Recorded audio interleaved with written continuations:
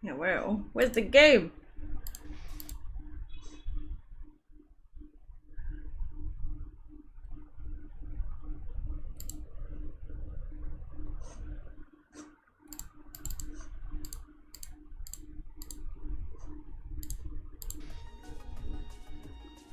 Is the game there? Where's the game?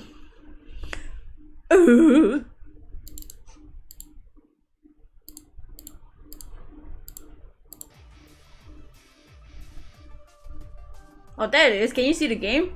Is it loud? Yo, what's up, Gumdaboo and Deadman? How y'all doing? Okay, the game's here.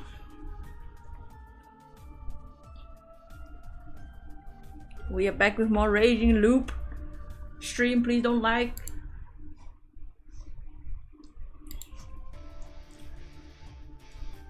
How y'all's? It is time to read more things. Wait, let me get my blanket. It's so cold. Volume's good. Alright. Since this game is mostly reading, so I just have to sit here and do nothing.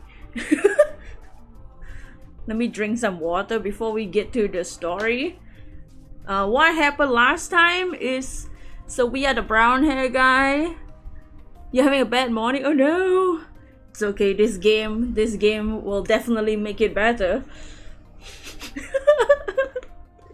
At least me cringing at this game will.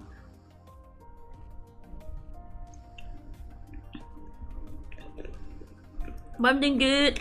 I was doing some things to prepare for my next art stream.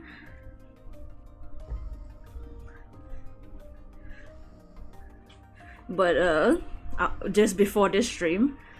But I'm good. I'm ready to get into the actual story. But yeah, last time we are playing this brown hair guy, Haruaki.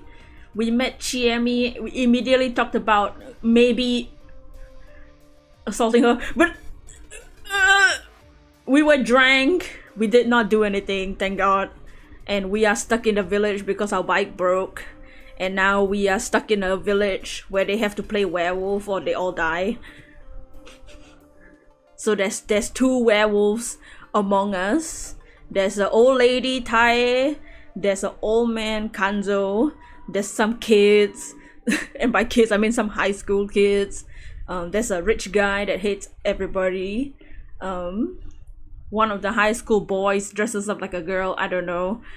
That sucks. Yep.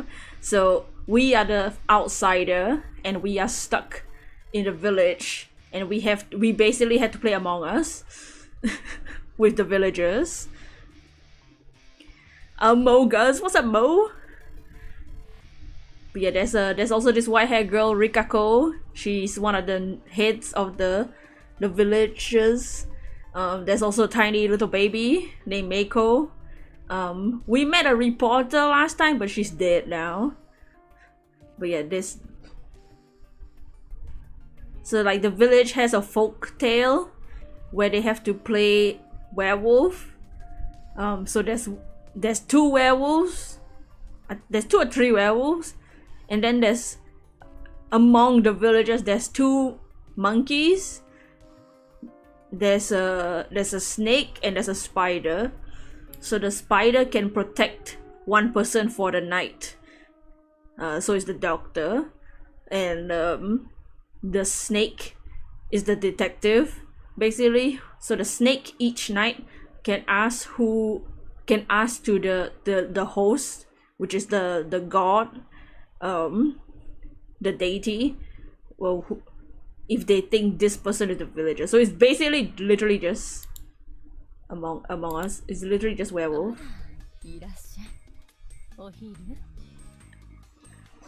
And we are immediately greeted with the arrows.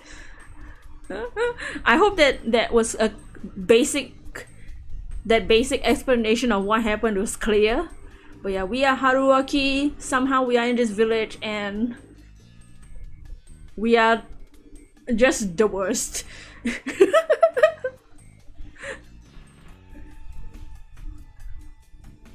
I gotta remember whose voices are everything. Oh, so this is Kaori. She's a widow of one of the heads that died. Oh, welcome. Are you here for lunch? But how's everyone's day?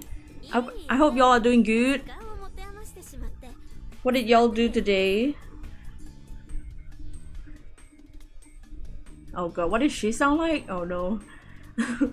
Now, we're just here to kill time. Can we sit? I'll bring you some tea.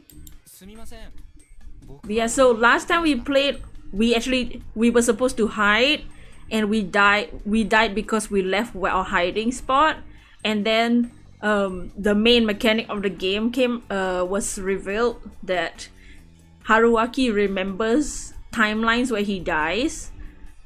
So like you have to collect keys throughout the story so that you can go back in time, go back to previous options to unlock hidden options with the keys to get the full story. Can I have some warm water instead? Araras, my tea is good for you. Why is she crying? I'm the type who can't sleep if I drink tea. Araras, warm water it is then. I'd like if you refuse that too. But you use water from here when you make up ramen, right? You didn't realize that? You stupid. Maybe it's safe when you boil it? Could hell's water really be purified by boiling? Here you go. I must say you're quite unfortunate. Your bike was broken and now you're ANL. Oh, it's nothing compared to everyone else here. If I may ask, does this kind of thing happen often? Is it annual or something? I asked something important like it was no big deal. Cooking dinner for your family, lunch for you, despite being 10 AM, almost crashed and you're half asleep. Oh no! Being had away. Oh no! Be careful. No, it certainly isn't that common. Personally, this is my first feast. I did hear that people died when the mist appeared, but that was before most of us were here. As in they didn't. Oh, as in they hadn't been ostracized back then? I could ask that, but I probably couldn't dig too deep. So this is a first for many people here, right? I think so. I see. If that's the case, the knowledge of the rules are strangely well kept. You see what kind of place this is, don't you? There's not much in the way of entertainment here, so the little ones grow up listening to the tales of the elders. Old tales and songs are always passed down and survive for a long time. Songs? Songs! Whoa! Who is this? This mysterious Mako-chan popped out of nowhere. Mako-chan. I know the song! Waros! You did? Could you sing it for us? Shina's got a one cake, two funky. Is she rapping? 3 bowl, 4 rider. Wait, rider, I'm a rider. That sounds like instructions. 1 cake, 2 funky, 3 cake, funky, blow, and rider. That's that's like a clue, right? That's like some like code. So was it about a guy who had a funky birthday party and ended the night on a happy note? Melody seems familiar though. Guess it was too difficult for her. Mako, this is where you were. Her guardian came soon after. Ross, I'm sorry, we just had lunch. The place is disgusting. Kaori Oribe-san humbled herself. Oh no, I'm the one who should apologize. I let Mako wander off here. No need for that. It's a difficult time for all of us. You're free to come here and relax whenever you want. Very well. Was that a punch sound effect? A silent thud and a loud one. The woman just collapsed. Are you okay? She's getting worse. Are you hurt? Apparently she wasn't trying some unique form of relaxation. She just tripped on the rail of the door. Oh my god. Oh my god, she's stupid! It hurts. She put her hands on her throbbed nose and became teary-eyed. The lady's mysterious vibe crumbled in an instant. The woman noticed my surprise and pouted. She might have been more expressive than I realized. Please don't look at me like that. Oh, sorry. Now that I think about it, this is the first time we talked. You might be right. My apologies. For what? I got you involved in this. Run. Oh yeah, you told me to run away. I saw the evening mist come. I hope you could escape. So that's how it was. A part of me thought you foretold the future or something. Uematsu isn't the Luka family. Now that sounded significant. What does that mean? This isn't something we can share with outsiders. GME's lack of reserve made me forget my boundaries. Oh, sorry. You're wearing some strange clothes. Thought you were a Shinto priestess. I'm not that important. You can't say that wearing that. Haruaki-san, don't bother Rikako-san so too much. Oh, I didn't mean to. Sorry, Rikako-san. You just call me by my first name. Oh my god. What's wrong? Oh no, another girl. Oh, sorry. She and me called her that way, so I thought it was okay. Man, this is confusing. I don't understand women. and I don't know. I'm not that bothered. Oh, sorry about that. You two are getting along. I have appreciated if she hadn't put me in a weird situation. I'm going back. What about you, Miko? I'll stay a bit longer. I'll see. Come back before evening. And so she left. She's a bit weird, but still cute, right? Yeah, she is. She's cute, right? Is she? Which one is it? That's my question. Natural beauties should have it good. They look young and pretty no matter how old they get. That was some bait. I'll bite. How old is she? I don't know. I'm pretty sure she's younger than 30, but she's definitely older than me. That's older than I expected. I know, right? She's so little, and you see that baby face? By the way, is she... What, is she single? What's up, punk? My day's going good. It's still cold. I feel like yesterday was a bit colder, but I'm just vibing now. We're playing Raging Loop, seeing more stories of how dumb my character is.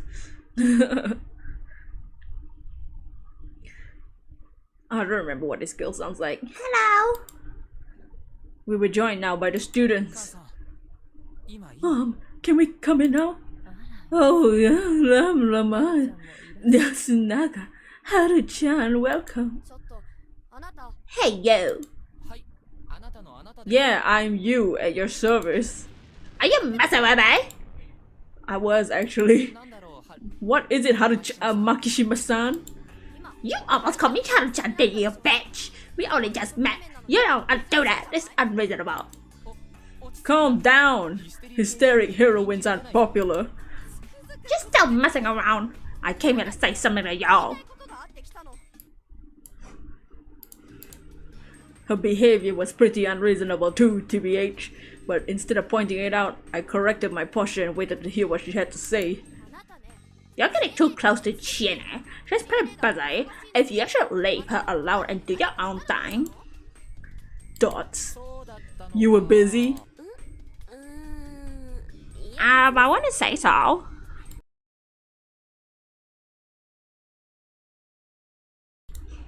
Even if she has a free time, she's a lady. You need to be considerate to keep your distance. It's a maturity though. Well, that's true. If you're afraid, then just go away somewhere. This is why adults are so unfair, filthy and annoying. Damn. Yes, I'm a filthy old man. Haru-chan, did you come with me just to say that? God, oh mom, I have a message from Takumi-ni. Takumi-ni? You're the younger brother? Wait, what? I thought the other guy was the younger brother. Oh, Takumi is the buff guy, never mind. What is it? We'll be going to sleep early for a while. Maybe we should have packed lunches. Oh, you should hurry and start making the rice. Also, Fusashi-san, take this. Boom boom. Why is this guy literally me? I was busy deflecting Haru-chan's attacks with my stupid barrier. Stupidity barrier. So being dragged into the conversation surprised me a bit. He gave me a dirty, rusty, cheap-looking cylindrical key, even if it wasn't even attached to a keychain. It's the key to the door. Takumi said he got it from Taiba. Taiba? Why did he do that? He said he felt pretty bad about making you sleep outside last night. Dots. What a sincere and considerate person. He really is. People like him make living in a place like this far easier. Mom, you really... Oh, the rice! They're so moist for each other. Everybody in this village. With an awkward smile on her face, Kaori-san went back to the kitchen. I'm sorry you had to see that. Don't worry, I'm just a clueless outsider. I made a blatant line. Everyone could tell Kaori-san and Takumi-san would make a nice couple. No, I'm talking about Haru-chan too. Hey, stop picking a fight with the outsider. How has bothered you too? Drive back. Not really. Anyway, if you don't have anything to do with the face, then just get the hell out. Stop it already. Why? Fusashi-san is a victim. Don't be so heartless. What the hell? You're such a dumb bitch. This is a mess. Ned! They had to stop fighting about me. We had an innocent girl here. Also, Chiyomi's info was confirmed to be true. Trying to escape seemed dangerous, so recommending it was heartless. You have to adjust your sleep schedule again? Since you'll be the one dropping the kid more often? Oh dang, you woke up there, had coffee and drove away, no energy, didn't have time to eat. Oh dang, don't know. Maybe we can like get like those like energy bars. Maybe that will work. Quick to eat, easy. Eat. Maybe that will be a solution. Basically, getting out of here was difficult. That made all the more grateful for the room. Been so busy trying to understand what the hell was going on that I didn't even consider how to do it myself. I had to thank Takumi-san. Calm down, you two. Haru-chan wanna play with Chiene? Play what? Prayer Shinai.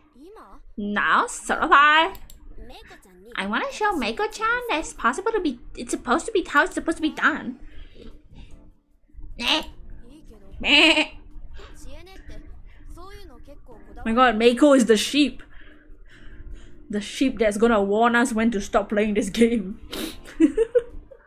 That's fine, but wow, you care about stuff like that, huh? Kinda, yeah. Something was about to begin. No longer the center of the attention, I began drinking the hot water Kaori-san placed before me. The teacup had a strange symbol enabled at the bottom. It looked like a family crest. Ooh. Yasunaga-kun, what does this mean? Oh, that's one of the Kami Fujioshi family crests. She should just throw it away. His harsh tone made it pretty likely it was the crest of the Higuchi family, the ones who banished themselves here. Or the ones who banished them here. Haru-chan moved the chair and sat down in front of Chiemi. Can I play the man's role? Sure. Let's go. 1, 2. Sheena's guardians are 1 snake, 2 monkey, 3 crow, 4 spider. They started playing an action-ridden rhyme, much like Ring Around the Rosie or London Bridges Falling Down. Fully in sync. They clapped, slapped their knees. They clapped, slapped their... Oh, they clapped and slapped their knees. Clapped again, joined hands. Next time you go grocery shopping, you get some snack bars. You also try to wake up at least 15 minutes before you head to the road. Yeah, get some stretch. It's time for the morning stretches. The do like the national exercise. Wait, does America or Puerto Rico have like national exercises?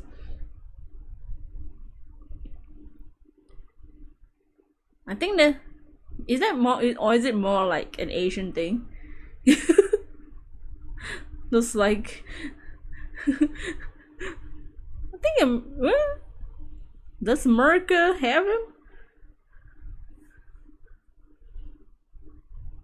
Oh, the patch!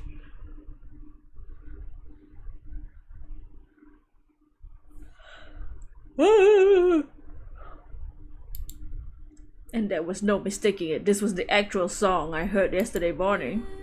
5, prepare for the feast when the evening mist arrive. 6, the badger runs along the lake with near as a fix. What does that even mean? They were doing it pretty quickly, so I couldn't see everything, but it was definitely complex. They even raised fingers and made fist bumps. Pretty sure I heard that part somewhere. Prepare for the feast when the mist arrive. Oh. 7, the corrupt Yomibito rise to oppose the mountain. Suddenly the song changed tone. The movement switched up too. Haru-chan hit her face, while Chiemi stood up a bit and grabbed her by the shoulder. Eh, the death of the damn Yomibito is the mandate. What song is this? Similar line, but the roles switch. 9, 1 soul per day, now to bind. 10, the mist rise away again. They returned to the same tone movements as before, and then at a slightly awkward point, the song ended. They quickly stood up and... Yeah!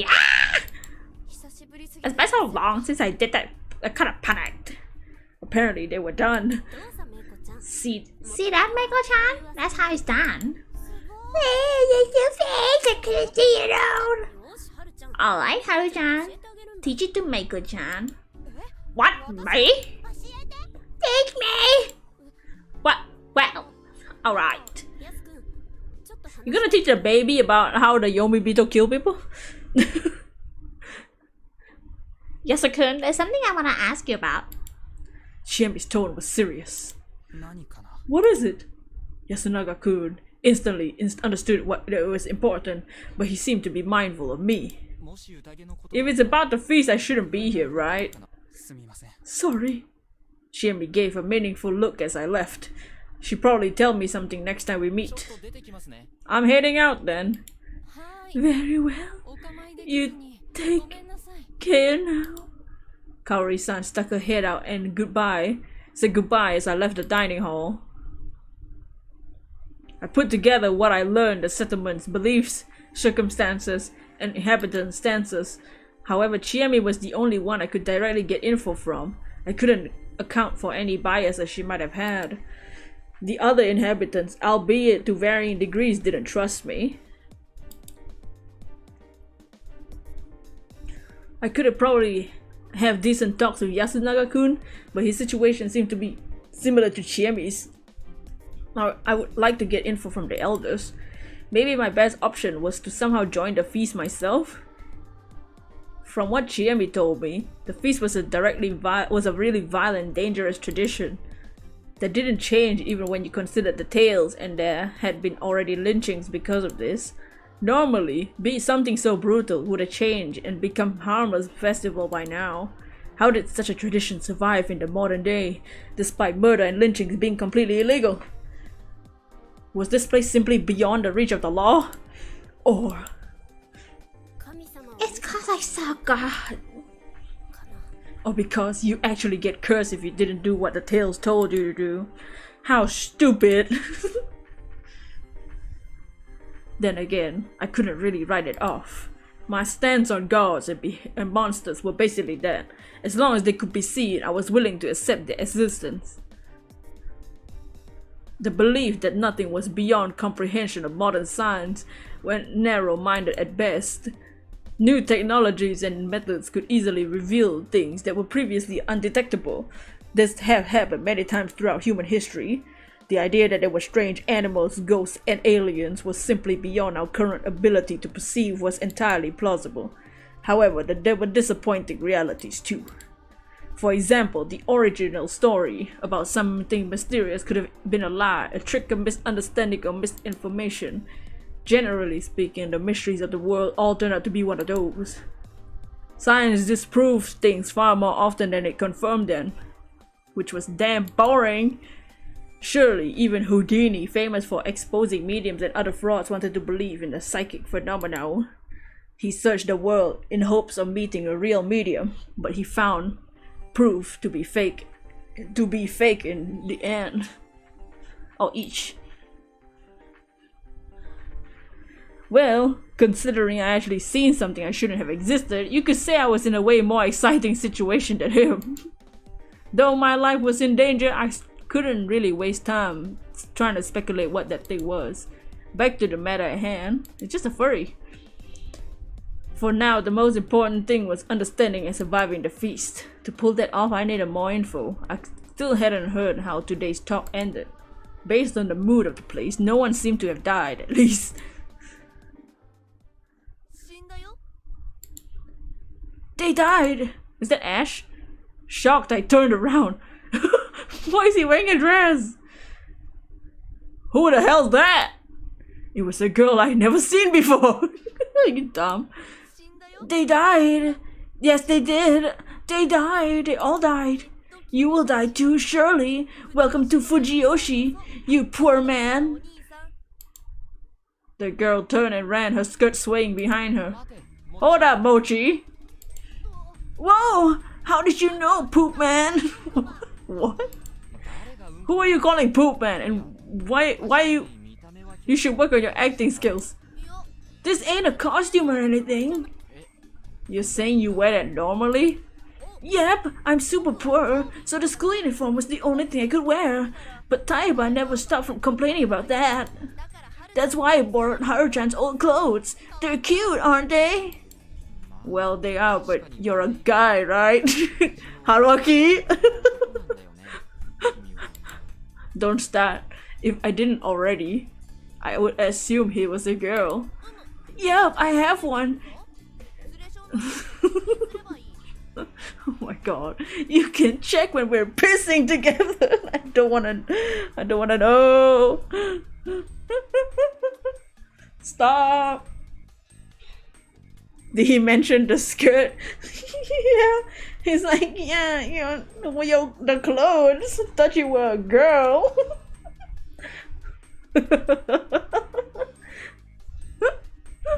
Of course he mentioned the skirt. It's Haruaki. I didn't want to see it at all. Are you uncomfortable with your gender or something? Not just something you just asked, man. At least he's thinking about the possibility. What? No, I'm a guy. Then why?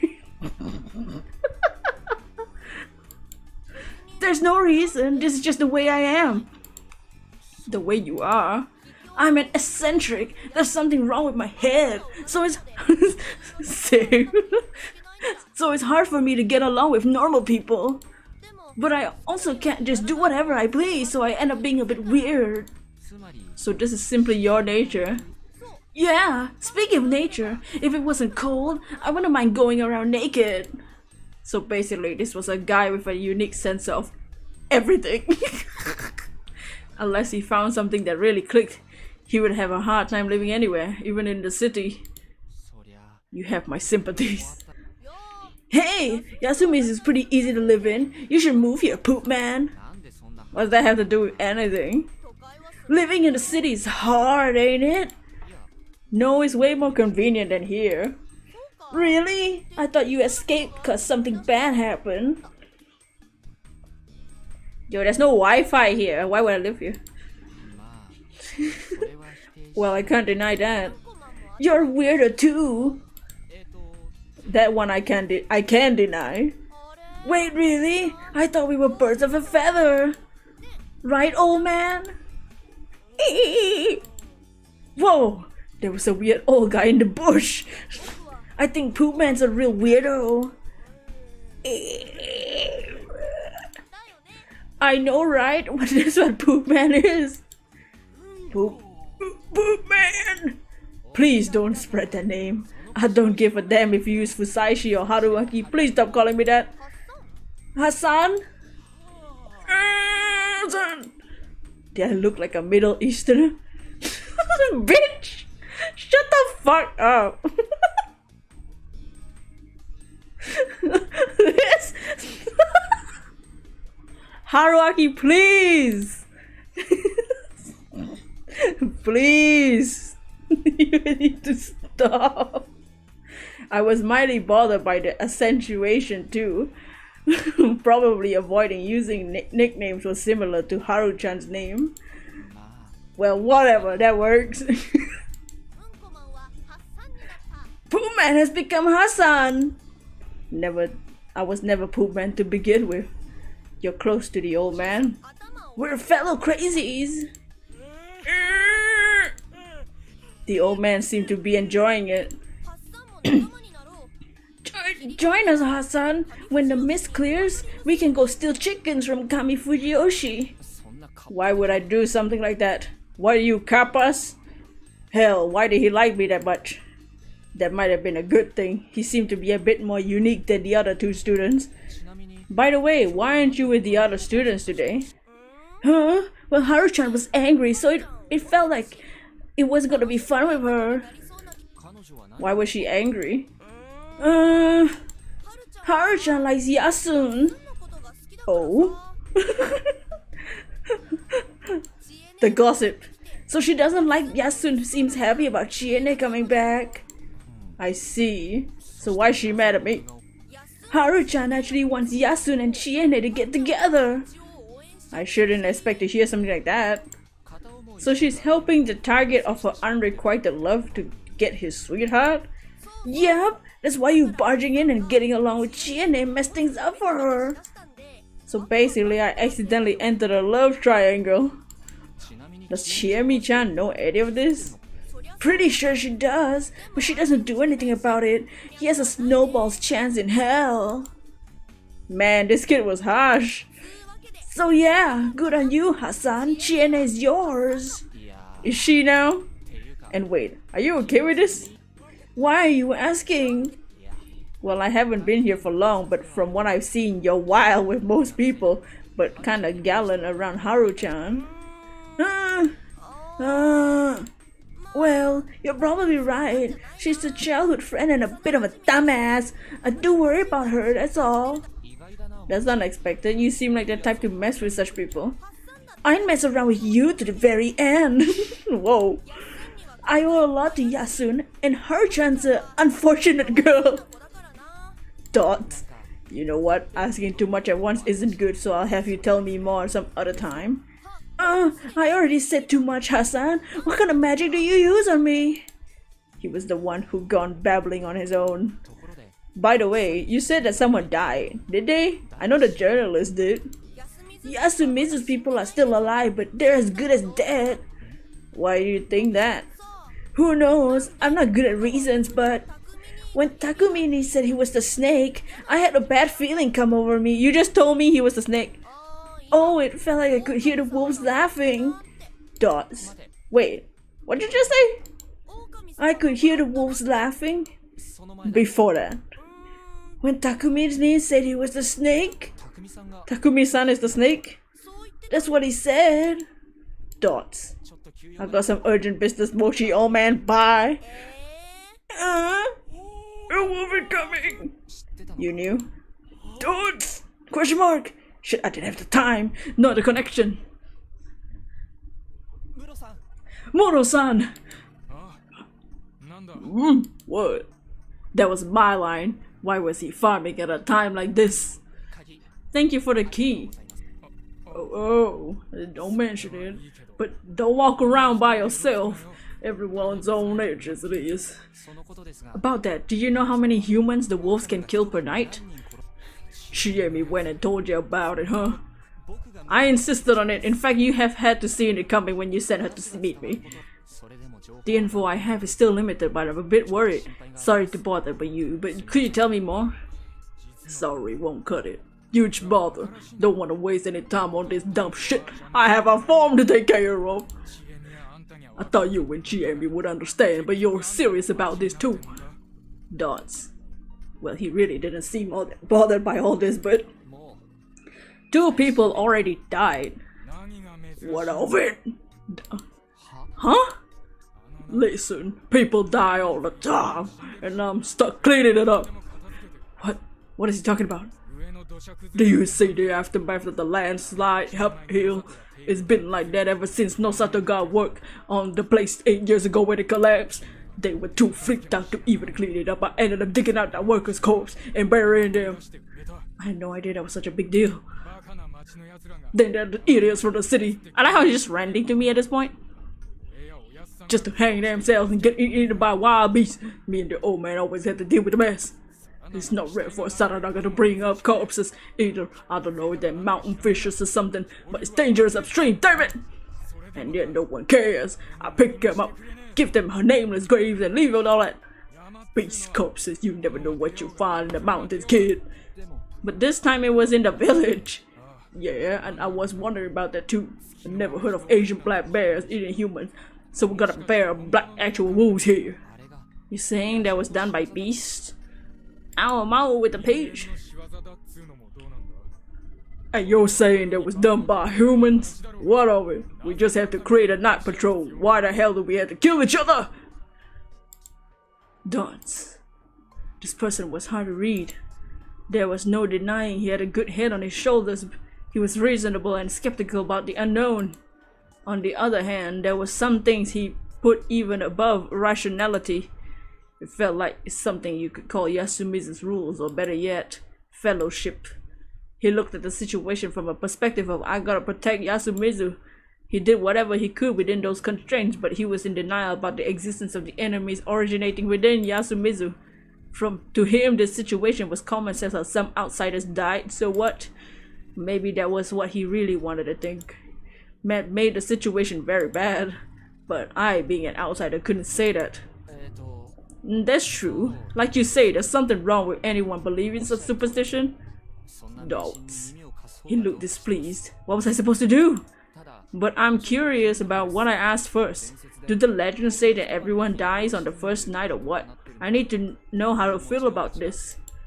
Oh, that won't happen. Wolves can only kill one person per night. Really? But why? Why does the legend have to say about that? What did Bao-chan say again? No one can go against the laws of the mountain, not even the Yomotsu Okami-sama. Yomotsu Okami? Wolves that return from Yomi, apparently. Weird, I feel like I heard that term before. Still, wasn't it weird that the laws applied to the wolves too? They were on the Yomibito side, as in those opposing the mountain. And I was pretty sure the law of the mountain said only one person could be killed per day. Lynching one during the day was at the limit, and killing more than one per night was against the rules. Both would make you the target of the corruption. It didn't make much sense to me. At least I found out that the wolves too could only kill one per night.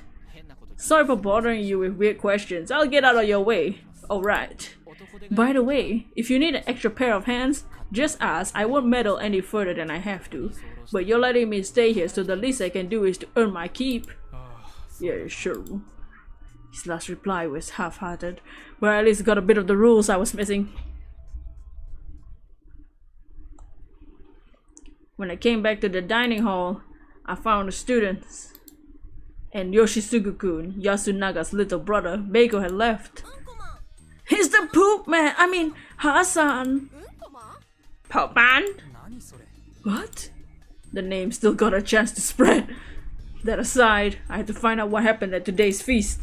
Dots. Recalling what Mochi told me made this kinda hard. Sorry, but can I borrow Chiemi-chan?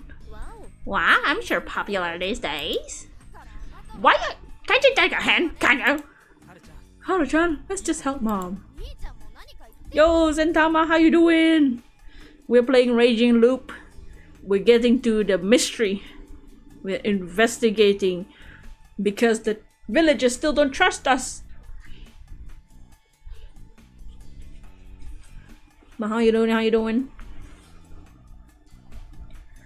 You say something tall. It's probably something complicated. I'll be the one who breaks the plates. Haru-chan, you'll be the one who holds him back. Hey, what's going on? Sorry about the commotion. But how's your day, Zentama? We're just playing a dude. What do you tell Yasunaga-kun? We talked about today's feast. Things aren't looking too good. Yeah, I figured it was something like that. Chikamochi and told me that Takumi-san's revealed he's the snake. Yeah, he did. Are there any other snakes? Others? There's only one snake. The mountain gave 4 kinds of guardians. The snake could ask the mountain if one participant was a wolf or not.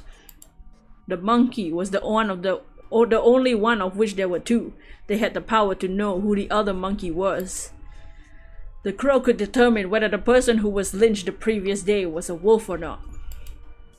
The spider could ask the god to protect one of the other participants from the wolf's attacks.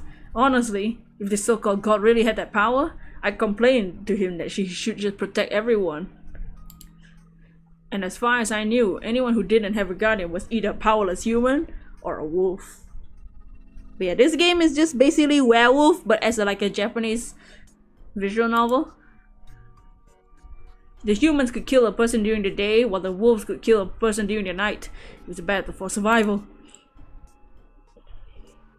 The humans had to do everything to find and kill the wolves. If they couldn't find a single wolf during the feast, the whole event was meaningless. The wolves would simply crush the settlement.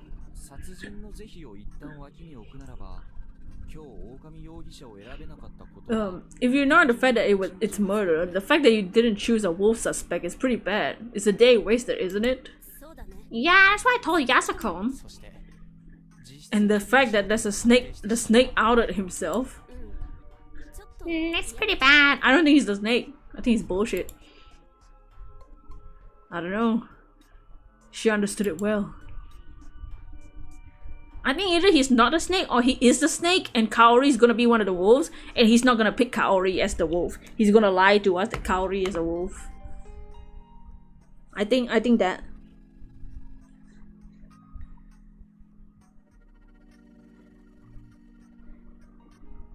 Either that or I don't know.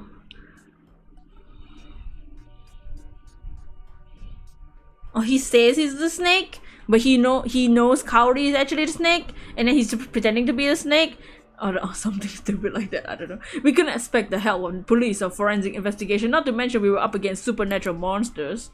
As things were, the snake's power was the only way to find out who was a wolf or not. Not counting the fact that the guy can lie to us and lie about who the wolf is.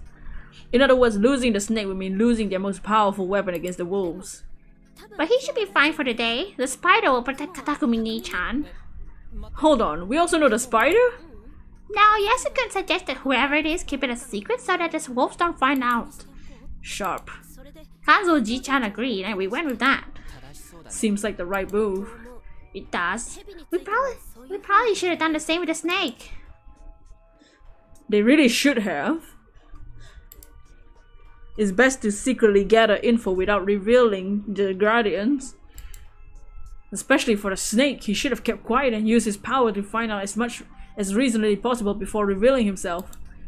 I knew it was difficult to figure out right away, but the fact that the snake, the most important role, was the first to be outed was really bad. From my perspective, Takumi-san had been so focused on protecting Yasumizu himself, he made a terrible mistake. He appeared calm, but I wouldn't have been surprised if he realized this and actually pretty shaken. What do you think will happen? She asked, like she already knew the answer. Spider was told to protect Takumi-san. The wolves obviously heard that. If they try to go for him, the spider will stop them, right? No idea how though. Yeah, true! You changed your name? Oh, what's up? Oh, that's Sijuwai? Do you want me to call you Spectral then? How you doing? How you doing?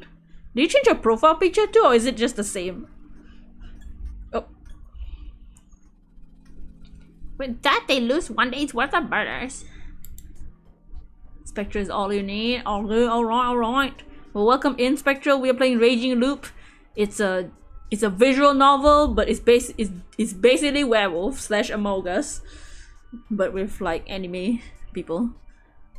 Chimi seemed to process this as a logic game too. Yeah, if we already, that means Takumi won't die because the wolves won't aim for him. Why would they aim for him now that they know that the spider's gonna protect him, right? You change your profile picture when you get your pick of the Sijuwai in Scarlet Violet? Oh nice, yeah. Wait, will they even be transferred up though? If I were a wolf, I'd ignore Takumi-san and go for someone else. You think so too? Who do you think they'll go for? I don't know, I have no idea what the wolves are prioritizing. If they prefer blood of the women and children, they probably go for the younger people. Scary.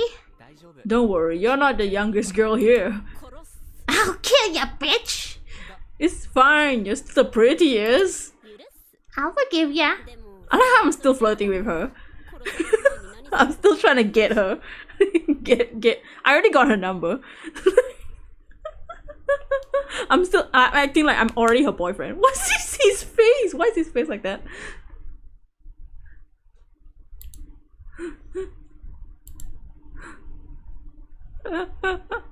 We've been trying to flirt with this girl since we came to this village. I'll forgive ya. That sounds pretty bad. Who knows what they'll do before killing me?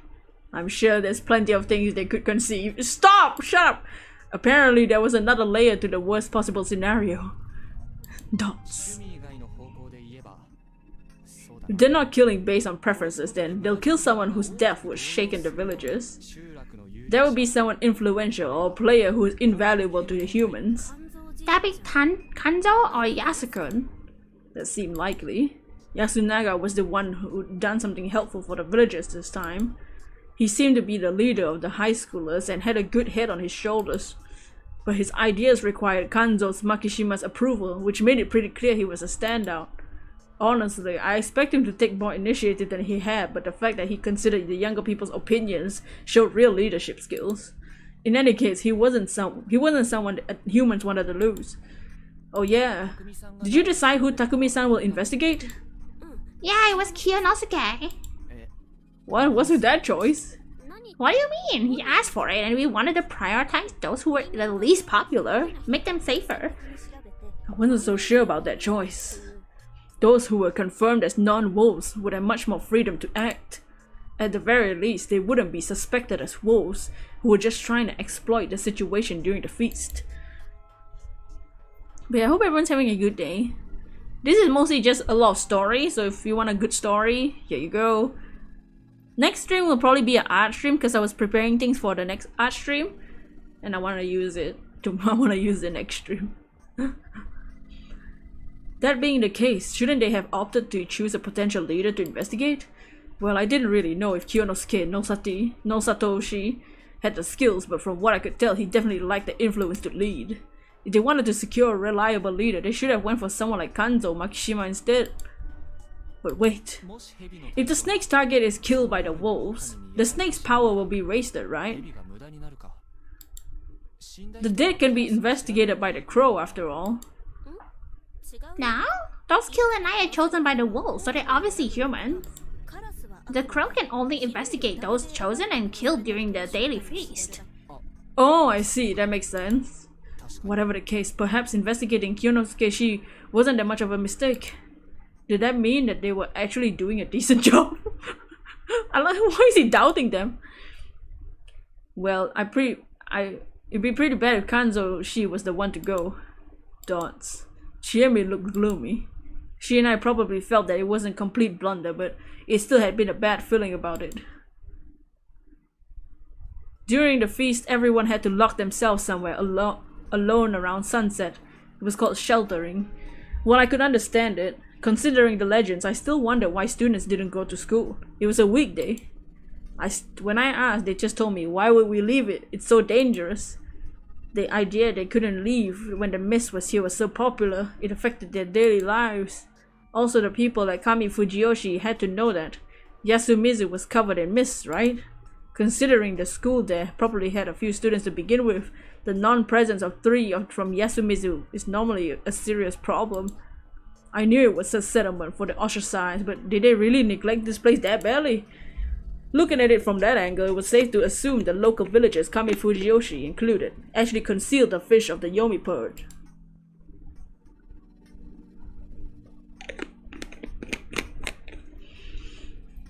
I thought about that and similar things in room 203 of the student dorm, the place I was given. Shimi had given me some cup ramen and hot water. We chatted for a moment about being neighbors for a while and she returned to her room. We could be so casual about this considering there was a chance we couldn't meet again tomorrow. After dinner, I took a bath. The gas boiler was pretty old, so learning how to use it took a while. There were some working electrical outlets too, so I could charge my phone. Oh, you can charge your phone? And for what? To play Flappy Bird? Like, I didn't have my wristwatch, so that was important. Oh. By the way, my room didn't have a kitchen. It was pretty sure the other rooms didn't either. From what I could tell, no one here actually cooked or ate at their own homes. They all relied on the dining hall to provide their meals. The settlement not only had a unique culture but a way of life. Couldn't help but wonder how something like this began and survived into the modern era. It was an interesting subject to research, but for now I had to worry about the fact that my life was in danger. Anyway, what were my options now? I wasn't a part of the feast, but walking around at night was probably dangerous regardless. After all, I had memories of getting killed doing exactly that. From a logical standpoint, that was probably just a dream, but it had a quality to it that made it hard to believe it was. I had to believe it, and I had to be careful until I was certain. Then again, I had a record of surviving it by not making any noise at night. Maybe I should have stayed awake and looked around. Also, Takumi-san said they were going to have someone keep watch at night, didn't he? Was he going to do it himself? Considering the snake's important, he shouldn't do something so dangerous. Shit, they barely decided anything in the face. I wasn't getting info either. I felt like I barely knew the basics. Talking during the face meant giving info to the wolves, but if the humans kept too many things hidden, the wolves end up knowing way more than them. It was just dangerous. Still, there was a limit to what I could do in my situation. If I kept being the messenger I was today, I would create a huge imbalance of info to myself. Not to mention I'd be deemed suspicious and lose the residents' trust. Shit, what was I supposed to do here?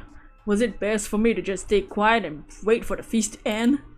You're gonna go, good luck, goodbye punk, thank you for dropping by. That wasn't like me at all.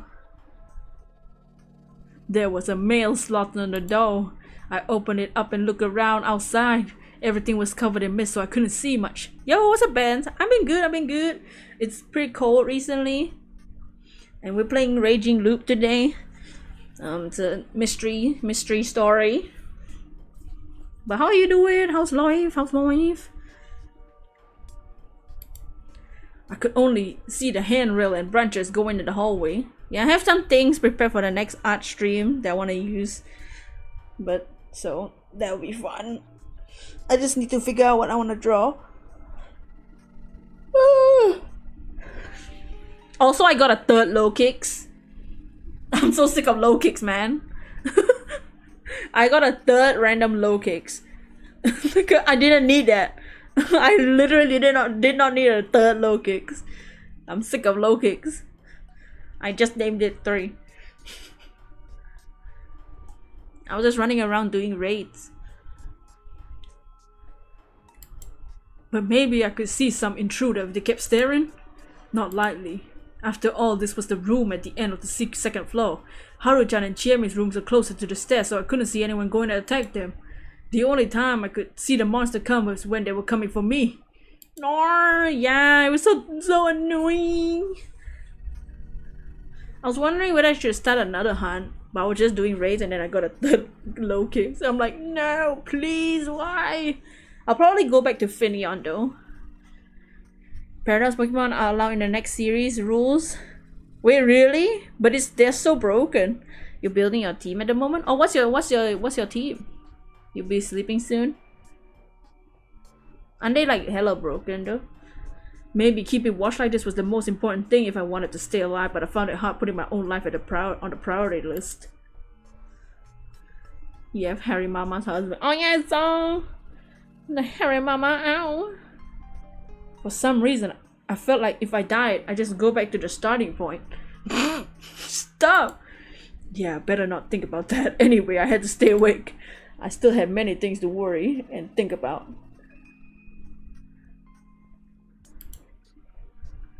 Iron Hands, Iron Bundle, Roaring Moon, Screamtail, Pinkerton, and Gothitail. Oh damn. Screamtail! Dots. Dots. Dots. I love Roaring Moon. Oh, we survived! It's the next day. We made it to Wednesday. Did anybody die?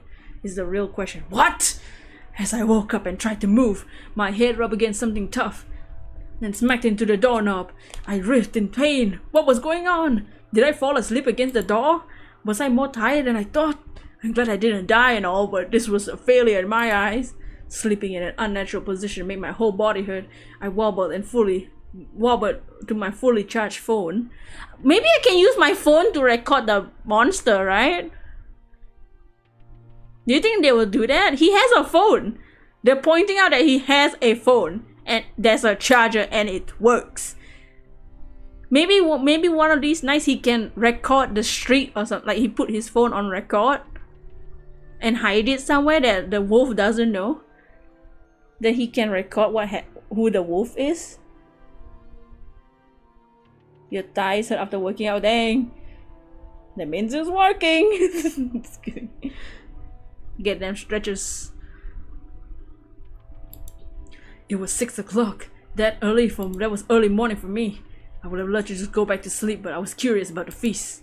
After washing my face with hot water and putting on my shoes, I decided to take a peek through the mail slot. Oh my god! I saw Chiemi standing there with a knife in her hand. Why do you have a knife? I reflexively stepped back, tripped and fell on my ass. What the hell was that? There was a woman standing before my room with a weapon. I can only caught a glimpse, but that was enough to conclude that I was dealing with a scene straight out of a horror movie. What could have prompted this? Did she suspect I was a wolf? Or was she a wolf herself? No, don't kill me! She knocked on the door, making me squeal a little bit. No! Haruaki-san, are you awake? Will she kill me if I reply? Wake up! I need a hand checking on everyone. Dots. By the way, I'm armed. It's just for self-defense. Say that sooner, damn it, you stupid bitch! So you're awake. Don't worry. I put the weapon away. What the hell, girl? Why are you carrying like a whole kitchen knife? The frick? Freaking sussy, man. I hesitantly peeked through the mail slot and saw her hopping around, showing me her empty hands. After meeting up with Chiemi, we went around the dorm and woke up the students. All of them were alright. While they got ready, we went to Nosato Mansion, just cause it was close. Yasumizu was still misty and unpleasantly silent. I walked carefully, just like yesterday morning. You glad your ears being a weeb is working? You can understand the dialogue even you're not looking at the subtitles. I know, right? That's how I feel sometimes too when I watch anime. Multitasking is easier. I watched the recent episode of High Card. It was pretty good. I really like the recent episode of the anime High Card. Do you know about the action changes? Turns out it's every 72 minutes. Wait, the action changes? What do you mean action changes?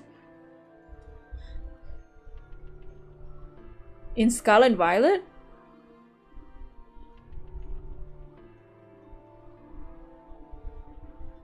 I couldn't write off the possibility that a werewolf would jump out of the mist and tear me apart. Oh, the auction! Oh, it's every 72 minutes? Oh, I thought it was just like every time it changes from day to night. 私の日本語ファまだよくないけど。ファ少しだけちゃんとわかりますよ。Oh god, oh, yeah. I know what you mean. Yeah, I'm kind of the same. I know basic. But I'm not fluent on anything.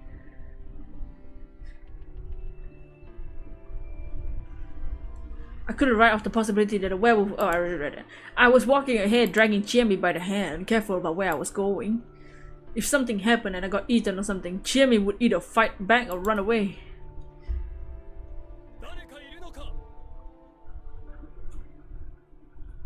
Is someone there? Oh, Dosato-san is Fusashi and Chiemi-chan. Where? Oh, there! We peered through the mist and a gloomy frown appeared. Hey there! Looks like the mansion was safe. Of course, it's all but well protected. Not even monsters could make it in, surely. I see. Then can we all take shelter inside? Why should I let you? This is Yasumisa's problem, not mine! I see, good point. Then we'll just get moving and solve the problem, I guess. Oh, wait, it's dangerous. We need to be in groups. Oh my god, you're such a wuss. Really, I was beginning to think this guy was the best described as all bark, no bite. 口もそうです。日本語が難しいから知ってるのは簡単の日本語だけです。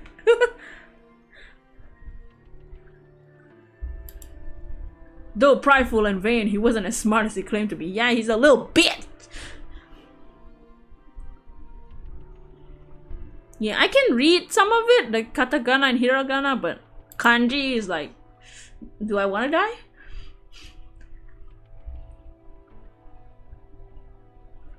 His fussy attitude was probably making it up for his fear. It's entirely possible he was just putting an air and mystery of Yasumizu, or rather Fujiyoshi was scaring him.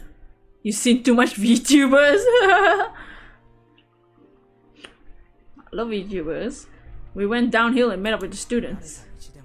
Even a familiar road can be scary. Yeah, mists are weird. I can get naked and no one will get mad. That's... Stop that, you fool! Haru was acting weird. Mochi was definitely expecting a retort from her. She didn't say anything and her face was so pale you could tell through the mist hanging in her head. She was slightly shaking. You haven't studied Japanese yet and yet you can understand a few. Me? Same. Everyone else could see it, but no one else chose to address it. Questions would quickly become suspicions after all. Perhaps she was a wolf and did something horrific last night. As we all thought similar things, she suddenly collapsed to the ground. Are you alright? Don't touch me! Her hoarse scream shocked everyone. Haru-chan? Daytime, I just... Dots?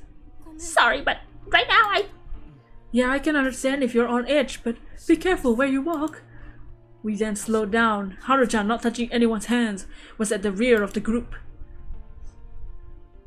As we walked, trees and stones drifted in and out visibility, so with the surrounding mist. Our vision was so limited, it felt like the world around us was changing with every step we took. The tunnels of trees, the path on the paddy field, the stone, plywood, concrete, we walked between realms every passing second. I was still wondering about Haru-chan. What was on her mind? Was she afraid or wary?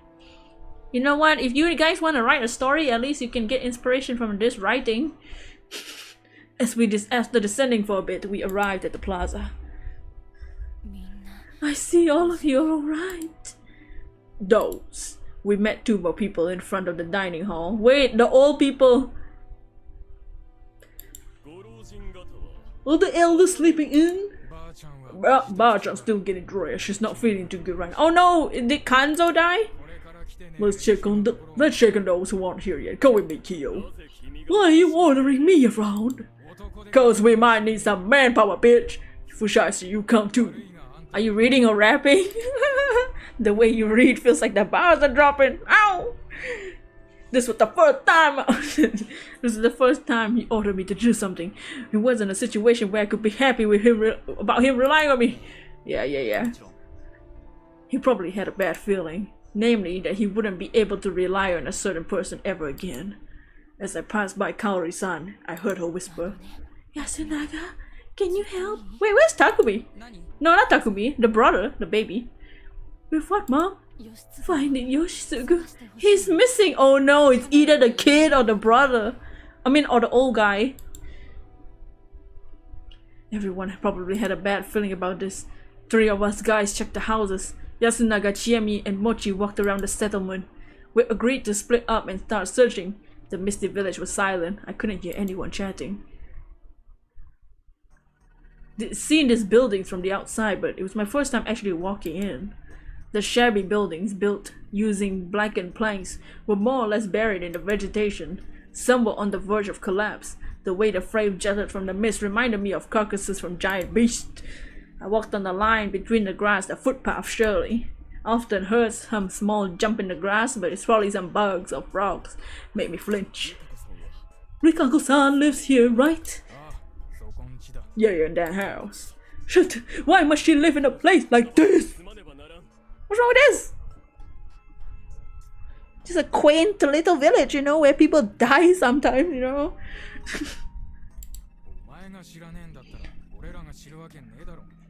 If you don't know, there's no way we couldn't guess. Guess it's Miguruma's orders.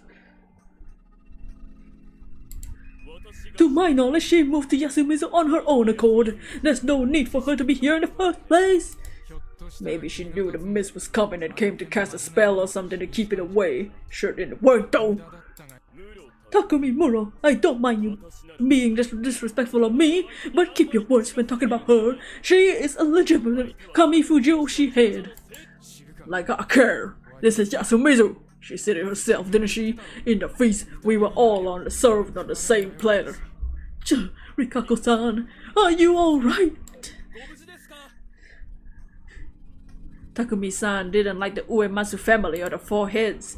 Now that I thought about it, though she wasn't as disliked as Kyonosuke, the villagers in general weren't fond of Rikako Uematsu. Really?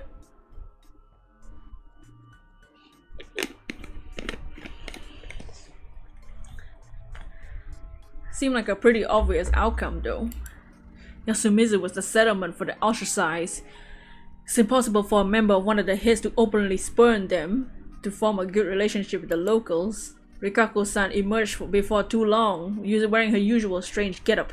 She didn't seem any different from how she looked yesterday. I need to take a Meiko. We moved on to the next house. It felt like Rikako was urging me, so I woke the girl up. Meiko-chan! It's morning!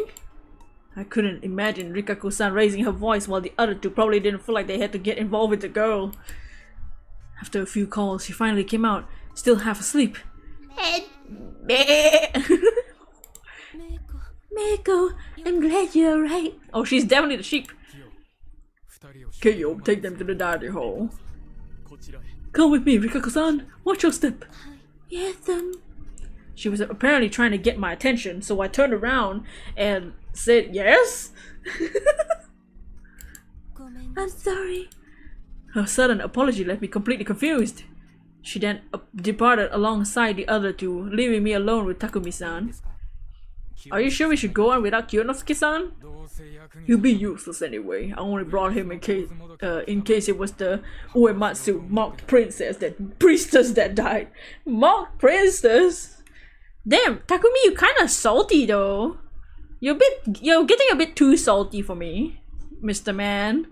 I like how you look, but you're getting a bit salty for my taste. Kinda judgy, kinda whiny, you know what I mean? But now I know who got killed. Oh no, wait, it's either Kanzo or the kid, right? It could still be the old wolf guy, right? Shut up! If old man Gonzo was around, he would have woken up earlier than anyone and searched the length of Yasumi's 3 times by now! Dots. Dots. Sorry, his house is over there. I followed him in silence. I couldn't think of anything to say. Wait, did the old man die? Oh man, no, please! The fact that the door was unlocked made it clear something wasn't right. Oh no. The moment I opened it, my nostrils... Why are you reading it like that? That's how he sounded like! What assaulted by a smell I experienced just yesterday. The reek of a fresh corpse. Damn it, damn it, damn it! Unlike Takumi-san, who was looking away and cursing, I did my best to burn the scene I witnessed into my memory. It felt like I had to avert my eyes to be so disrespectful. Chided myself for wanting to look away. No, Kanzo! The body was much more intact than Mamiya-san and Hashimoto-san. That made it much easier to become painfully aware that of the fact that this was a human, an intelligent life form who was with us yesterday like it was no big deal. There was one problem though. The part of the body that used to be the head was completely destroyed. There was no part of the head left untouched. It was that thorough. It was obviously the result of relentless heavy blunt attacks. Everything above the neck was a strange flat mass of shattered skull fragments, red, white, and white organic matter. Ew. Compared it to everything else, was largely unharmed. The old-looking clothing and the unexpectedly robust chest for someone of his age were all the proof needed to know it was the body of Kanzo Makishimashi. No! We'll clean it up. What else? Please wait a bit. What are you gonna do? Find out as much as I can. Since we had no idea when we could get out of here, protecting the scene of the crime for an official investigation meant we had to leave this body to rot here. But we couldn't just do that. Considering the horrible state it was in, villagers probably wanted to take care of it in their own way as soon as possible. Not much I could do to stop that. Thus, I did my duty as someone without such obligations. You gotta sleep. Oh, goodbye. Thank you for hanging out. Dots. This corpse was completely unlike the one from yesterday. While those two were destroyed completely, the damage on this one was focused on the head. The weapon wasn't sharp. They used something blunt. The skin on his face was torn, not sliced apart. The skull was shattered. This was caused by repeated blunt attacks on the head. It wasn't my job to picture whether there was some profound grudge in this. The only clear thing here was that the wolves killed him using something blunt, not claws or fangs. And it was obviously done with dedicated intent, not accidentally. Oh my god. Dang, yeah. At the very least, the entity that made this corpse wasn't the same as the one that made the ones from yesterday. It made sense if you separate them and assume yesterday's was the corruption and today was the wolves. But the thing I seen when I was walking around at night that time had the appearance of a wolf, or rather a werewolf. If the werewolves were the one that bring the corruption, the tale all this is based on would make even less sense. If the corruption was the great Lord Shinai, the mountain god's punishment, it would be weird for it to be delivered by the wolves. Holding back my nausea, I looked at the corpse. Then I rolled my sleeves and reached for the destroyed head. Bro! No hesitation! Hey, what are you doing? I'm pretty sure I'm wrong, but I still have a look. Decapitation meant body doubles. Mystery writing 101. That's true. I can see that. If someone brought in and killed a person with a similar build to Kanzo-shi, left him here, his death would be easily faked. Did Kanzo-san have a silver capped tooth in his lower jaw? No, he didn't. His voice was strangely forced. I looked at him and realized he was kinda pale. I might have overdone it. Still, I couldn't be soft in the situation. He was proud that he didn't need any crayons or anything, despite being over 60. Why'd you find one? No, I only asked to prevent any misdirection. It's a healthy set of teeth. What the hell? I'm just being a bitch. The lower jaw was mostly intact, while the upper one was destroyed along with the rest of the head. Despite that, I saw a hint of the old man in the eyebrows and dark hair, with streaks of grey in them. It's pretty clear that it was the one and only Kanzo, so it was pretty pointless to keep thinking about the way he was injured. My hands were all messy. I had to wash them later. The corpse aside, Kanzo, she was lying on some thin bedding. There was no sign of a struggle. He was either instantly killed by the first attack or knocked out, laid here, and then killed. Still, it wasn't a corpse that was easy to make. The situation here was peculiar. One point I found curious was the fact that Kanzo surely obeyed the shelter law and locked himself in. However, the lock on the door was still perfectly intact. So logically speaking, Kanzo, she had opened the door and let the culprit in. There was no sign of resistance, and it was probably done by someone he felt safe with. His granddaughter. Do you think she was acting weird today, right? So Haru-chan is the old guy's granddaughter. She was acting weird. I wonder if she already knew.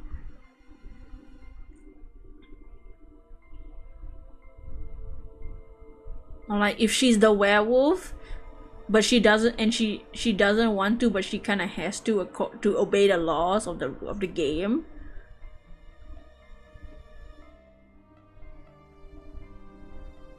Or maybe like if she's the werewolf, she came to her grandfather to consult him, and then he let her do it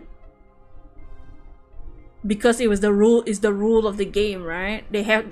All of them have to obey the laws of the game. Even the deities have to. However, it was a normal killing by the standards.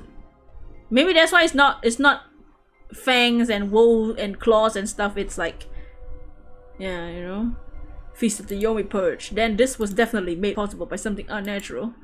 Back to the situation at hand. The futon and everything around it were bloody. Obviously there was another strange thing about the crime scene. The dampness. Some spots were really wet. Clearly not because of the mist. Like the murderer purposely spread some water here. Were they trying to wash away the blood splattered on them? There was no way pointing in doing it in front of the body. Footprints were faded. Were they trying to cover their tracks? Still pretty visible though. It was more like they put bloody footprints on the futon and tatami that were already wet. The shape of the prints told me they weren't made by Western shoes, Japanese clogs, or wild beasts. They were just long ovals, reminiscent of those Azori sandals. Which is like the straw sandals the flat straw sandals that's kind of flexible. Kind of like a flip-flop, but straw. There weren't many of them. Most of the blood was absorbed by the futon. But from what I had, I could tell the only one type of footprint. Dots. Find out anything. Nothing special. Dots, so you don't specialize in this, do you? Sadly, no. All I knew was that the culprit was a very dangerous human. As I washed my hands, Takuma-san removed the sliding door and put Kanzo's remains on it. He covered his destroyed face with a nearby hand towel, prepared to carry it. You take the other side. Got it. We lifted it up in the air. This is probably a job for two people. We went out into the mist. Are we throwing him into Saranaga? That's what Bacha would have want. Well, he'll be corrupted if we don't, right? Well, because he'll be corrupted if we don't. Yeah. Voice devoid of life. I couldn't call out to him. Pushing him would be any further was dangerous. I could tell by the air bound him. It's my fault. Why? 'Cause I messed up the feast. Dots. That was entirely possible. This proved he was full aware of it himself. I would have said it, but it felt wrong. I don't know much, but I think you were trying to do your best. But what's the point if I mess up like this? Then you need to make up for it. I think you have to be the one that leads Yasumizu now. I can't. Well, I couldn't either. I'm just an outsider. I had no idea how to console him. Feeling powerless, we approached the dining hall. We passed by here and go straight for the graveyard. Tai Yamawaki-san had come out too. She was in the midst of prayer. Kaori Oribe was standing next to her. She looked completely out of it. Rikako Uematsu was covering Meiko's eyes and looked straight at me. Haru-chan, Kanzo-san's actual granddaughter, was watching her grandfather's corpse with an intense expression. Oh no! It probably wasn't good to make any assumptions here, but I couldn't help it. It felt like her expression was not full of unbearable sorrow, but out of anger, hatred, and disgust. I never seen them have a nice chat. I wouldn't be surprised if they didn't see eye to eye. If like grandfather and granddaughter didn't get along. But still, I have liked if she made a different expression, if only for this moment. Did she not like her grandfather? I would imagine Kanzo still cares. Kanzo still cared for her, right? Maybe she's just rebellious. I could only think that I was an outsider that didn't know shit. It wasn't good to make assumptions. Shit, why was I in this position? Just how much could I even learn in my position?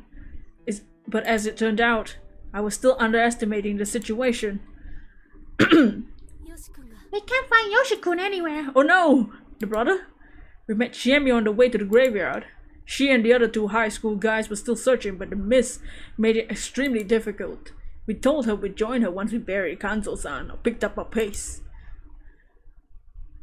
The graveyard wasn't that far. Yasumizu isn't very big. It only felt like a cause of the mist of the load. I completely forgot about him. He was alright too, huh? I had no idea why, but he was looking at us, clapping and laughing. That man Yoshisugu Oribe was the only one we hadn't seen yet. I was told there'd be only one. The wolves were supposed to kill only one person per night. Not saying a word, I hurried to finish the job. That led to us finding him early. What?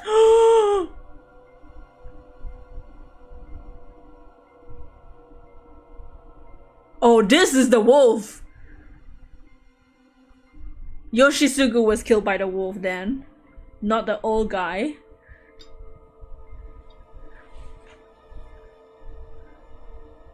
Oh no. Did Haru-chan just kill the old guy just cause?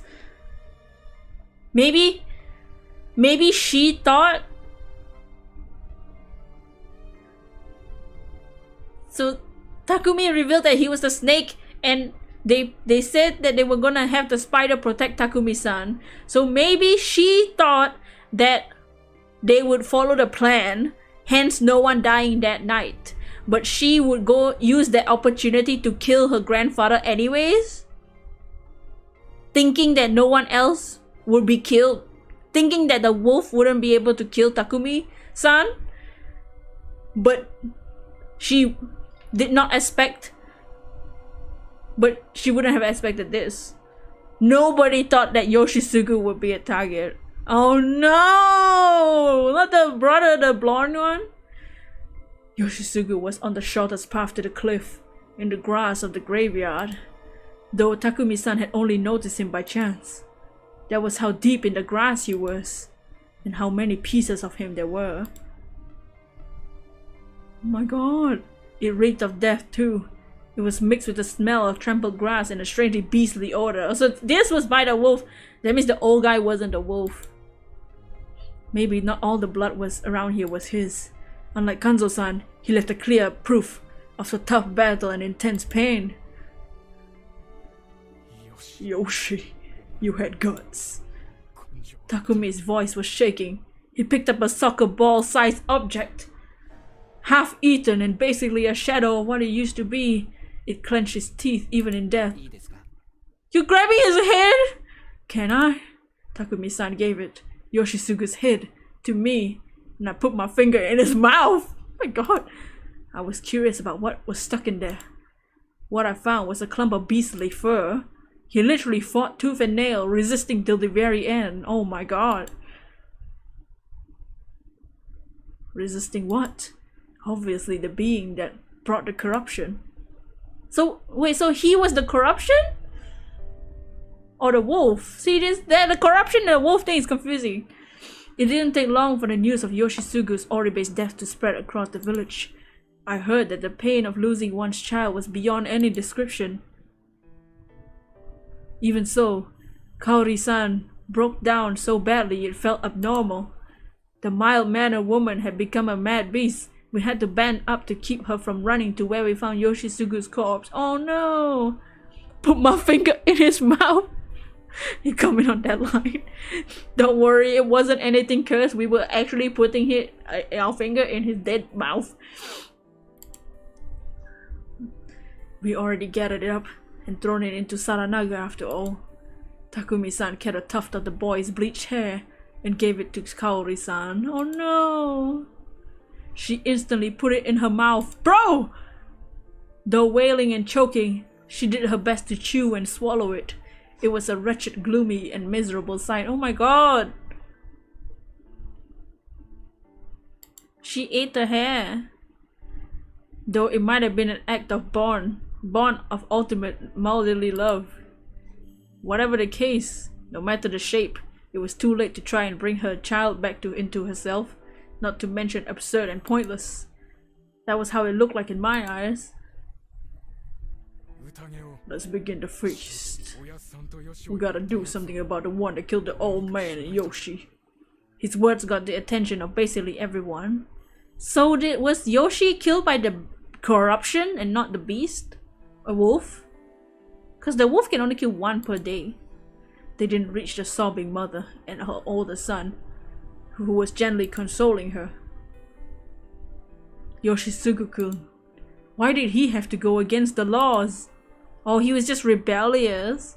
He kind of didn't believe the laws either. His efforts and death had only worked to corner not just his mother but everybody else here. It was useless. He gotten some weird fur for us. Not one, not even me, had any doubts about what we were dealing with here. The situation where everyone was desperate, acted on their own accord, and didn't know how to use their lives well was basically the worst. Apparently, this line of thinking I had would foreshadow the next turn of events. Where did Haru-chan go? Shit! Why was everyone in such a hurry to do the worst things possible? My god, what is she doing? Shiemi Serizawa, Chikamochi, Kamoshida, Takumi, Mauro, and I went out to search for Haru Makishima. Kaori-san had shown no signs of calming down, so Yasunaga-kun stayed with her. Kyonosuke refused to come, arguing that it would be bad if there wasn't enough manpower around the dining hall. And he wasn't wrong about that. It wasn't unlikely that some fur-covered murderer or Haru-chan's kidnapper was still around. To prevent any surprise attacks or accidents, we split into pairs. We were given a hoe. A hoe? And a sickle for self-defense. Be careful, your toe. Shout if something happens. Loud enough so we can hear you, but low enough that others can't. Alright, let's go, Mochi. Time to do work, Hassan! The skirt would have made the search harder for him, so he changed into his school uniform. The skirt wasn't cut out for the job. He had no choices. At least it was better than the one-piece dress. Seemed to be enjoying wearing girls' clothes, so changing into the uniform was probably his way of showing he was serious about this. He kept his easygoing tone of voice, and I felt like there was gravity in his eyes too. He might have been pretty shaken. I like Mochi. Haru-chan! Haru-chan! We walked around Yasumizu, shouting until our voices became dry. We checked every bush, all the patches of grass, every tree. We even searched the water around the paddy fields. It didn't feel like we were any closer to finding her. What do you think happened to her? I don't know, maybe she's shocked by her granddad's death. No, before that she'd been acting weird since this morning. Was she? Is she really fastidious or something? What the hell does that even mean? Faster what? Honestly, yeah, same, dude. A clean freak. Hates anything dirty. I saw hints of that ever since we first met. Oh, I say she's the greatest scaredy cat here. Scaredy cat, huh? She was always really afraid of all the corruption talk. Maybe she was just getting corrupted. But how you doing, Peterson? How's your day? I see. Fear based on superstition, that made sense, but why suddenly gotten worse? What happened last night? That's why I don't think Haru-chan could kill anyone if she was a wolf. Is that what you think? I don't know if she's one or not. I really don't think she could if she was. What's up, Ollie? We are playing. Well, not playing. We're reading Raging Loop now. It's a visual novel. That's basically them playing Among Us. Werewolf. Among Us. Same thing. But how you doing? How prudent. That's not like you. Well, we're not talking about me here. I don't want to try and get a read on you. I just want to hear your ideas on what's going on with Haru-chan right now. But yeah. The leader of the village died. I have no idea what you're confused about. But to me, Haru-chan is as important as Yasun, if not more. I really don't care about anyone else. So we should just find her. Good point. No matter how hard we searched, we saw no sign of her. She could have been hiding somewhere, or maybe she collapsed. We've gotten no option so far for like this situation. But I was beginning to entertain another idea. What if she ran away from Yasumizu? I asked, knowing everyone would deny the idea. It'd be hard to believe. When the mist comes, Yasumizu is connected to Yomi. Baja's words, so anyone trying to escape would just end up there. Not to mention those pounders are dangerous. All that considered, if there was something that drive her to escape from the village, what would it be? Everyone fell silent. They couldn't even imagine it. It was like their brains had stopped working. The village.exe stopped working. If she actually wandered into danger, then we waste too much time searching for her in the village. I had to hurry. I didn't hesitate to use some big assumptions that bordered on the Chictionary. What the hell does that mean? What if she can no longer trust the village or the people here? What do you mean? She might have seen something at night or early morning and come to some sort of realization. For example, if she found out that someone she knows is a wolf who killed people like it's no big deal. Everyone gasped. She's young and she's still pretty unstable. Since Yasumizu is small, it wouldn't be strange if she felt like she lost her place here if someone betrayed her. The girl seems emotional. So it makes sense that she jumped straight to running away, right? You make a solid argument. But then what do? Give up? That was the thought of someone from Yasumizu. I'll go look for her. I'm not afraid of the corruption. And that was the thought of someone from Yasumizu who had a few screws loose. Anyway, I'm an outsider. I'm not exactly averse to leaving anyway, so I'll look for her. I said I'd stop you, didn't I?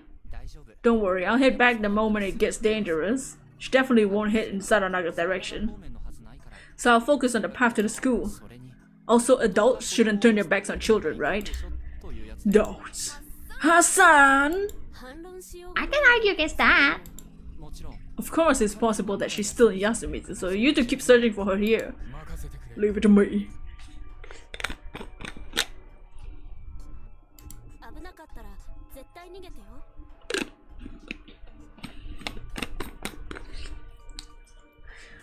Run away if it gets dangerous. Hassan, about what you said. What do you mean? You know, the thing about Haru-chan losing trust in everyone as a result of something she saw? What about it? That didn't actually happen, did it? Who knows? I'm just raising the possibilities lightly though, isn't it? So why do you think she saw me or Yasun walking around with a mouthful of fangs? That's a possibility too. Not sure I buy that. That's just your intuition talking. Yeah, speaking of which, I also feel like this feast of the Yomi Perch is designed to keep the wolves from being outed easily. You can't see them at night because you can't walk around outside. You can't gather in one place and watch each other. You can't call the police, so there can't be any investigations. And since everything's covered in this freaking mist, things can happen without anyone realizing. That's why you can't get that sort of solid proof. How could the players send people to be hanged without the slightest bit of material evidence? If you ignored the weird guardian powers, it was all quibbles, agitation, sophistry, arguments, collections, popularity. Basically the power of communication. I don't really get why, but I think it's designed that way on purpose. Nothing was certain. They were put on a dangerous argument with only weapon being their eloquence. It was a feast of doubting, hurting, eventually killing one another. If there was such malice behind us, then Chikamochi had a point. Are you a detective or something? No, that'd be Yasun. He knows more than he lets on. I have to talk to him then. We arrived at the mountain pass separating Yasumizu from the rest of the world. The large stones at the sides were like torii without a top. They might have had a religious significance. There's no rule against stepping beyond here, right? Nope, only that you can't run away from the feast. We were going out to find Haru-chan, so we were good. Ignoring the fact that Haru-chan was breaking that law, we passed between the stones. But we soon had to stop. The path was blocked by a landslide. According to Mochi, despite being pretty rocky, this ground in this area was strangely fragile, so landslides weren't that uncommon. There had been some pretty bad rain 3 nights ago, hadn't there? If that was related to the mist's appearance, it wasn't likely that we get both mist and this landslide at the same time. Despite that, this felt just a bit too convenient. I had considered the possibility that the people in the settlement above the block road had to keep the Yamibito from getting through. Hassan? There was something way more important. We found footprints in the still damn mud. It was proof that she passed through here. They appeared in a small cliff that only reached up to my shoulders. She had to have climbed up and disappeared into the forest. Let's hurry! Yeah. The term virgin forest was used to describe forests that were still untouched by mankind, letting nature complete control over it. Many of the settlers here looked imported, so that term probably didn't apply to this one. Then why do you bring it up? However, it wasn't intended to whatsoever, so the words natural and undeveloped definitely worked. The many fern saplings on the surface, a canopy of leaves, thick mist. It certainly didn't feel like a place humans are welcome. For better or worse, a few new ferns were slightly trampled, indicating someone had passed through. Over here! Be careful, she got lost on this road after all. Haru-chan! Should you really be shouting like that? It's one of the basics of living in the mountains. The beast ran away if you scream. Oh yeah, I almost forgotten about the real threat of wild animals. Realized I lost myself in the mood. Became embarrassed. Haru-chan! Say something! Shouting over and over, we kept moving forward. She tried to follow the path, but all the cliffs and boulders in the way made her stray from it. 10 minutes later, we lost all sense of direction. Yeah, this place was really dangerous. Could we really find her? And even if we did, wouldn't it be too late? I was reminded of Yoshitsugu and his cruel fate. Were we about to lose yet another life? As I thought to very real possibility, I heard some weak weeping. Haru-chan! Mochi, stay away! Are you alright? Please don't come after me! I had a bad feeling about this. Something really bad might have happened to her. Oh no, what happened? Wait up! Hey! Chikamochi went after the voice with no hesitation, his body quickly buried under the plants and mist. Give me a hand, Hassan! His lack of hesitation felt dangerous in some way. Was I imagining it? Anyway, I went after him and quickly caught up. It hurts! It hurts! Haru was buried under all the greenery. It's her. It's her leg! Stop! I walked up and man, it was pretty bad. Her leg was all covered in blood. Oh no! Her shoe and foot were pierced by a sapling. Ooh! That was broken right at the bottom. Oh! Ow! She stepped on this. Can we break it off? No, we gotta pull it out. Ew! That'll open the wound. There's some lawn marsh pennywort and chameleon plants here. Let's close them with that. You can do that? Nosato is the family that made medicine. When I've heard that, I had no choice but to believe him. Oh yeah, he's the nephew. I forgot. She resisted verbally, but she was too tired and weakened to do it physically. I picked her up, doing my best to ignore her wailing of the pain. Pulled her away from the branch. Oh my god! A full branch was stuck in her foot. It's disgusting. Chikamochi quickly took care of her wound and used a handkerchief to stop the bleeding. Let's go! Can you carry her? Of course. You sure don't want to do it though, right? Who knows? I just don't have the bill for it. I thought of saying that Haru-chan would have preferred him, but she was barely conscious thanks to the pain. We didn't have time to waste on sentimentality. So lead the way. One lost person is enough for one day. Going back is easy, but man, it does look like getting out is impossible. Agreed. Haru-chan, I'm so glad you're alright. She isn't. Takumi called Taiba. We got a wound to patch. Got it. Our return caused quite a commotion. By the time things had begun to calm down, it was way past noon. Haru's escape attempt distracted everyone, but none of the problems were actually solved. Kanzo was still killed by the wolves, while Yoshisugu was taken by the corruption. Yoshisugu-kun's death was especially problematic. Each meaningless death was yet another obstacle against resolving the feast. Even if they picked and hung someone during the day, it wouldn't guarantee there would be one less wolf. It was way more likely that they'd get rid of an innocent. Even worse, the wolves in the group were most likely trying to leverage the hangings in their favor. They claimed to be innocent while casting doubt and blame on the other survivors. To win, the humans needed to do their best to see through the trickery and identify the wolves, possibly even making them confess. That's how I saw it anyway. I was the one with the least info here. With that in mind, all humans who died by breaking the rules were actually doing the wolves a favor. If she actually disappeared, I'd say the same about Haru, assuming she was human anyway. Perhaps someone encouraged them to break the rules. If that was the case, the wolves were ruthless, knew the rules well, and were steadily advancing toward a complete victory where all the humans lay dead. There'd be some influential player, or someone invaluable to the humans. And just as we feared yesterday, the wolves silenced one of the most important people in the feast. It was hard to believe they'd chosen him just because they were the scum or because they didn't like him. The situation was really bad. Another thing to note was Yoshisugu's Oribe's death was greatly affected by Kaori, who was responsible for everyone's meals. That was a major problem. Go work. Here's some. When she tried to give us tea once we returned, her face was pale. She was shaking like she was having a seizure.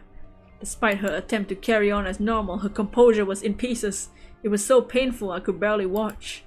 Akumi-san should have been supporting her, but he was just gloomily hanging his head. In the end, Chiamiu had the lead. Man, the werewolf's head was smart then. We had to lead Kaori back to her room and stay by her side. I could only hope that was enough to calm her down. However, it was nearly time to do the inevitable. I recall you saying we should start today's feast. Now is a good time as any, don't you think? Kyonosuke addressed the downhearted people gathered in the dining hall. Doesn't look like to you like anyone's up for it. The day will end at this rate. Wolves are clearly intent on killing us all. Can we really waste time waiting in a situation like this? It worked in their favor. We have to pick someone to hang no matter what. Don't you agree, Muro? Dogs. Alright, yes, Naga. Try talking to everyone upstairs.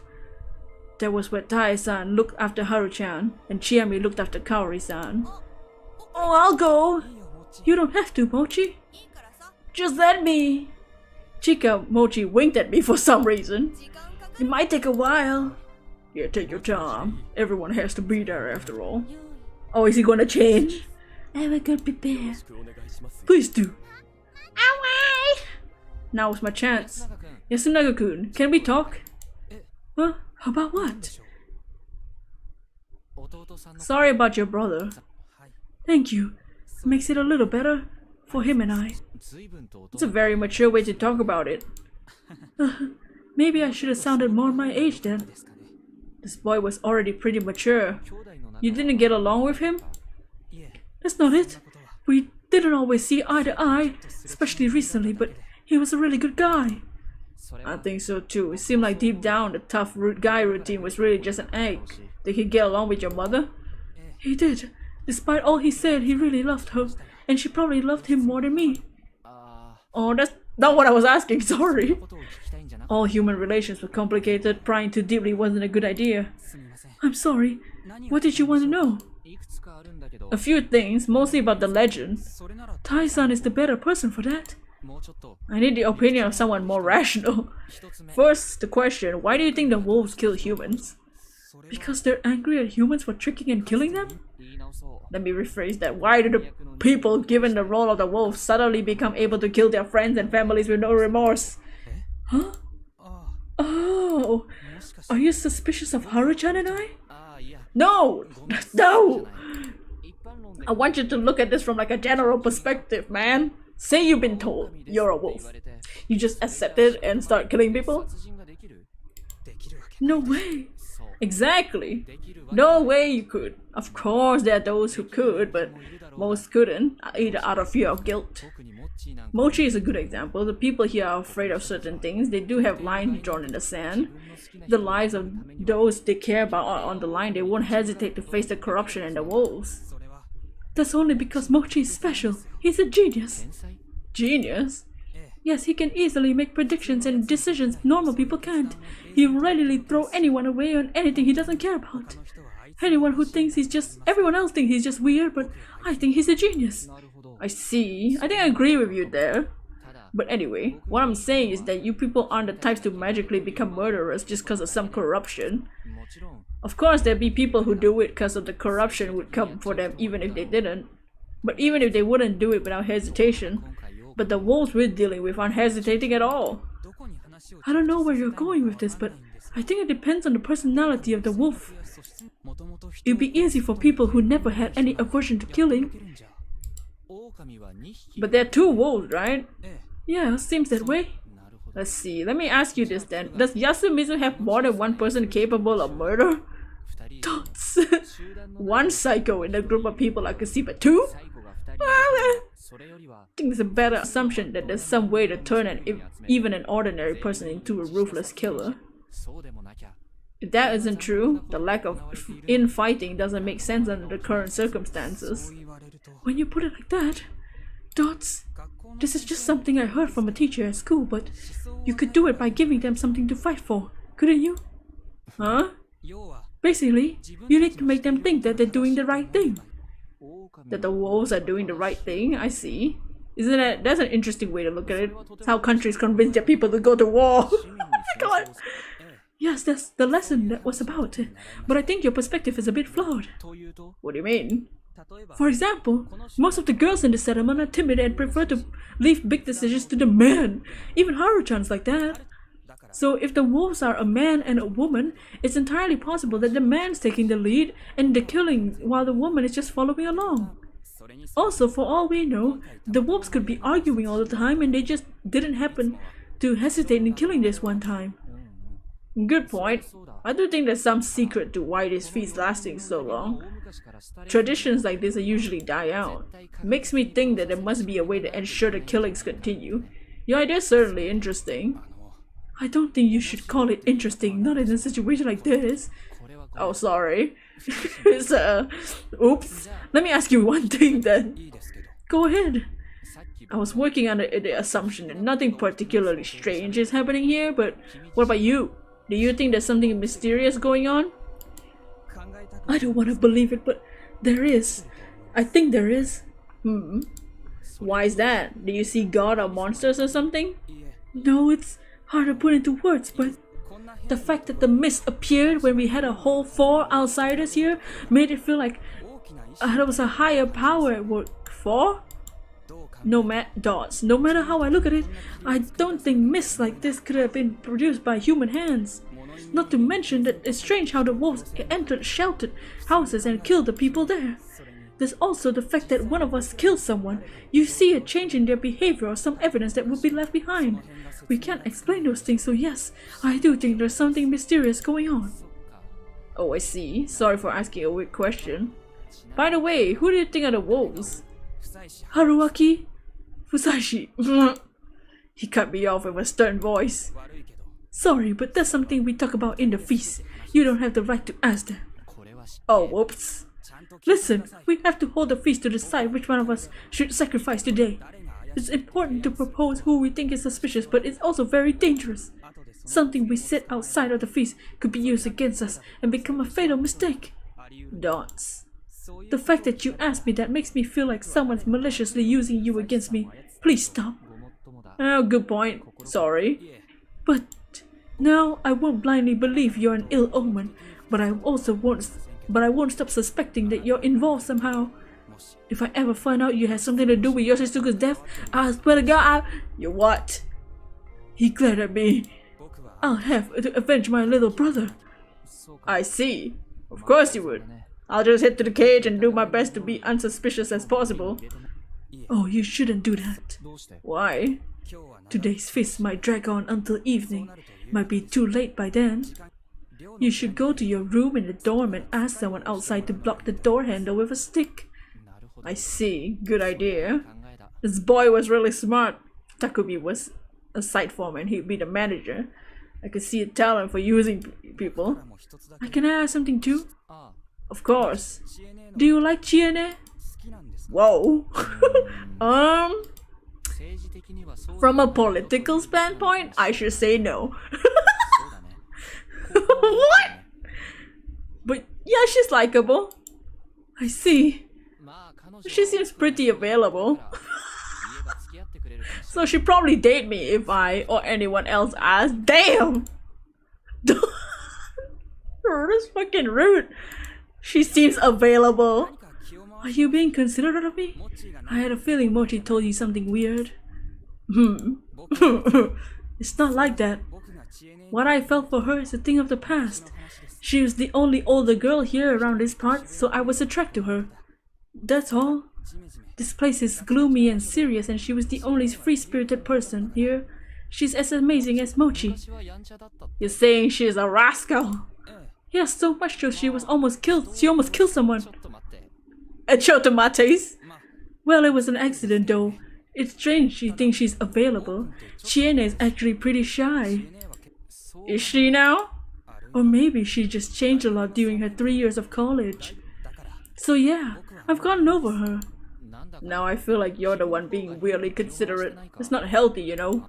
It's all good if you like her. It's hardly the time or place for that. Good point. That was it, huh? It's kinda sassy. Not gonna lie. That was kinda creepy. Why is everybody creep? Eventually, everyone went into the hall. Just as I was told, I asked for them to lock me in my room. After getting everyone, including Takumi Otae-san, to understand, Yasunaga-kun, Chiemi, and I went to the dorm. Chiene, you think he can jump from the window to the branches? No way. Even if he made it down, he couldn't get back. To verify how secure of a place to lock me up. If they were wolves, it would be impossible to outwit them. Humans stood no chance. Anyway, we're locking you in. We'll come open it if we have the time, but you might end up staying like this until morning. Alright, fine by me. It's gonna be hard, but I hope you do well. Thanks. Sorry you're caught up in the problems of such a crappy village. I'm more afraid about you. Wow, isn't that nice? I'll do my best. Hold on, we're locking you in then. You be careful too, Yasunaga-kun. You're now your mother's only child. Yes, that's true.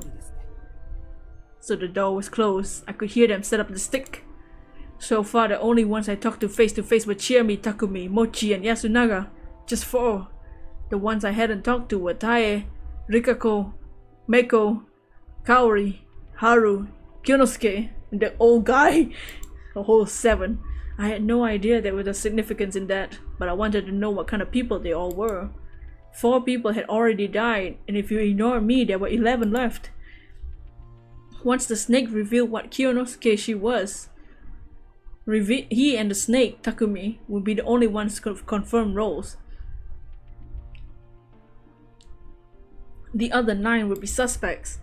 Who's to say Takumi is the snake though? He might be bullshitting. When 1 was hanged, there'll be 8.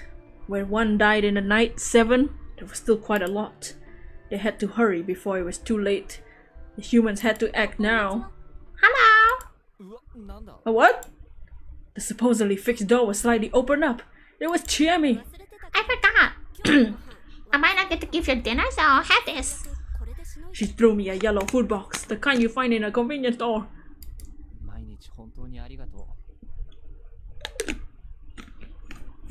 Thanks. Don't mind it. Oh, by the way, how come I don't get to be in this feast? Oh, what? Tell the monkeys to reveal themselves. Thoughts? Why? Think about it. You'll understand, and you know you have to do something before it's too late. Chiene, what are you doing?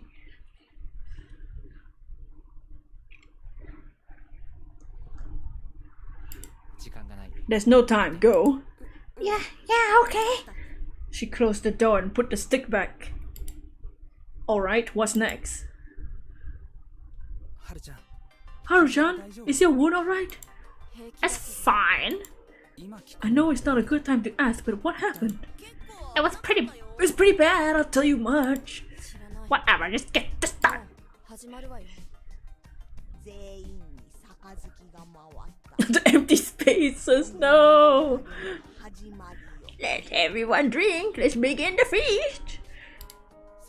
Let's get to it. Takumi, did your snake's power work last night? Yeah, it did. Well, tell us. Kyo is a human.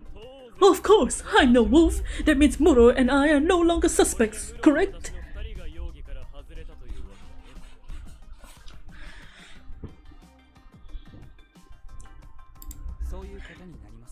It does. Let's look at what we have to decide today. If we continue based on the late Kanzo Makishima's decisions... Hold on, why are you taking the lead? I don't mind if the eldest Yamawaki wants to take over. I'm no good at that. In that case, it's only natural that myself and Muro, adults confirmed to be humans, should be the ones to lead. Takumi, he's annoying. You lead. No, Kyo, keep going. No! Don't let this man talk. He doesn't know what's coming out of his mouth.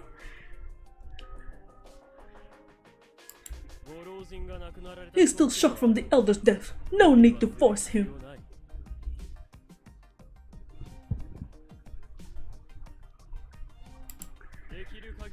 But I will do everything I can in his place. Oh my god, you're so annoying. Muro, you console Madam Oribe. My boy. Kaori-san. Here's my proposal. Let's do whatever we can to choose and hang someone today. Hold on, it's too reckless. But if it's necessary, if we don't, the wolves will eventually kill the last human. Exactly! We have to harden our hearts if we want to survive the feast. Am I wrong, Yamawaki-san? You're right, you may be too much behind. Uncertain, out of mind. What if we make a mistake? If we kept it secret, we have to live with the guilt of having killed someone.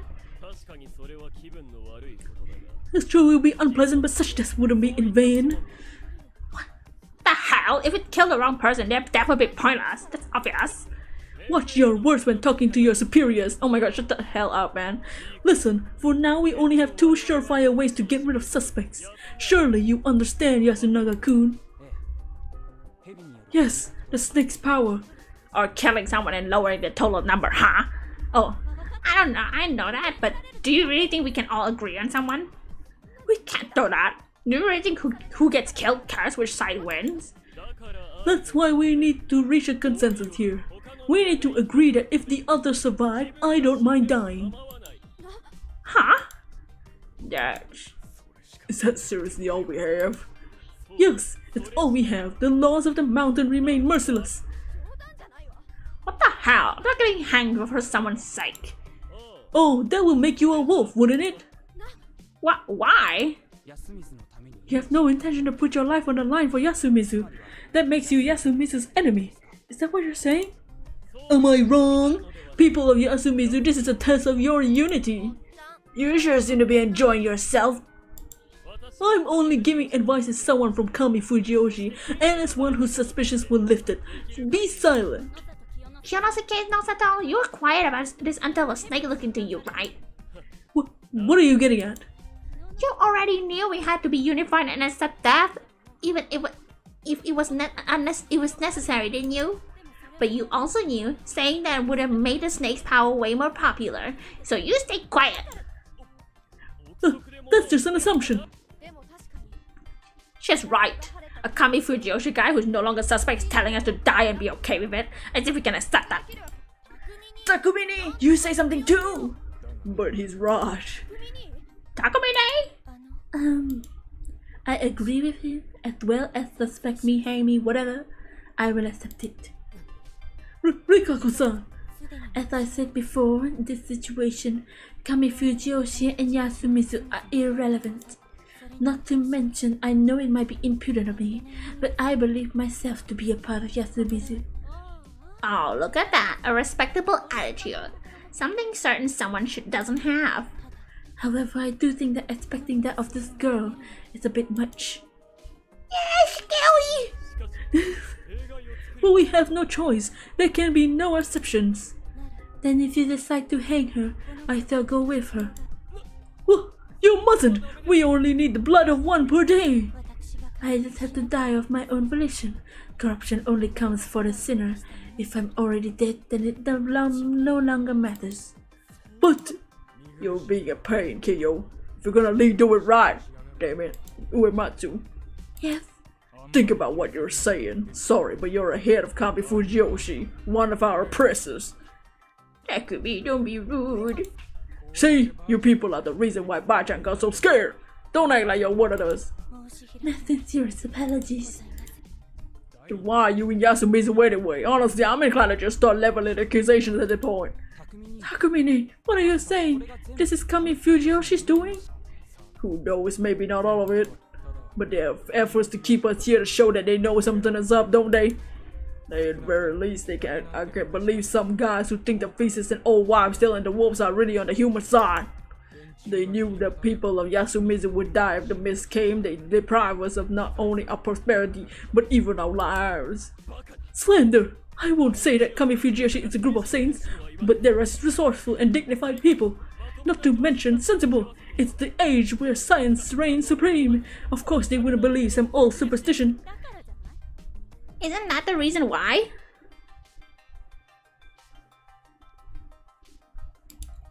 What do you mean? They didn't tell you all the secret Fujiyoshi had to offer. That's cause your only value to your family is your belief that the family's heads are upsetting and that you don't shut up about it. Isn't that why they forced you to stay in the Nosato mansion when you return? Despite all the dangers here in Yasumizu?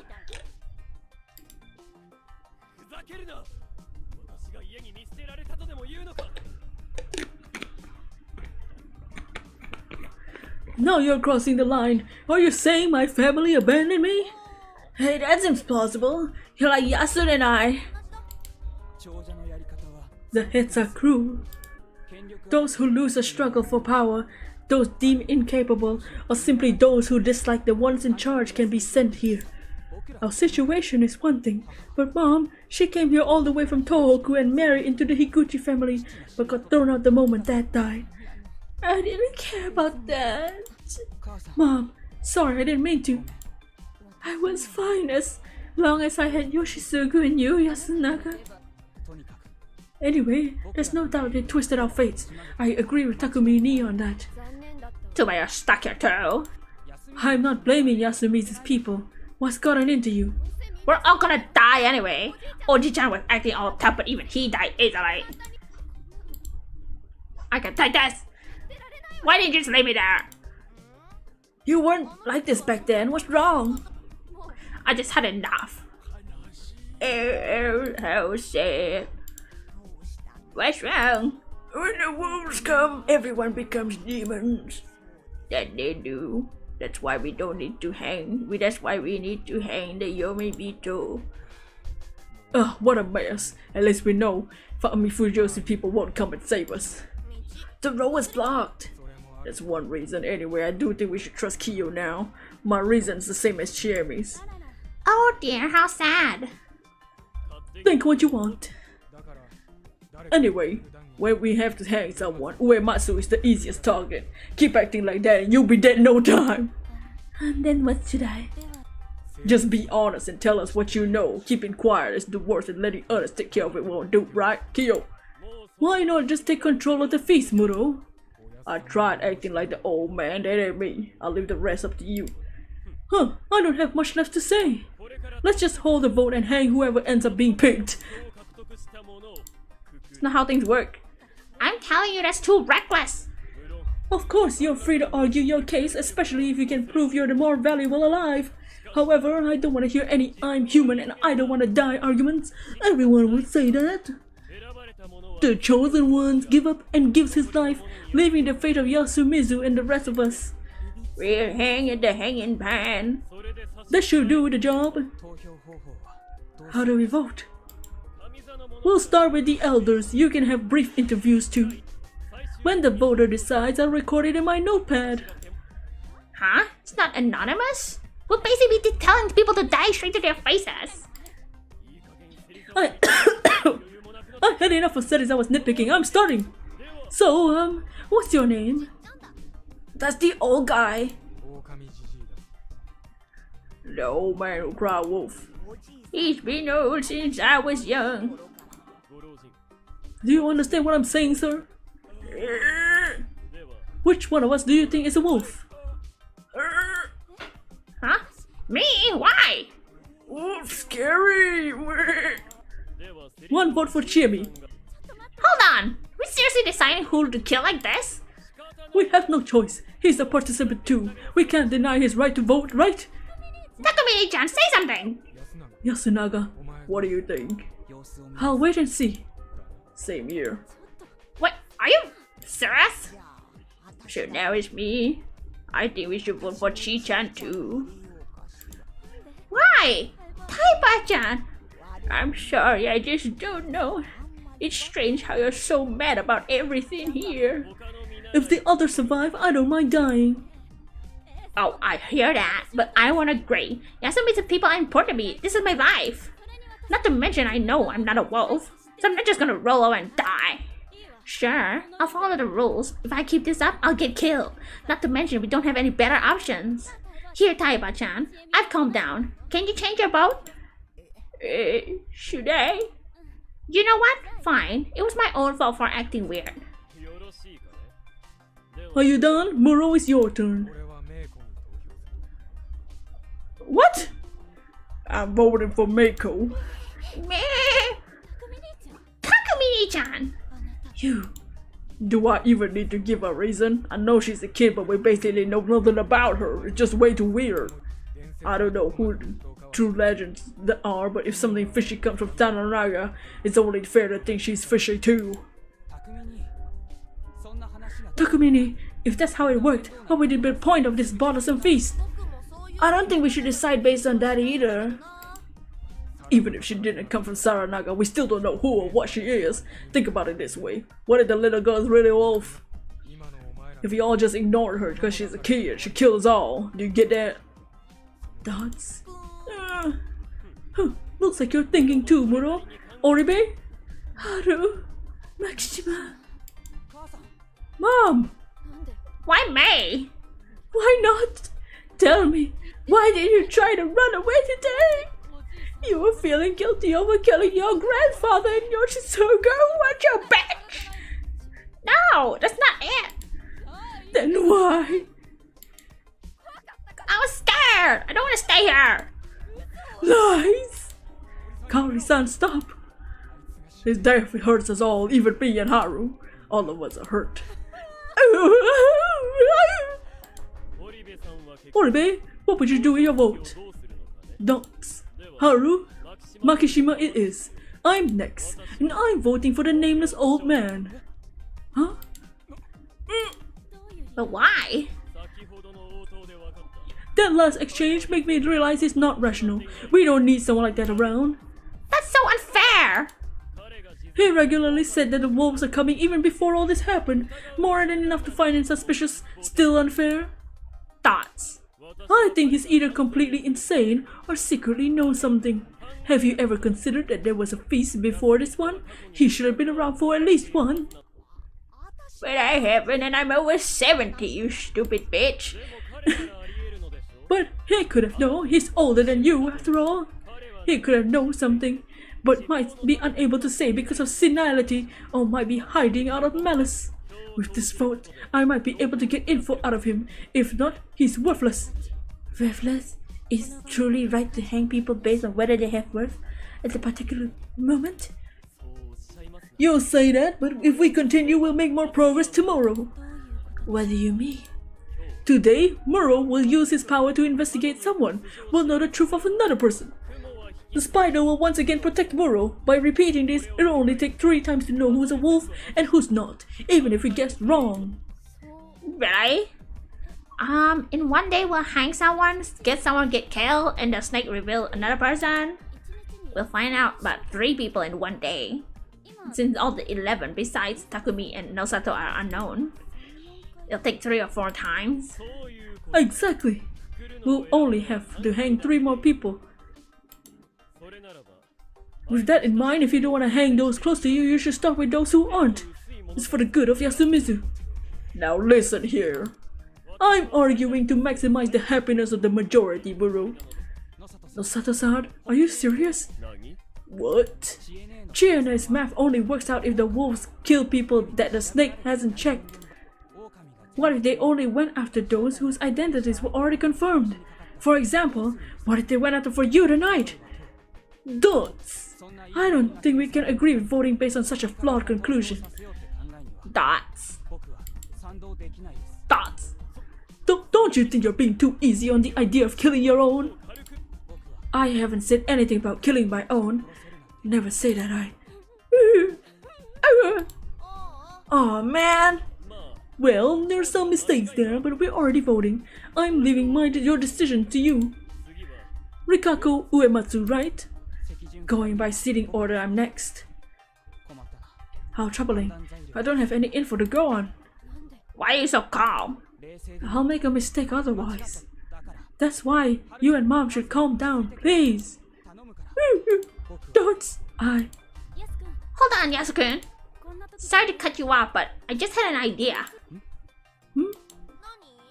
What? Can the monkeys reveal themselves? Oh, here we go. Why would they? Yasunaga-kun and Sir Makishima said it's best if they don't present themselves.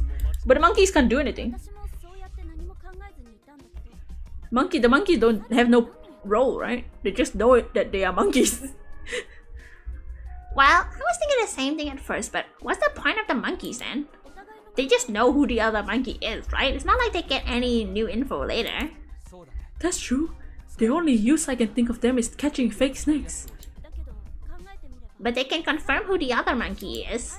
So they can confirm as non-wolves just as easily as those investigated by the snake, right? What if they lie? Lying would be too risky. For example, I'm not a monkey, but if I went, "Hello, I'm a monkey, what do you do?" Doubts. I'd say, tell me who the other one is. Exactly, but I couldn't say it because I'd be lying. Now for example, if I say, "Alright, it's Mochi," how do you know? Don't joke around. Well, I can't prove it, can I? I see, but what if he played along just cause to stop being a monkey would make him safe? The real monkeys would call him out. Then we'd hang all four at one after another to be safe. That's... The rule of the thumb is that only the wolves would try to lie to survive. So that's the right thing to do, isn't it, Nosato-san? That's true. Once you clarify that would happen, you shouldn't get anyone pretending to be a monkey. I see. It's too dangerous for both humans and wolves. Just not worth it. Does everyone understand? Looks like it. Please name yourselves. We'll lose 2 suspects. Right here! What is it, Mochi? I'm saying that I'm a monkey. You're not just dragging out the joke? Yeah, I'm a monkey. So like we agreed, who's the other monkey? Meiko-chan! Huh? Meiko-chan? Is that true? When you woke up, was there something on your stomach? There was a monkey! She knows the symbols. Yes, I taught them to her alongside prayer to Shinai. You have any other monkeys? Doesn't look like it. That confirms it. I see. So they really are monkeys. Crap! I wasted my vote. I think he should be given a do-over. You wanna bend the rules? It's best to make it impossible to retract votes. We have too many people trying to change their vote at the last minute. Good point, fine. Sorry about interrupting. Back to Yasukun. I'll vote for the old wolf man. My reason is that staying silent and doing nothing indirectly helps the wolves. I'm next! 1,000,000 votes on Taiba? Mochi! What? Why are you randomly voting the old lady, dude? 1 vote each! Then 1 vote for Taiba. I found it weird that she voted for Chien out of nowhere.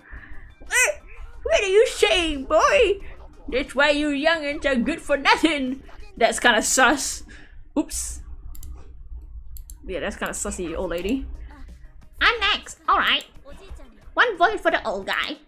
They're gonna kill this old guy? So even you went for him. Shut up. My reason is that I don't have anything better ideas right now. That's it. Haruchan's turn. I'll vote for Oemasa-san.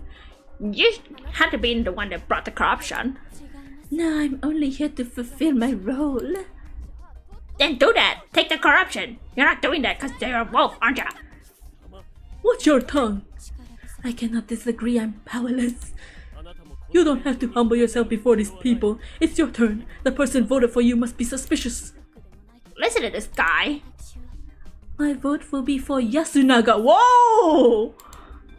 You! I do not find him suspicious, but I just had a thought.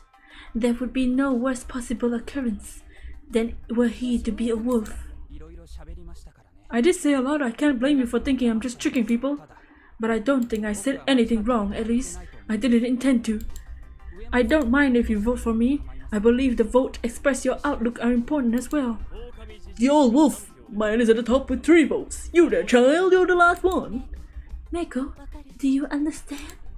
I need to join the wolf. Yes. Her?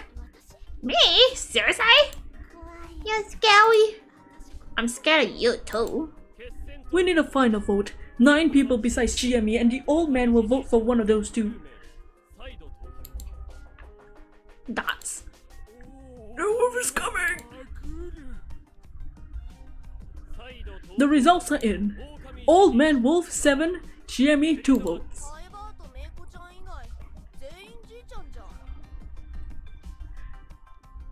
Everyone besides Taiba and Meiko voted for the wolf guy. Shut up! Are you ready, sir? We all decided this. Every one of us is equally guilty. Better get ready, old man. Do you understand? Anytime! Huh? Need to clean up. You want to take care of your own belongings? I believe we can allow that much. What if he's planning to escape? Haru-chan! Then I'll keep an eye on him. You do that. Dots. As soon as he returns, we'll take him to Saranaga. Rikako-san, where's the rope?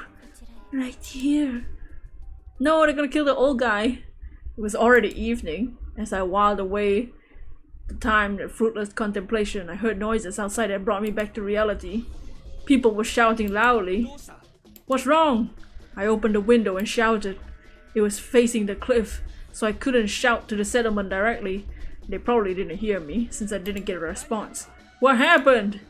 I shouted even louder. Fusashi, stay the fuck where you are! Was I about to get punched? What happened? I could only repeat myself. It's dangerous! It's dangerous right now! It was? What do you mean? I didn't get a reply this time. I only heard several voices clamoring. Then I heard someone hurry up the door's stone steps. Who's there? I got no response again. What was happening here? Someone was definitely close. It just made me more tense. Ah, Haruaki-san! But Chiemi! What a twist! What's that supposed to mean? You should stay here right now. This might be really bad. Her voice was cut off by a scream, though it was more like intense cursing. Takumi-san's voice, no doubt about it. Chiemi left without saying another word. Oh wait, open up! I fought the door, showed no signs of opening. I can help! Shit! Like hell I was gonna stay out of the loop any longer. Turning around and went to the open window and decided to try jumping out. Though I was on the second floor, it wasn't too high off of a drop. It made my legs a little numb, but so what? I jumped out the well without hesitation. Ugh! I burned my knees! It didn't hurt. I ran to the settlement where I heard the voices from. I quickly understood the cause of Takumi-san shouting. They were cries of despair. The reason was somewhere downhill, along the way to the graveyard, was a small grove of low trees with a carpet of leaf mold below it. Would have been hard to see if there was no mist. You could hear running nearby. I couldn't see where it came from, but it was probably irrigation channel. A small crowd gathered, peeked through a space between them. Dots. There were bodies. 2 of them. One was of an old man, and the other that of a child. Wait, what?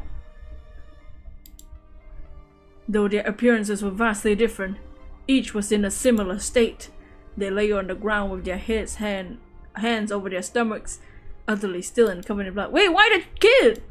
These were the corpses of the old man who cried wolf.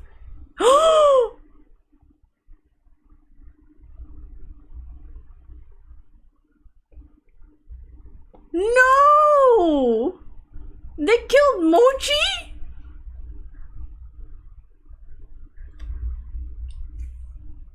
Why?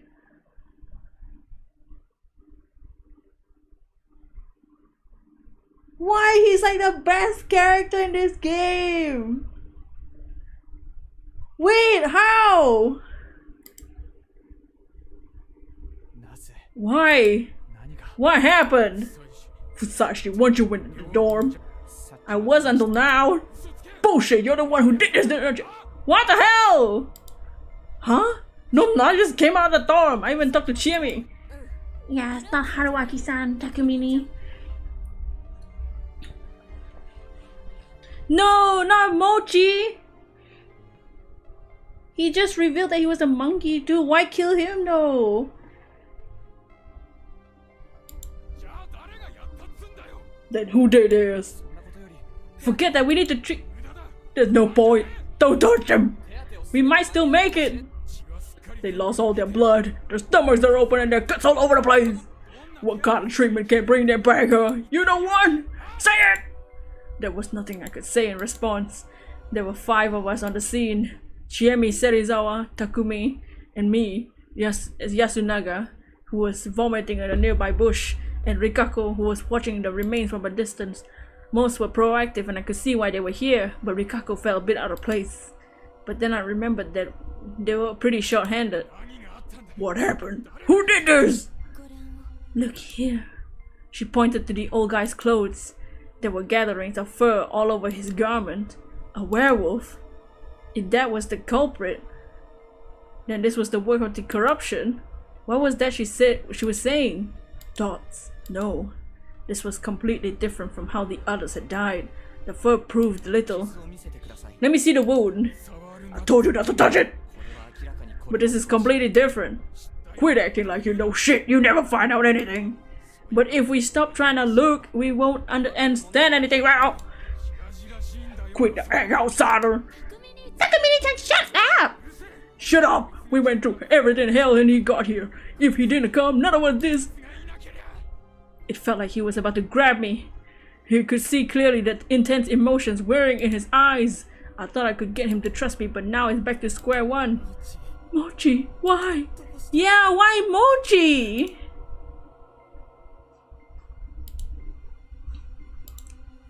Sunaga Oribe calmed a bit and faced the remains of his dear friend. His voice was shaking. The expression on the corpse was eerily pale and emotionless. Even a look of agony was absent.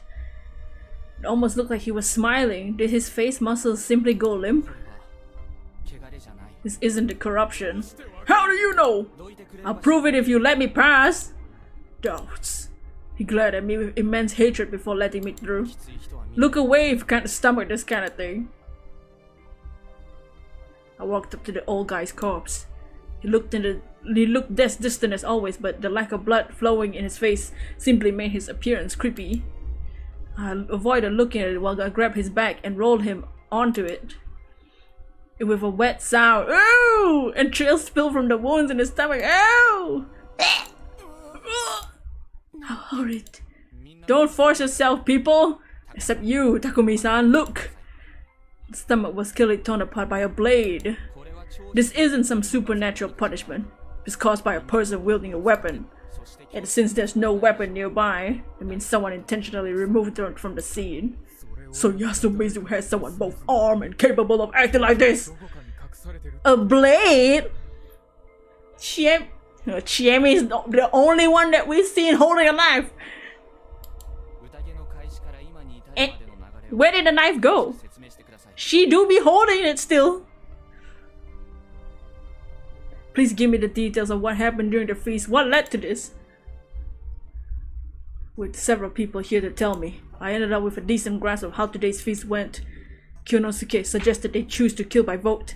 The old guy and Chiemi ended up with the same amount of votes, resulting in a tiebreaker. Most ended up voting for the wolf guy, sentencing him to death. He said he wanted to take care of some things, and so he and Chika, Mochi, went out, while the rest stayed. They were they really the only ones who left? Yeah, the feast was still going on at that point. Them leaving was an exception.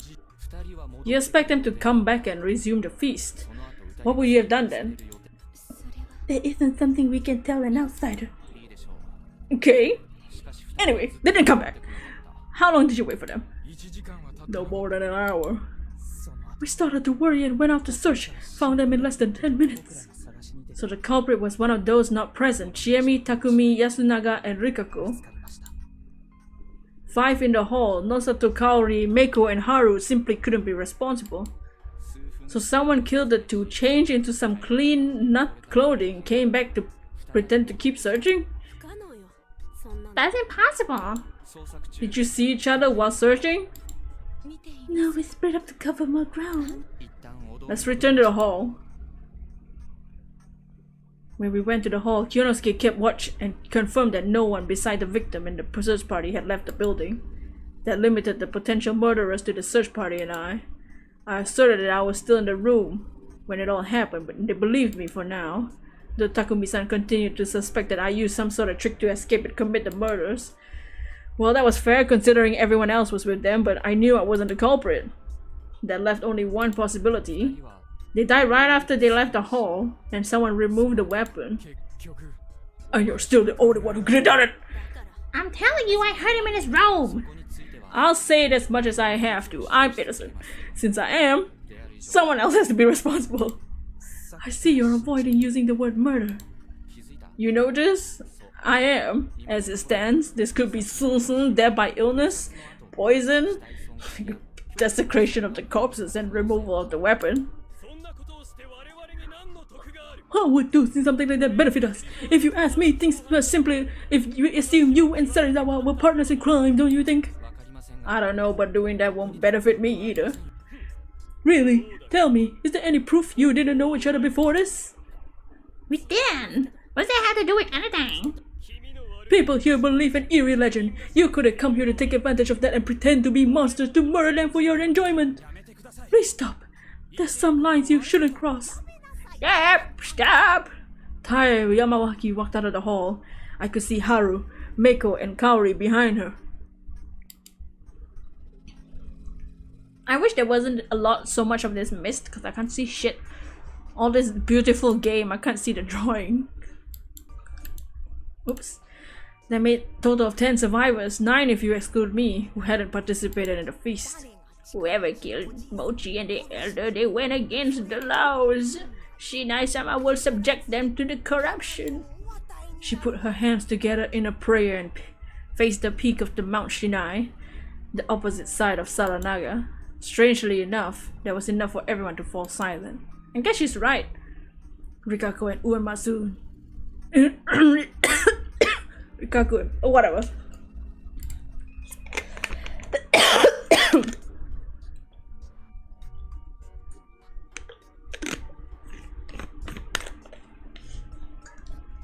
This was the settlement's way of solving things. They gave up on discourse and left it in the hands of a higher power. Ba-chan, what do we do now? When it's already spilled blood for the day, the elder has died. Let's end the feast and clean up. Alright, Yasunaga help out. I can. You just sit still. The situation was only getting worse. Soon after that, it was time to shelter, so everyone retreated to their houses. Takumi-san had entered my room and boarded my window completely shut. If you're not the culprit, something's gonna happen even if you're locked in. His words were harsh. There was a hint of composure. He might have actually believed I wasn't the one who did it, or maybe he just found peace in the idea that the mountain would punish the culprit. Perhaps he just believed it was the work of something supernatural. Whatever the case, he was dwelling less and less on the matter. Was the wolf guy a wolf? I had no idea whether that was plausible. Assuming he wasn't, 2 of the remaining 9 were wolves. Kiyonosuke being confirmed human, Takumi-san being the snake, Meiko being a monkey. There were a whole 6 suspects. Thanks to my advice, Chiemi suggested the monkeys revealed themselves and they turned out to be Mochi and Meiko. Though Mochi had just died. No, I don't want Mochi to die. Why? That was a heavy blow. For real though! Him being confirmed non-wolf was one reason, but more than that, he was one of the few people here who actually talked to me without restraint. He was somewhat of an oddity compared to the rest of the people here, but I did find him to be a fine guy. Yasunaga thought he was a genius, so maybe Yasunaga killed him thinking that he would be a bit too sneaky and smart for the game. I would like to get back at whatever injustice has stolen his life. Clearing my head, I resumed thinking. Since she was acting suspicious today, Takumi-san would investigate Haru, yeah. Tomorrow we'd have only 5 suspects. They give them decent chance of picking out 2 wolves.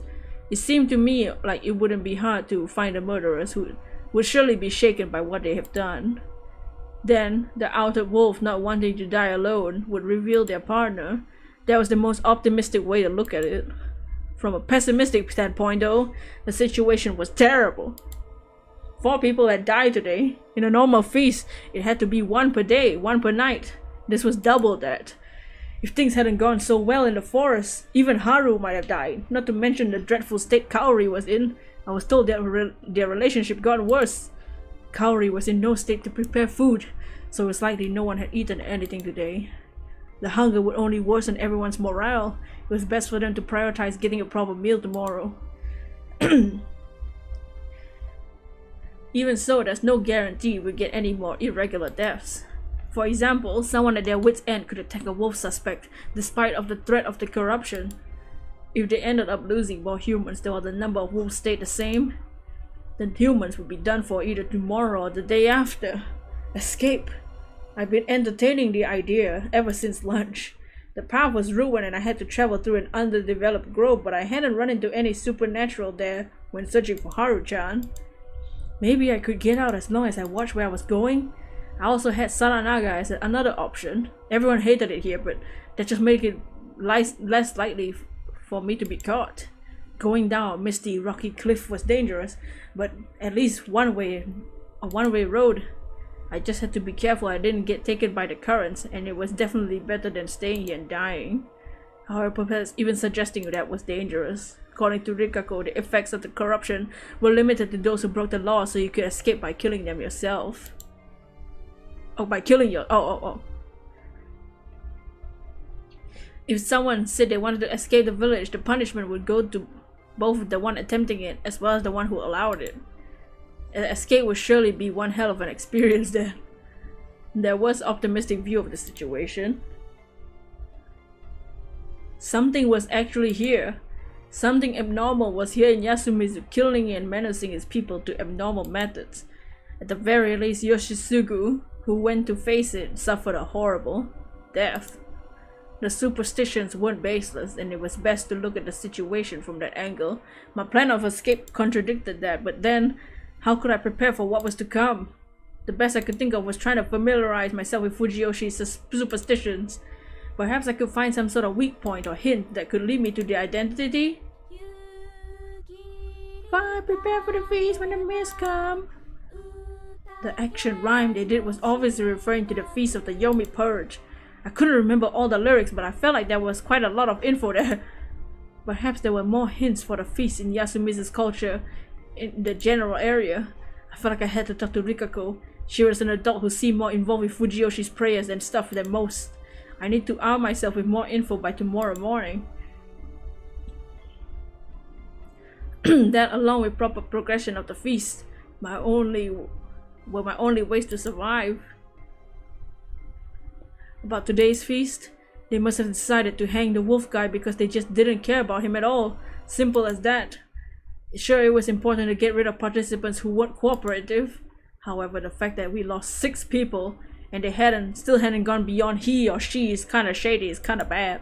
Yesterday they wouldn't have hung anyone for such a petty reason. Well, the problem was they hadn't hung anyone at all so far. Then again, it wouldn't be a good thing to give the impression it was okay to kill just for people seeming shady. This place was regressing back to a feudal superstitious mental state. If there was something that could stop them from singing there, it would be an outsider like me. I steeled my resolve and waited for the night to pass. Oh my fucking god. Good evening. Holy shit! I was so startled by the voice on the other side of the door I momentarily screamed. What time is it? 7? It's too early for an attack and too late for a walk around. What's wrong with you? Aren't you gonna get punished if you don't sleep?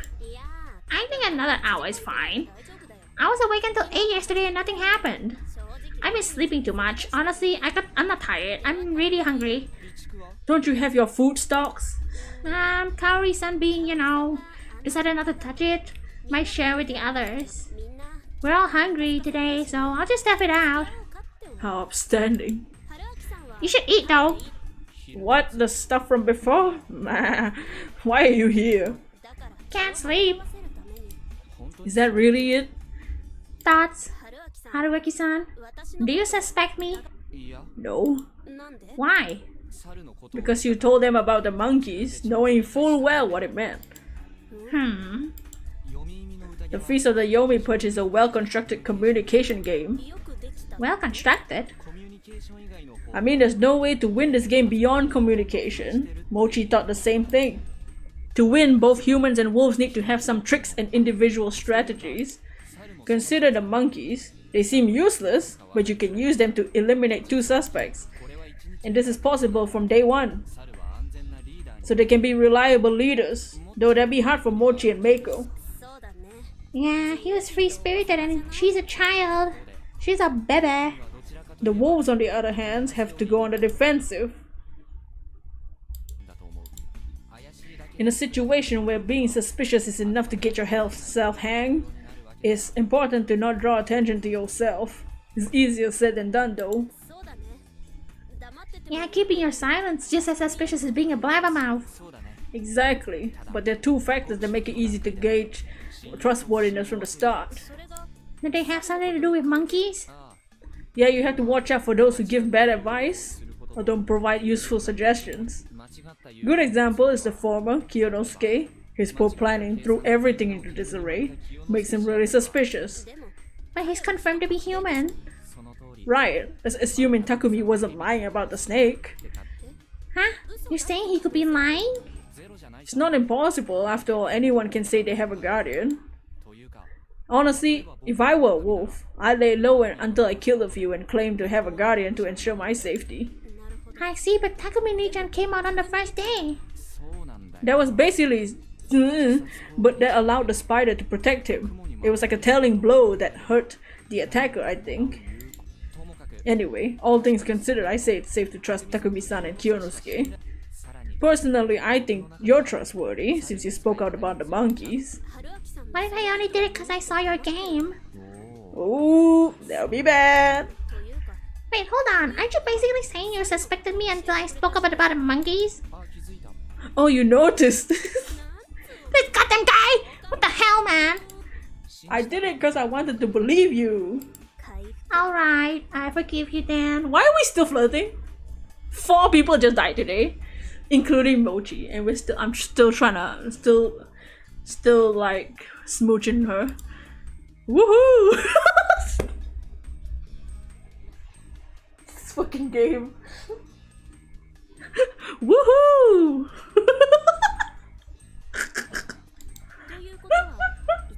This is the best part of the dialogue. I think Haru's suspicious, but I think Haru and Yasu are suspicious. I think Yasu's pretty suspicious. Who's the most suspicious one? Haru? Thought so. She's not making much sense lately. You can explain her shift in personality by assuming it's cause she killed her granddad. Maybe she couldn't agree with the other wolf on their decision to kill Kanzo and stop trusting anyone.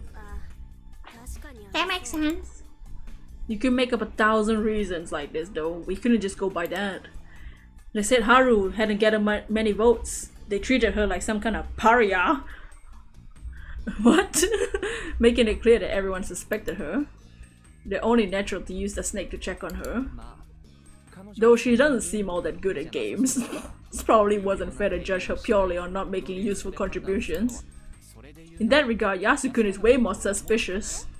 But he did say a lot, like pointing out my math was incorrect. And he did say something like what you just said, not doing anything indirectly helps the wolf, something like that. Not to mention, on the first day he suggested that the spider should hide. That's true. Though most of these things were minor, he was definitely contributing to the game. First day was especially important for the wolves. It was best to create a flow where they could just stay quiet and wait for those with guardians to out themselves. What would bother me was the fact that he wasn't the one that brought up the leader selection and the monkey thing. He was shady because he hadn't made those useful propositions. I thought he figured those things out a while ago, or maybe as an outsider I had a better grasp of the situation? Dots. I guess he's innocent then. I don't know about the rest though. I can't even imagine what Rikako and Tae-san are thinking. I know what you mean. If you look at the circumstances outside the feast, Rikako was pretty shady. It always felt like she was hinting at something. It wouldn't surprise me if she knew more than she let on. If she was a village head, she could know things only those from Kami Fujiyoshi knew. There were more than enough reason to suspect her. If we only could follow the lead and solve this whole thing, it would make things easier. Haruaki, are you enjoying this? No. But you look like the type who likes mystery stories. I won't deny that, but I can't really enjoy myself when people I care about are in danger. If I like some master detective, be just some useless amateur, wouldn't accomplish anything. I'm not sure I buy that. What do you mean? Everyone else is a mess. I think most people would lose it in that kind of situation. I could say the same about you. I'm not exactly normal either. Oh yeah, I heard you almost killed someone. Who told you that? That's a secret though. Didn't sound intentional. Well, how do I say it? I think it happened in middle school. I grabbed a bat and beat some students who were bullying Yasumizu kids. Whoa. Some of them were connected to the head family, so it became a big deal. Basically why the adults here are so harsh on me. People I care about, right? You mean the cats? But Mochi! I'm sad that they killed Mochi. That's the only one I'm sad about. And Helena Taylor, of course. But why did they kill Mochi? Also, 6 people have died. And I'm still trying to sleep with her. Wait, what? Yeah, Mochi died. So let me recap what happened for those who missed it. So the feast ended and they voted to kill the old guy, the crazy old guy. And Mochi was the one bringing him to the graveyard. But then they both were killed. Both Mochi and the old guy. But it doesn't... So there's the wolves and the corruption. It doesn't look like the wolves or the corruption killed the old guy and Mochi. But Mochi died! I didn't even get a choice. Oh, Petruskin. And then we came back to our room and we started flirting with Chemi already. I love my life. You left at the wrong time, you had to take care of some things. Poor Mochi. Yeah, poor Mochi. So we suggested to Chemi to ask who the monkeys were. And the monkeys were Mochi and the baby. So the baby's still alive and she's not a wolf because she's the monkey. And the monkey's purpose is to make sure that those two are not suspicious. Because the most logical strategy for both the wolf and the human is to not lie about being monkeys. So Mochi and Mako were both monkeys, but now Mochi's gone. Old guy's gone. We don't know if the old guy was a wolf or not. They just killed him. But the wolf killed during the previous night. The wolf killed the old guy Kanzo, the leader, and Haru's kind of sussy, which is his granddaughter, and then the rebel kid, the blonde hair guy, also was killed by the corruption because he just tried to run away or something. I don't know. So all those people died, and we're still here trying to get it on with Chemi.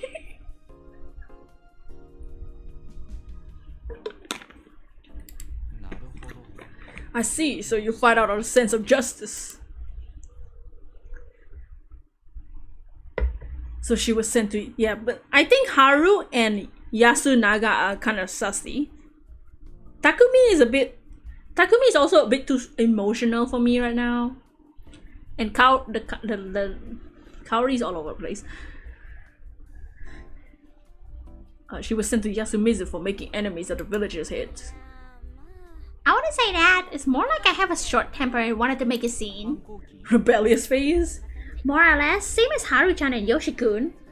In a place in a rural as this, it's rare for children to grow up as level-headed as Yasu-kun, don't you think? Really? I think they'd be healthier and nicer than edgy brats from the city. Let me rephrase that. In a place as poor as this. Dots. Well, there was no doubt that Yasumizu was destitute. There were no cars, cell phones. Didn't even feel like an economy. They probably lived mostly off the land, making money from whatever they could spare from their farms and hunts. They had no decent way to sell stuff to anyone outside. Most of their business had to be done through Kami Fujiyoshi. It was likely they were ripping them off. No way this place could be wealthy in these circumstances. Didn't believe that money could buy everything, but poverty took its toll on the people suffering it. Some could live in poverty while retaining their purity, but that was borderline saintly. It was a lifestyle too difficult for the common. Since people of Yasumizu were ostracized from Kami Fujiyoshi, they were targets of unjust pressure from day one. I could understand why the children here are strayed from the path. When you look at it like that, the way they strayed was so mild, it's almost cute. What? Are you disturbed now? No. You're lying. You know, I'm so blunt, I whip out a blunt object to beat you up. Bitch, don't joke about that. I'm just gonna ignore that poor attempt at a pun. Sorry. My ex wasn't any different. Oh. I see. You seem confused and I have no idea why. You talk about your ex in front of her? You weren't lying when you said you broke up with your girlfriend? Yeah, I said that. You thought I was? I thought it was just some kind of pickup line. That's just mean. Our breakup was insane. I felt like my life was in danger. Wow, sorry to hear that. What about you? Huh? Your history of guys, you know? 4 people died today. 4 people died today. We're having this conversation. Moji died and this is the conversation that we're having. I shed mine, so hearing yours is only fair, right? Yeah, well... How many did you go out with? too, I guess. What happened to you being a hyper slut? Who's done it? When did she didn't say she did it with 50 guys. She just said she had 53 guys' numbers, man. That don't mean you gotta sleep with them. I never said that. I did exaggerate a bit, but I did get tons of invitations. And yet you only went out with 2. Ah, well, I didn't find many guys I got along with. What about me? Thoughts? Let's not go any further. If I let myself get too attached, I'd be too scared of dying. Dots. Being afraid of death is normal though, isn't it? Not really. Assuming the audacity. Let me just assume that she's a sleut, you know? Why? God is way scarier than death. Dots. I feel like you have a very unusual image of God. Really? You think of as something frightening that you might actually meet, right? Everyone has met God. Maybe they just can't see it. And God really is scary. Just no one knows how. Myself included. Dots. You're the only one I don't understand. That's probably why. I'm afraid of losing you. Oh my god, her eyes! Dots. That's something you say to those you promise your eternal love to. Baby! Baby girl! Are you mad? Are you mad? A bit. I see. We've gotten this far and you're still believing KG. Being KG regarding your own background can only take playing hard to get so far until it gets annoying. I'm just not sure what to do. This isn't easy for me either. Just tell me everything. Dots. I'm going back. Chiemi! Good night. What the hell? Why didn't she talk? Did she not trust me? Was she messing with me? Was she the kind of crazy? Was it something else? Crap. I wanted to chase her down and get a real answer, but I was locked in. Damn it! This is not the time to worry about that. Who would the wolves go for tonight? The wolf guy was dead, meaning that one less person who vote Chiemi out tomorrow. It wasn't likely she'd get top vote. It's best to think that the wolves would go for someone who was useful to the humans and couldn't be killed with votes. That meant she and Yasunaga were at the highest risk. On the other hand, the survival would make things difficult in other ways. Probably be forced to consider the possibility that they themselves were the wolves. Could I really trust Chiemi? I felt like I could, but not completely. Whatever the case, a situation where more talkative ones were seen as suspicious make it harder for her to survive. Should I have talked to her about running away? No, that was probably pointless. I didn't know much about her whole god thing, but it was clear that escape wasn't even an option for her. Something scary that everyone met, yet not fully perceivable. Was she speaking figuratively? Or did she literally see something? Shit, I don't care. I became irritated. My hunger was starting to get to me. Figuring it was better than wasting my mental energy, I focused on taking a bath and going to bed. Good night.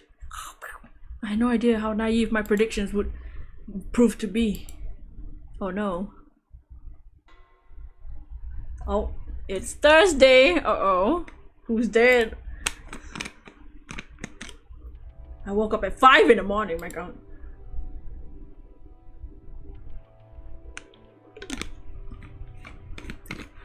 The window was still boarded up and I couldn't see anything outside. All I could do was wait, sit around and wait. Eventually, I could hear objects keeping me in removed, and I was greeted by Yasunaga and Chiemi. The two actually survived. I met up with Haru, too. Her face was pale. She had bags under her eyes. No one looked healthy anymore. She was beyond even that point. She'd gone completely meek too. Defiant from yesterday was gone. She was letting Yasunaga guide her. She lost another friend after all. We arrived at the dining hall but found no one there. The door was unlocked. That was a bad sign. Oh no! It was Kanzo Makishima's place. Oh no, did they kill Kaori? Mom should be sleeping upstairs. With that knowledge, I opened the door. Oh, What if she was attacked? If she wasn't, considering her state yesterday, it wasn't unlikely she did something unthinkable such as However, I soon found out my worries were for nothing. Is she alive? Kaori-san was standing all alone in the dark dining hall wearing an apron. Oh, thank God. The fact that she wasn't doing anything but standing there was just eerie. Oh, Jesus Christ. Good morning. She turned around and greeted us. Her voice was the only thing calm about her. Her eyes were bloodshot and signs of malnourishment were all across her face. Her faint, forced smile made her seem on the verge of collapse. She completely failed at acting normal. Her heart was swirling in panic and sorrow as great as yesterday. She does look like a zombie. She man, she is gone. Everyone here could see it. Mom, everyone's hungry. I'll make food. You just rest. But I can do it myself. I'll help. I should cook for myself, so I know what to do. After they volunteered to support Kaori-san, I thought about what purpose I could serve here. Let's go! And called to Haru-chan before going outside. Dots. She came with me but wasn't saying a word. During yesterday's feast, she had a fight with Kaori-san. The woman had voted for Haru due to the change in her attitude and failure to failed escape attempt. Couldn't blame her for that. Considering her personality, I imagined that the exchange was extremely intense. That's why getting her out of the dining hall was a good move. Problem was, we didn't have anything to talk about. This was made worse by the hostility she showed me until recently. According to Mochi, that was a product of her affection towards Yasunaga and all the drama surrounding him. Normally, I playfully give her a hard time about that kind of thing, but it seemed in poor taste considering the situation. She was staring daggers at me. Maybe I just had to ask her? Haru? What? I'll be frank. Are you a wolf? No! She didn't hesitate at all. Not like that meant anything. You don't believe me? Then Takumi will check. That'll show you. Dots. Are you saying that despite knowing? Knowing what? If he were alive, he'd be the one looking after Kaori-san in the dining hall. Yesterday he went there first thing in the morning with Kaori-san in her current state. All the more reason for him to be there, but now he's missing. No! Oh no, did Takumi die? That just... We'll go check to be sure. Lead the way. Okay. Oh no! Taiba, are you awake? Haru knocked the door and tried to open it, but it was locked, meaning it wasn't touched. Tai-san almost came out sooner than later. She looked pretty displeased to begin with, but upon seeing me, she displayed outright disgust. What are you doing here? Sorry, Kaori-san isn't well, and we need more people. Where's Takumi? We're going to check on him. Is she? Her gloomy expression told me she realized what might have happened. She said she had to prepare, so we excused ourselves. He's the snake, right? So the spider didn't protect the snake this time? Or the spider died? Which is the old guy. Because I think they were planning for the spider to protect Takumi again when he checked if Haru was the wolf. So either the spider chose not to protect Takumi, or the spider died, which is the old guy, because... Or the spider is Yoshitsugu. Because those two died just without a roll. Please ask if you need anything. Oh yes, of course. She shut the door on us. You're nice to all women, aren't you? What the hell was she saying? Being considerate of elders and women is the gentlemanly thing to do. Is that how you feel about Chiene? I like her quite a lot. Please don't. I feel so bad for Ni-chan. Nishan, Yasunaga-kun, surely. What do you mean by that? Yoshikun and Mochi are gone. Kaori and Chiene are all he has. She's the strongest among us. Among us? She always protected us from the people of Kami Fujiyoshi and adults. Don't take her away from us. So that's how it was. I wasn't sure how she actually felt about Chiemi, but there's definitely more trust and reliance than I expected. Yasunaga-kun spoke like he'd given up on Chiemi, but deep down he was actually glad she returned. Haru-chan was aware of that. She actually liked Chiemi. That's why she concluded they should be together. However, it was clear she didn't feel like giving them her blessing. I understand how you feel. The end result depended on Chiemi. Since she hated Yasumizu, it felt like it wouldn't be something Haru-chan wanted. Then again, I didn't really know what was going on in Chiemi's head either, and I had no idea who'd survive, and making predictions is a waste of time. For now, everyone should focus on ending the feast. I don't think I can do much, but if there's something you don't want to tell me, don't want to tell your own, I'm willing to listen. That's... What do you mean? Nothing much, just feels like you have a lot to worry about. And personally, I still think that escaping outside is a good idea. That's not possible. Didn't you try it yourself? But I failed, didn't I? That made me realize we can't escape. Isn't that cause you happened to hurt your foot? And that just happened. Dots. Do you believe in God too? Dots. What did you just say? Dots. God doesn't exist. If I doubted that, I could've come with anything. Dots. There was a weird aura around her for a second, but then she walked away, leaving me no choice but to follow her.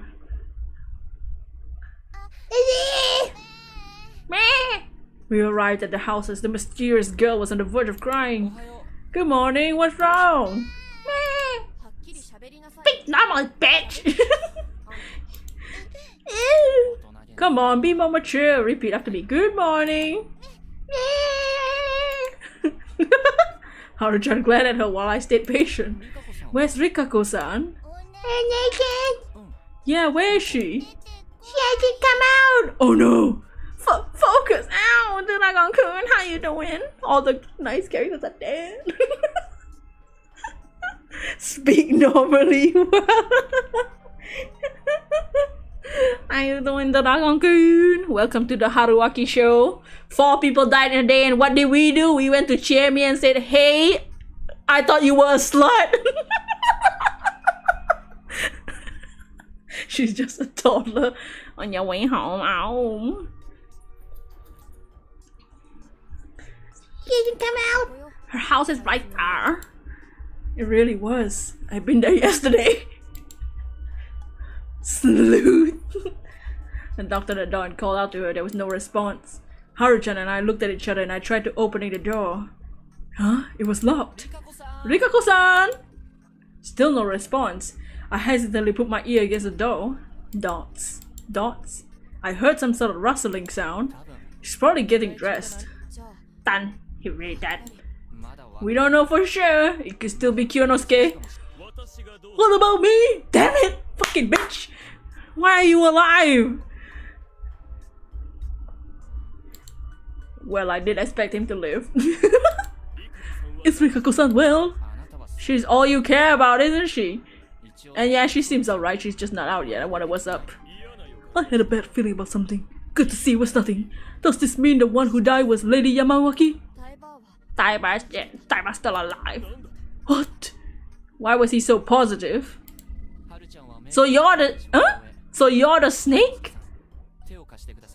So you are the snake. He protected Taiba. Why? Why would you do that though? Why do you think the wolf was going after her?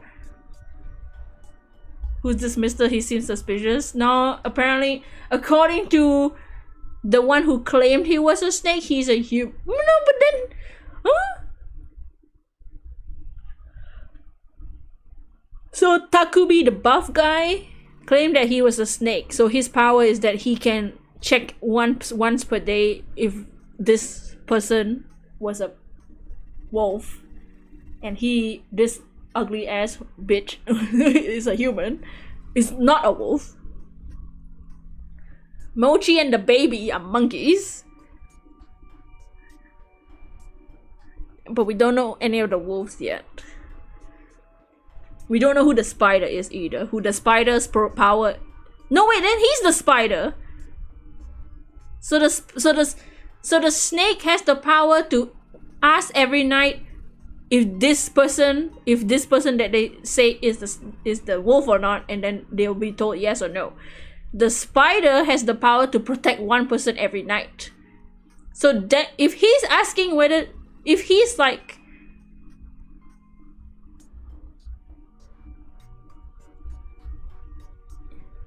he thought that Yamawaki, the old lady, would be dead. That makes me think he's the spider, because that makes me think he protected someone that night. That's not the old lady. But I thought they agreed that the spider would protect Takumi. But if Takumi is dead, that means this asshole didn't protect Takumi. If he's the spider. Snake, spider, and wolf. Yeah, it's basically the werewolf mafia and Among Us.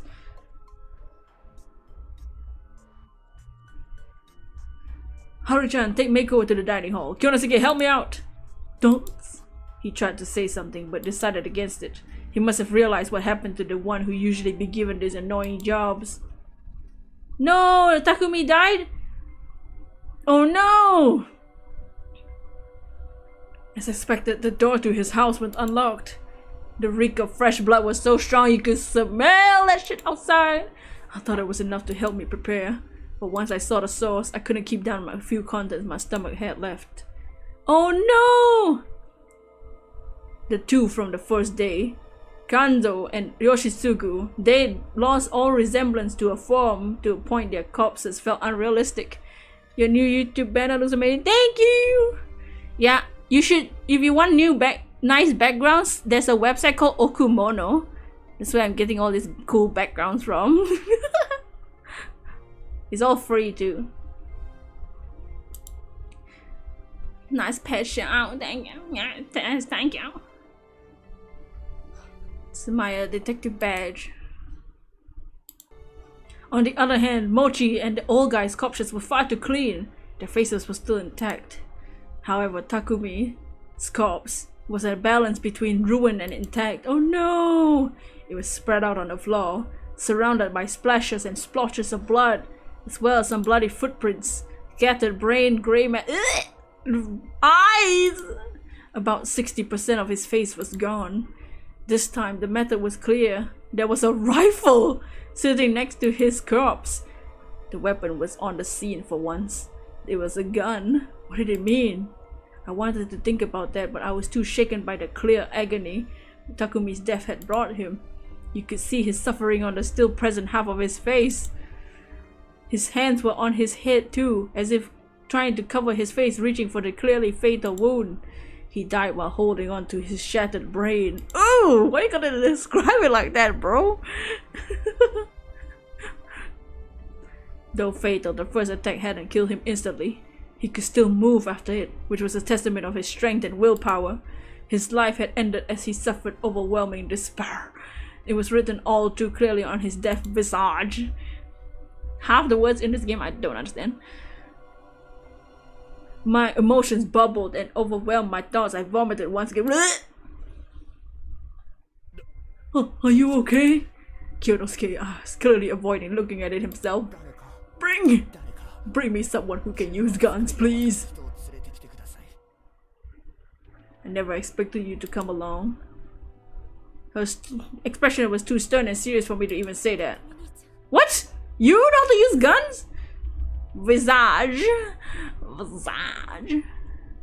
They described the details so as making you smell blood. Takumi-chan, shit! She cursed and looked at the gun. This is Kanzo-ji-chan's rifle. She grabbed its long body and picked it up. All the 5 bullets were fired. See any empty cartridges? I'll look around. I found it real quick, covered in blood and flesh. But yeah, I found the metallic cylinders, all 5 of them. They were 2 meters away from the corpse, very close to one another. Either the culprit fired from there, or gathered them afterwards. Look at the handle! Chiemi extended the rifle to me. As I did as told, compared to the rest of the gun, which had blood on every part. The handle was clean, like it had been wiped. They removed the fingerprints? Like as if we can check? Probably. Shiemi then held it like she was about to shoot, aimed at Takumi-san's body. It was fired from here. How can you tell? The way the blood scattered. See how it's concentrated there? It's proof the culprit fired from a low angle. So normal rifles can't make such huge mess unless they fire from really close. But make it point blank and stuff would get on it and around the muzzle, and the rifle would be dirtier. That was why it was natural to think that it would be fired from where she was standing near the cartridges. Can you actually aim and hit something with this? As long as you know how to aim and target isn't moving, that's all you need. So this was done by someone who knows how to use guns. By the way, it's just a matter of looking at the bead through the sight. Guns are useful little toys that make murder easy, anyone can do it. What about loading? That doesn't seem like something a layman can do, is it? Good point. Even Taiba has experience firing a gun. Finding the culprit in Yasumizu won't be easy. So it's a settlement where people went hunting. Oh, true! Basically, everyone here must have touched rifles before. All we could do is assume that there was Meiko couldn't have done this. I mean, she's the monkey, so... It's not like every bullet hit the head. One grazed the ear, one the chest, hit the shoulder, and look, a bullet hole. She pointed at a small part of the floor. So only one hit the head. Yeah, I think that wasn't fatal. It was probably the one in the chest that ended it. She looked at the body pose and made the same conclusion as me. Why do you know so much about guns? I have a hunting license and I know how to use guns, traps, and nets. I used to do a lot of skeet shooting. Outside of the Yasumi's, I'm pretty good with a gun. Well, damn, didn't expect that. Wanna see my gun? I mean, what? I can understand why. Did you plan to return here and become a hunter? I just wanted to have a gun, that's it. She said that as if that was no big deal. Her tone seemed kinda dangerous. Yes, someone, she almost killed someone. Like a thing that happened in middle school. I grabbed the bed and beat up some students. Hey, skate. It was the impression you get from a girl capable of random acts of violence. It's probably jumping to conclusions though. Can we clean it up now? If you're fine with it. Let's do it then. Did you find out anything? I'm now 100% certain that these murders were committed by people.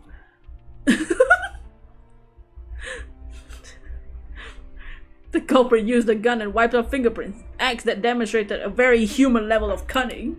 If we were up against something supernatural, they just use their mysterious powers instead. If something mysterious can be explained using mundane means, it's just caused by mundane means.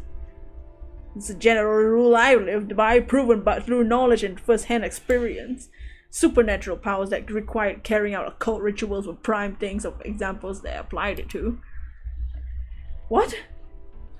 The more detailed preparation required, the more opportunities to notice something amiss. If the trick relied on concealing the method, it was safe to assume the method was something more mundane, even if this death wasn't caused by some kind of supernatural force. It just happened unobserved. We had people who could do it, and the methods that fit.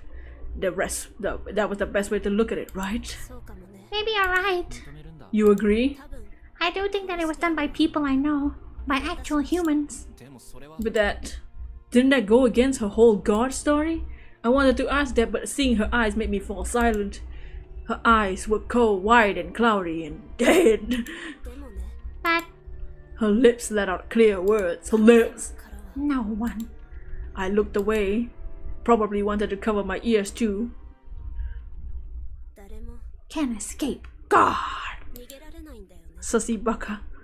I found her words so irrational it began to frighten me.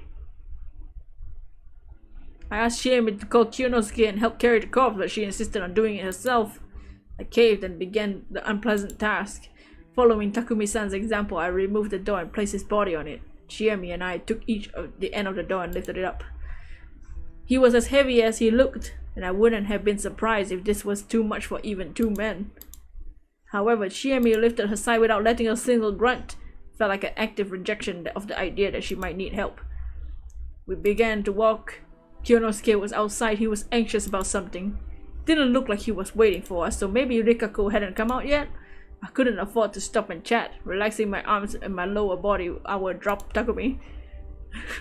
I kept walking forward without a single word, sighing and stopping was our sign that one of us needed to rest. Every time one of us did, we lowered him to the ground, rubbed our aching hands, adjusted our grips, and resumed walking. As we approached the cliff, Chiemi's expression grew darker. Takumi-chan was the youngest of the adults. He was like an older brother to me. You've come home, oh, coming home. I'm gonna eat some food, suck some, what? Oh, sorry.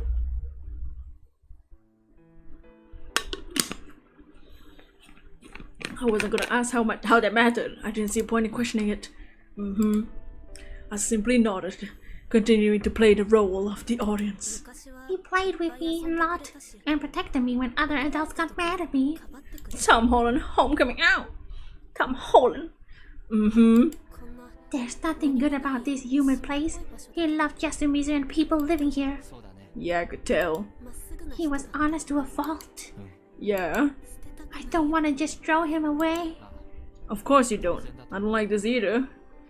He doesn't pass that out. Should we stop? The only ones who really care about this are Takumi-san and Tai-san, right? No, we gotta do this. Because of the corruption? Yeah. I continued asking if she was sure, but she didn't change her mind, so we ended up throwing his body into Saranaga. Join me, rice and chicken. Moist. We walked through the graveyard, careful not to trip. We could now see the hanging pine through the mist. Our destination was near. We carefully closed in on the cliff and pushed the door toward it.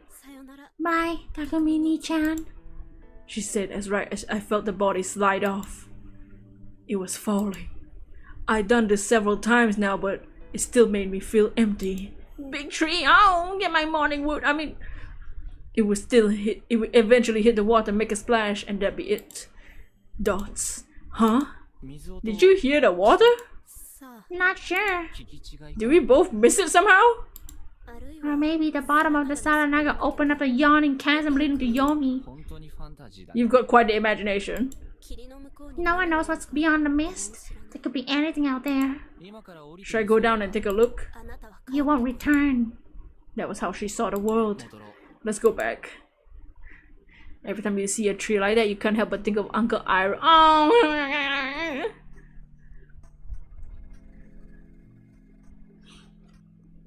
Well, no more Uncle Iroh in whatever new avatar. Do you think the new Earthbender avatar will be a boy or a girl? I don't think they have any pictures yet. I think they just announced that it's existing. We returned to another investigation of Takumi-san's house, but something strange had happened while we were gone. Kyonosuke was still in the same spot in front of Rikako's house, waiting for her without even trying to hide his frustration. She still hasn't come out? Good question. Avatar Aang, is that you? You're the one who says you seem alright. What made you think that? I heard sounds. Why didn't you call out to her yourself instead of just waiting, bitch? As if I could do something so rude. Why is she the only one you like to? Nosato is above Uesamatsu, isn't it? That was an interesting bit of info. I hadn't realized the hit families had a hierarchy. We found a new avatar, a young boy named Ong. Me and my brother, Soka. Oh my god. They should do Legend of Korra. Korra? Mako? Asami. Ballin'? I'm ballin'.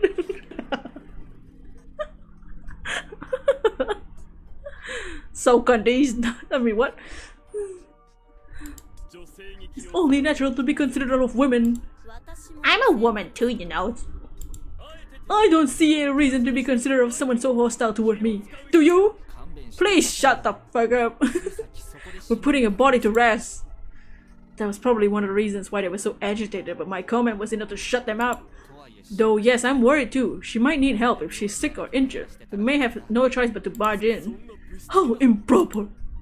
Was he the type of guy to report someone who undressed a girl to give her a proper first aid? What's up with this guy's priorities? Uematsu-san! Rikako! Uematsu! Rikako! I bashed the door, almost violently. Oh, ratatatata! Respect the woman! I heard the sound of rustling clothes. Had she collapsed? Or something? Uematsu-san, I'm opening the door! No answer, only sounds. Was it really Rikako in there? Let's break it down. Let's break it down! Jimmy nodded when Kyonosuke gave a disgruntled sigh. The door was made from thin plywood and a wooden frame. A solid impact would break through. I looked around and saw a few aged farming tools lying against it from some houses. The old wooden hoe and mallet were too rotten there to work. But the old axe looked just right. Why is there a picture of the axe? 1, 2... I lifted the axe and started counting but had to stop midway. There was a sound, clattering.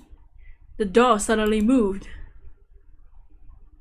Surprised, I jumped backwards and glanced at the other two. They were just as shocked, if not frightened. What's that? What do you mean? Has to be Rikako. Uematsu-san! There was no response at first, but a few seconds later, the door shook again. The old wooden hoe. A moment later, it fell silent once more. Dots. Had she collapsed on the door? If she wasn't well and lying next to the door, breaking it open was dangerous. I put the axe down and walked up to the door again. The moment I approached it, I heard clicking sound. I didn't even have time to question what happened before it creaked open. There was a gap of 20 centimeters. It was pitch black inside. And there was a face all covered in blood. Oh my fucking god!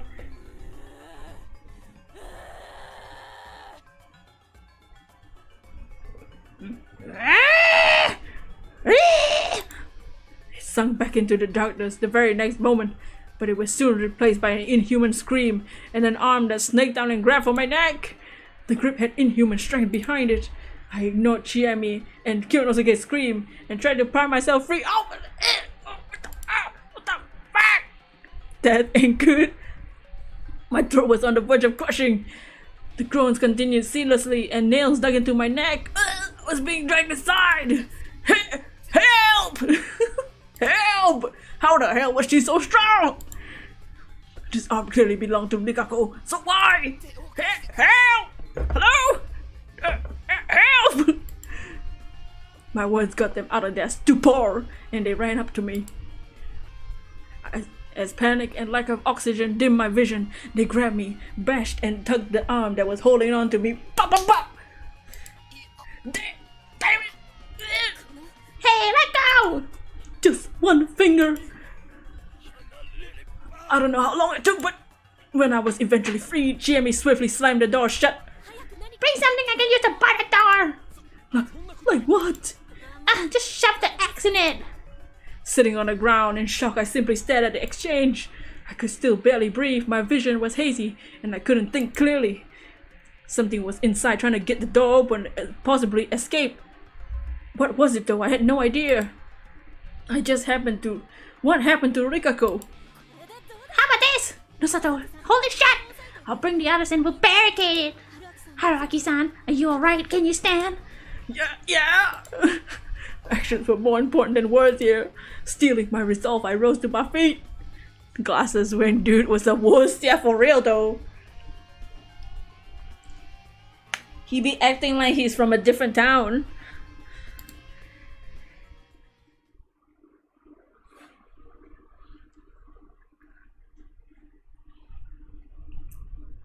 We gathered everyone who could still move and sealed off Rikako's doors and windows with planks, nails, farming tools, and all the holes. The small house was basically a pile of barricades. Everyone was tired from all the work and sat down to rest. What the point of doing this though? Someone asked. So we could still hear groans, crashing sounds from inside. No one answered the question, but we all understood that thing out would be a mistake. But what exactly was it anyway? Yomi Bito. That seemed like an answer, some sort, anyway. What do you mean? Corrupted folk that come from Yomi, don't you know? There has to be a Yomi Bito. That's not what I meant. Yomi Bito are wolves, right? They came back to life with the grudge of being killed during the feast. It's not always like that, you stupid bitch. So sorry.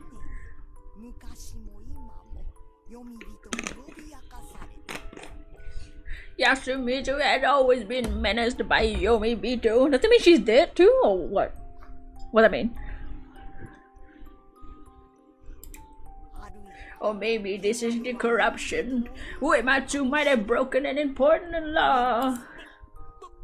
Takami, protecting the laws of the role is purifying spider family. That might be it. She touched too much of the corruption. But that's... She might come to Yasumitsu to keep a least bit of Yomi's corruption away. How many Yomibito will we have now? Takumi was a good boy, but then maybe it was a good thing he died before seeing hell. I offer homage to Shinai the Almighty, so peace may come to pass. Silent prayer. Her eyes were teary and her shoulders were shaking. Wait, Rikaku-san is...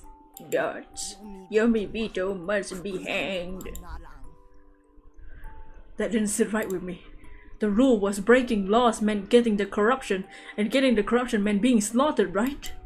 It was the first time I heard it was possible to do something about the corruption, and that she'd die because of it. Logic had little ground here, so the people were gradually losing their minds. They were being pushed closer to death. It was like this was a supernatural phenomena. Somebody call the Winchesters! Don't! Oh my god! She's going even more crazy. Is anyone hungry? I've already calmed down, so we can do the rest after you calm down as well. It was a very attractive suggestion. As we all turned away and returned to the dining hall, I felt Rikako let out a groan even more inhumanly loud than any of those before. Once we arrived, the place was dominated by a heavy silence. There were sounds coming from the kitchen, a kitchen knife rhythmically hitting the cutting board as Kaori-san prepared the food. Taya-san was seated away from everyone, desperately yet fluently chanting a sutra. Combining with kitchen sounds, it was a mind-numbing effect.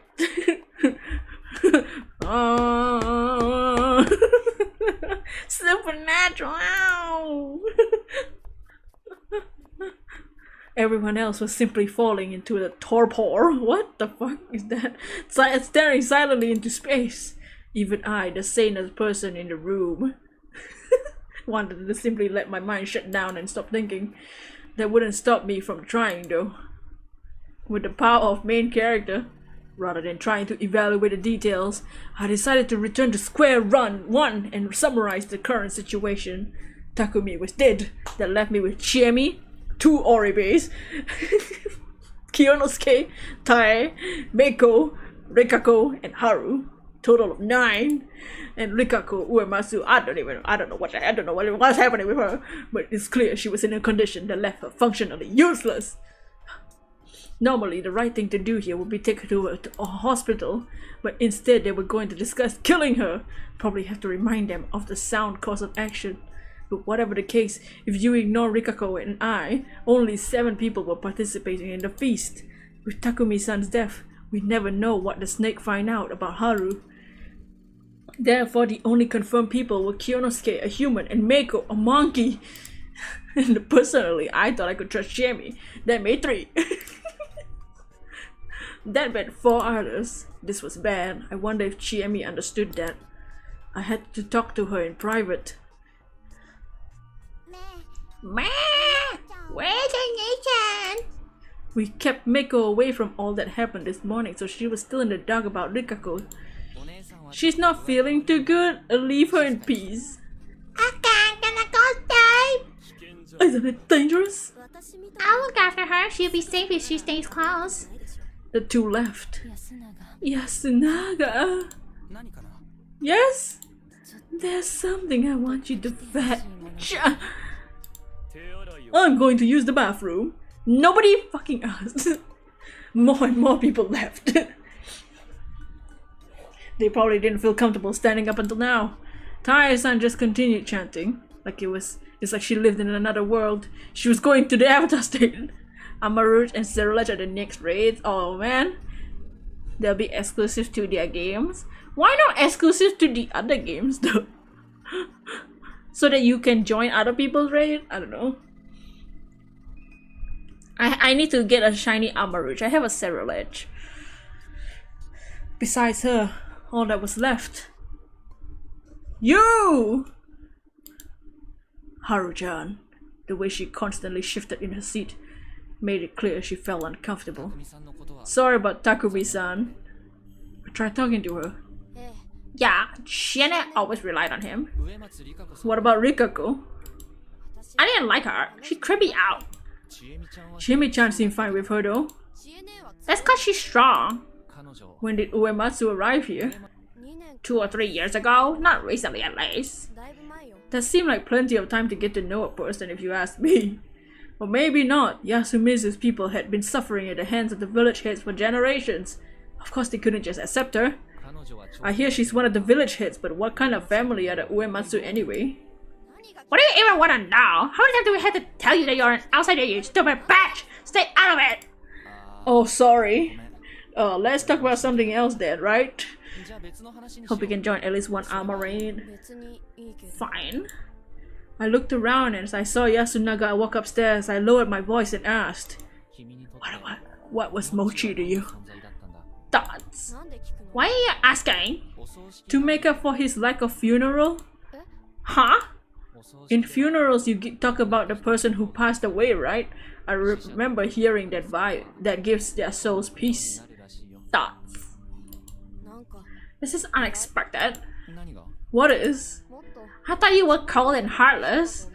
I didn't think I'd hear something about peace in the afterlife from you. That was just rude. Like you haven't been. Mochi was a Nosato, but he never acted like he was better than anyone. He was weird and he was as a troublemaker as Chiene, but he never hurt anyone. Everyone said he wasn't right in the head, but I didn't think so. He was really funny, and I think he would have been really popular if he appeared on TV. He was 1 year older than me. What? Mochi is older than you? He treated me like someone his own age. I always had tons of fun with him. He got along really well with Nii-chan too. He did? Yeah, they were always together and they were like a pair of heroes in the school. They got along so well that sometimes I felt lonely with them. Her visage dimmed as I felt like she was easier to understand the most. If Mochi had really liked her, it must have been tough love. She hadn't even looked at him in that regard, but being with Yasunaga-kun even made him a target of her jealousy. But he's gone now. Yasunaga-kun must feel terrible. Yeah. Why not help him out? Yasunaga-kun was going upstairs again. Gestured at him with my chin. Huh? He's doing something for his mom and Chiemi's outside. Thoughts. I don't think you can replace Mochi, and Chiemi-chan is probably the best person for the job. But even if they are the ones who'll make the final decision, there's no reason to hold yourself back in the meantime, right? You wanna help him, don't you? Thoughts. Yeah. Yoto? Gave her this voice. Well, Chiemi gave me way more than just a meal and a place to stay! I won't say I don't have any ulterior motive. More than that, I just want to support her with my partners. What? She seems to be suffering at the hands of things I can't even comprehend. Thoughts. Yeah, I think I misunderstood you. You do, Shay! I can't blame you. Are you going? Yeah. Still need to apologize for yesterday. Then I'll go outside too. We stood up at the same time. Though Haru-chan was always on edge, deep inside, she was an honest girl. I worried she'd fall victim to some scumbag like me down the road. Why is he aware, but still continuing his life like this? Still be living like this?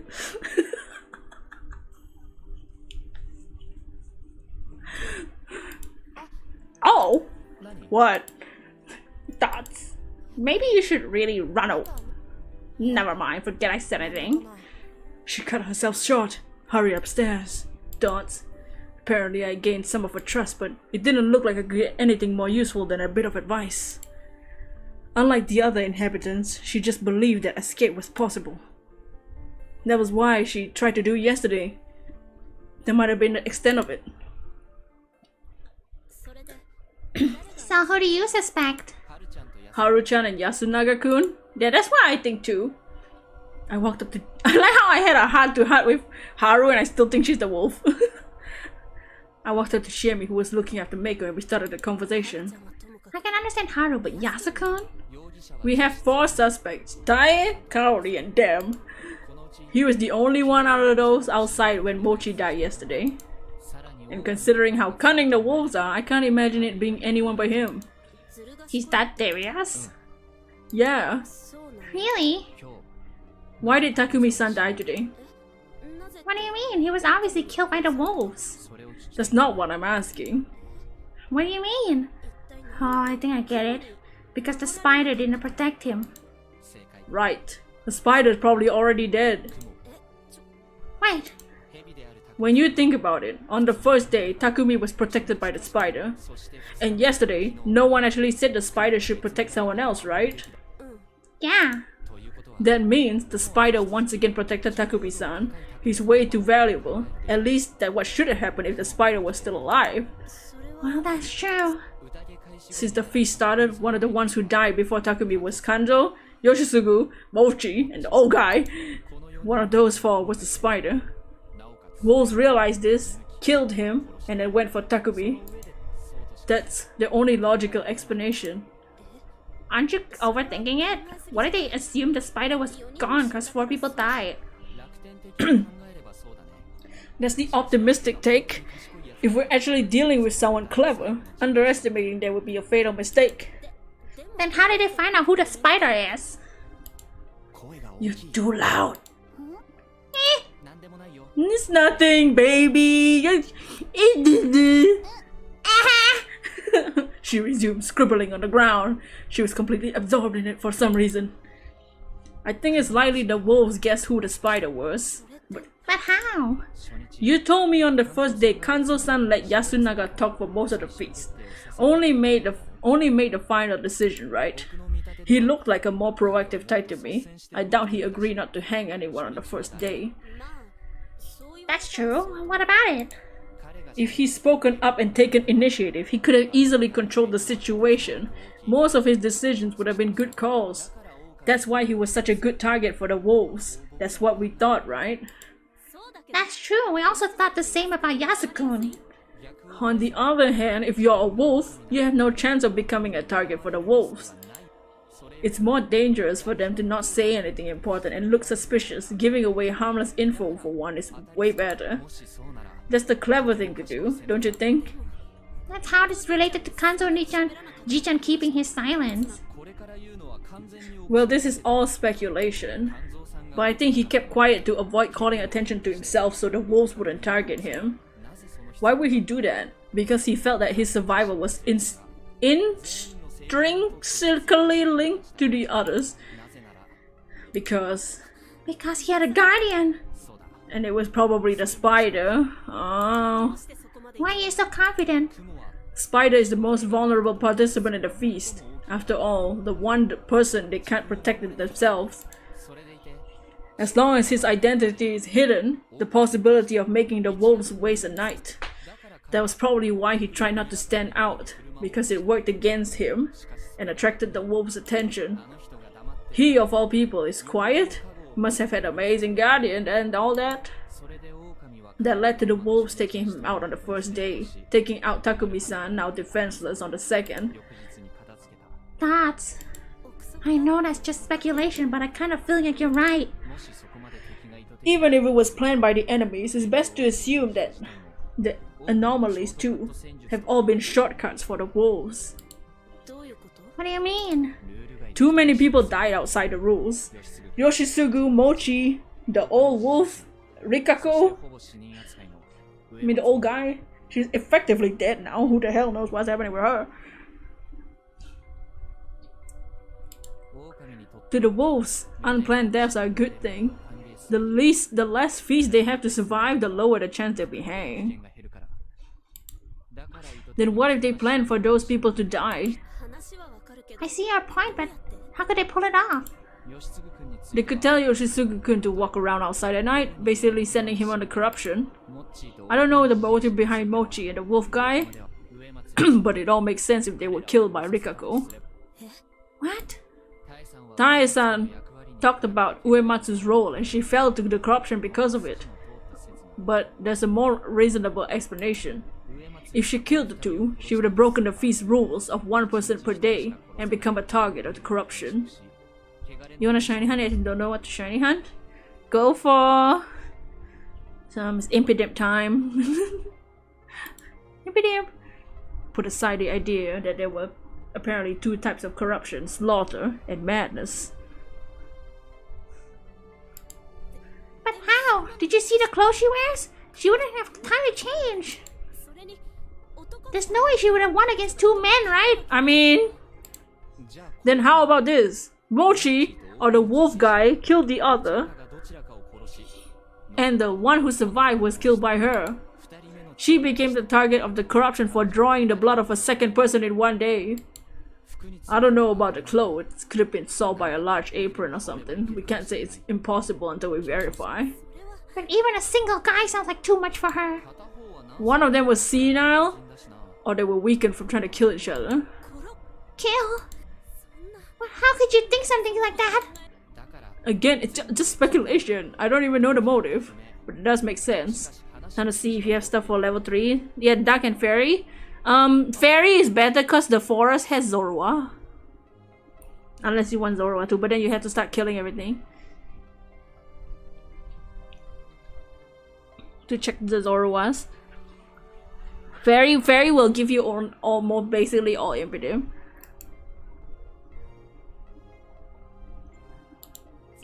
Then how is it related to the wolf's conspiracy? I don't know the motive here, but if they knew her weakness or something, they could have goaded her into killing them. Or maybe she was a wolf herself. Chiemi was at a loss for words. I had no choice but to continue myself. She could have hastened the whole process and give the other wolf an advantage. I really know that getting themselves killed would be really bad for the wolves. True. Considering the wolves and humans, losing one wolf would take 2 humans out isn't a good deal. Yeah, the Zorua spawn in the forest. There's no guarantee that everyone would realize that. And I think the second half of the forest, so like the Impidimps will mostly spawn like at the entrance of the forest. The back where the pond is where like the Mimikyus start to spawn. But Mimikyus don't really spawn at the entrance. Thoughts. Not everyone acts logically. There's lots of illogical stuff going on and predicting their effects is impossible. No, I don't want to hear that. But you can't give up, can you? I don't want to think anymore. Dance. Sorry, I said too much. Don't worry, I'm the one who should be sorry, but this has been hard for me. I really don't think you people need to keep playing along with this. I'll help you escape if you want. We can't. I just know that if you're born here, you're fated to die here. It's just baseless delusion. Someone who can't see God would never understand. Yeah, I won't. How troubling. That's... It really was troubling. If this was some tabletop fun for a family game, it would have punched the GM and left. But lives were actually on the line here, not just my own, but that of also of someone I kinda liked. What do you mean kinda liked? Shut up. Someone who can't see Lazarus. Dude, just cause Helena Taylor died in this game doesn't mean you need to take over, okay? Let me tell you the story of Lazarus from the one and only Jesus Christ. We made it this far, but yet she was uncooperative. Maybe I was going about this wrong. Maybe if I wanted to save her life, I could start by saving her from the darkness within. Or maybe the unidentified supernatural phenomena that was binding her. Though that didn't seem like something that could be done in 3 or 4 days. Still, I struggled with the very end. I couldn't participate in the feast myself, so I had no choice but to leave it to Chiemi. I didn't say anything more to her, I just chose to believe she'd overcome her inner conflict soon. Meanwhile, Mako's drawing had grown so large it felt like she would get lost in the mist. Hey! I left Chiemi and went to Mako. She waved at me. Good thing she was kinda used to me now. What are you drawing? There's guardians! Guardians? One drawing showed a warped circle with a line just as strange going through it. I could see what it was. It looked like the Higuchi family crest I saw in the dining hall. How does she know them? There were 4 of them apparently. The others were hard to differentiate. Oh, that whirling drawing is the same as the one on the stone. The symbol of the Yomotsu Okami. I see. Shimai-sama's guardians. Did One-chan teach them to you? What about these? They're not guardians, are they? The cattle! I certainly wasn't expecting to hear such a vivid word from a girl about 4 years old. Animals? Huh? Yeah, this is a cow!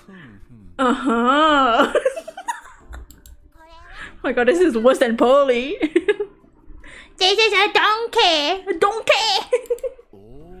Oh. This is a pig!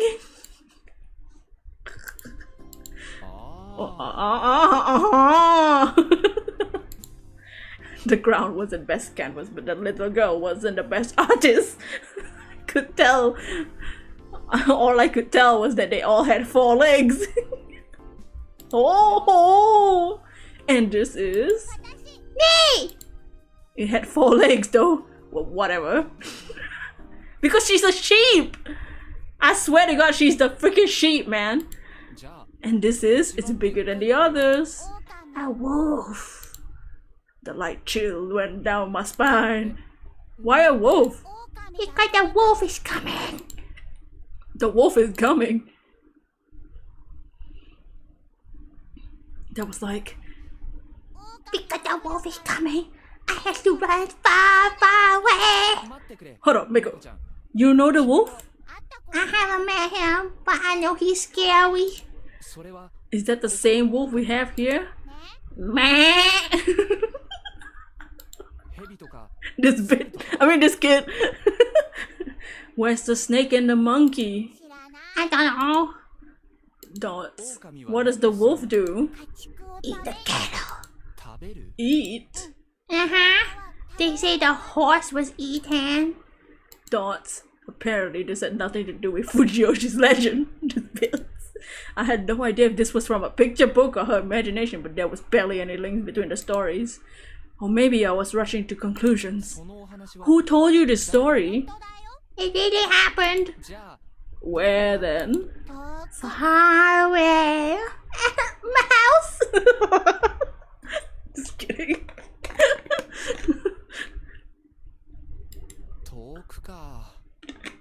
Far away?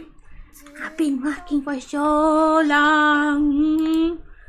Oh, good lord. No, Saradita.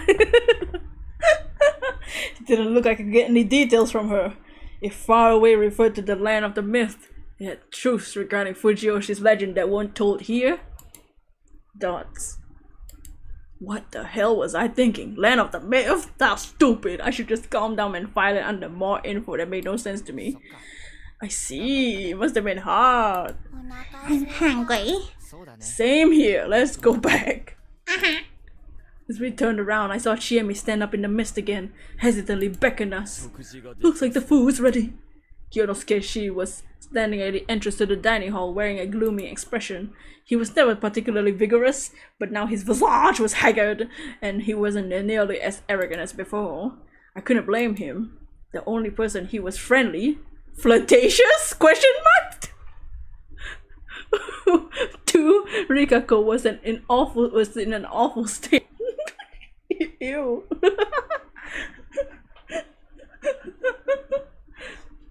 I mean, me and you same, buddy. Despite all he said, he actually relied on Takumi-san. They seemed to be close in terms of age too. And from what I heard, he never really said anything wrong. The only problem was his insensitive choice of words and his stupid ugly face.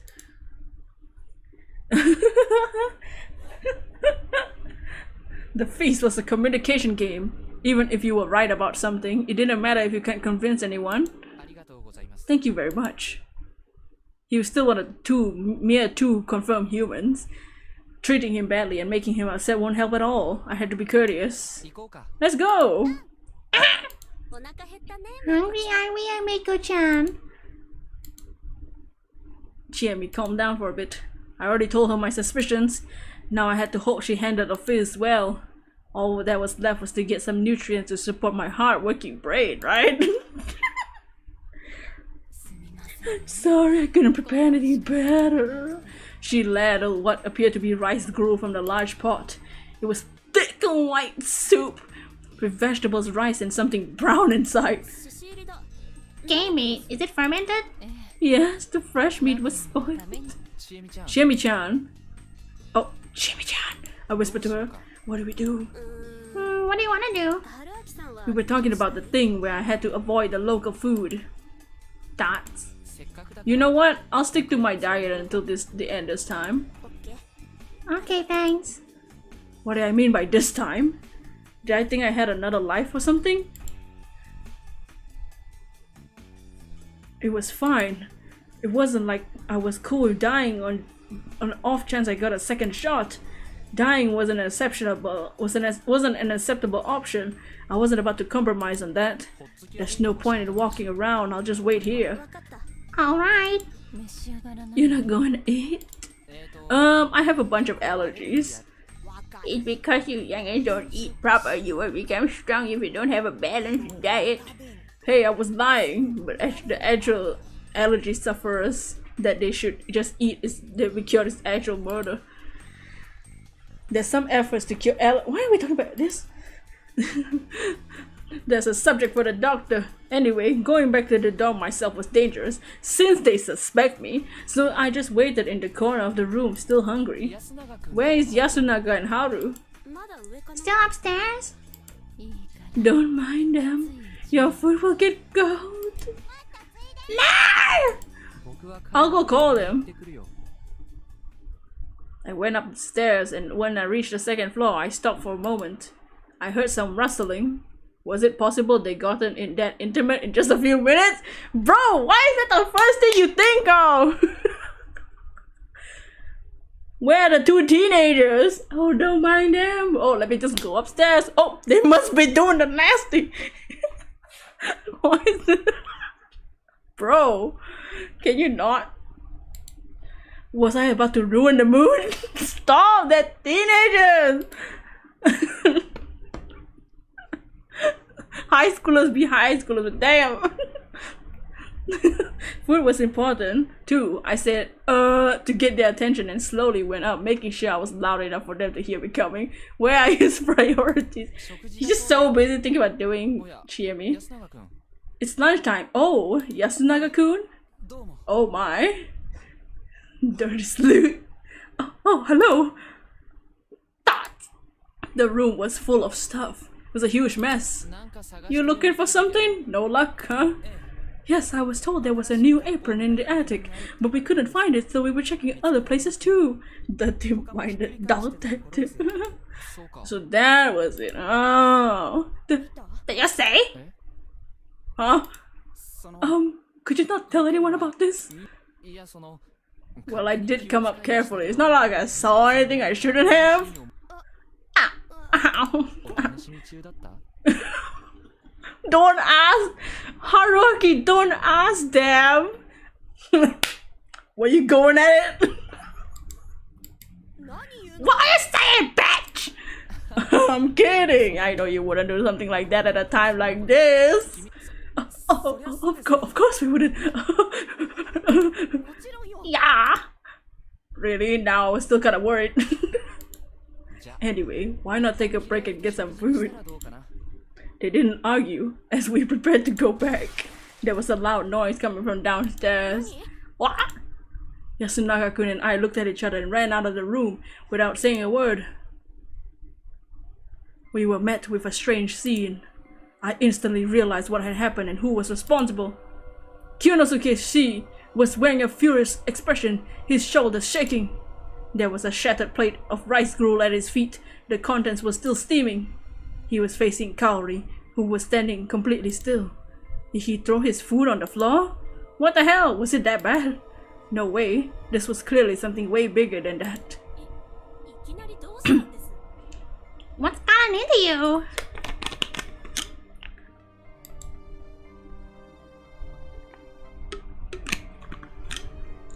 Shiemi and the others didn't seem to understand either. They shifted uneasily. Wait!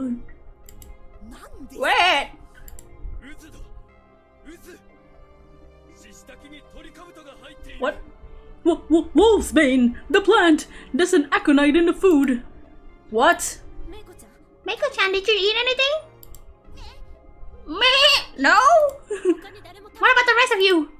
Oh, I'm so lost. Is that true? Look at these leaves. They shine. The other side is white and the tip is pointy. They smell different. This isn't mugwort or windflower. You're right. It's wolfsbane. You use wild plants, Mom? Yeah. That was close. What a mistake. Someone almost got poisoned. She wants to kill us. Wait, which is a mistake. Don't be so cruel. Haruchan stopped talking when she realized the suspect was acting strange. Kaori was staring right at Kyonosuke, not moving an inch, and smiling. Oh no! What happened to the Ara-Aras? She was completely glaring him down. Yes. That response was so delayed. We had no idea what it was for.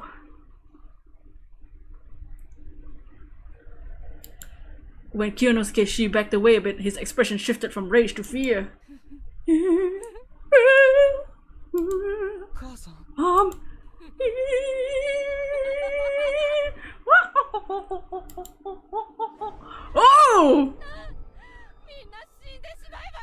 Oh my god!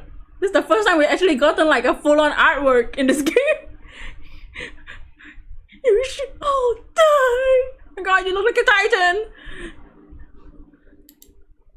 As she stood there wailing madly, she brandished a knife. She was hardly moving quickly, but the sight of the blade had stunted our reflexes. I've seen some bizarre corpses. I bore witness to that pure malice they could do, but still living blatant malevolence. Killing intent was intense enough to paralyze anyone present. I'm gonna save. I barely registered the scene unfolding before me. Staggering a bit, the woman passed the counter. The sharp knife was still green with something like shavings of aconite. She raised her voice and aimed her poison weapon at the nearest target, Kyonosuke-san. Oh my god! A choice! A choice! I'm gonna put down. This is the first decision we had all day. Tackle her or find a nearby weapon? Let's think about this. If I attack her, she might just stab me instead because she's just going for the nearest target, right? But if I find a nearby weapon, what the hell's in the kitchen? Do I check the baby? What weapon is in the kitchen, like the chair? Will we be fast enough to find a weapon? Yet she's right in front of the guy. That I don't think we'll be able. I don't think we could make it in time to find a weapon and then get her. She's weakened already from the hunger and her depression. So maybe if I tackle her, she'll just, should I tackle her? I think she's like right in front of that guy, right? I don't think we'll be fast enough to find a weapon and then attack her afterwards.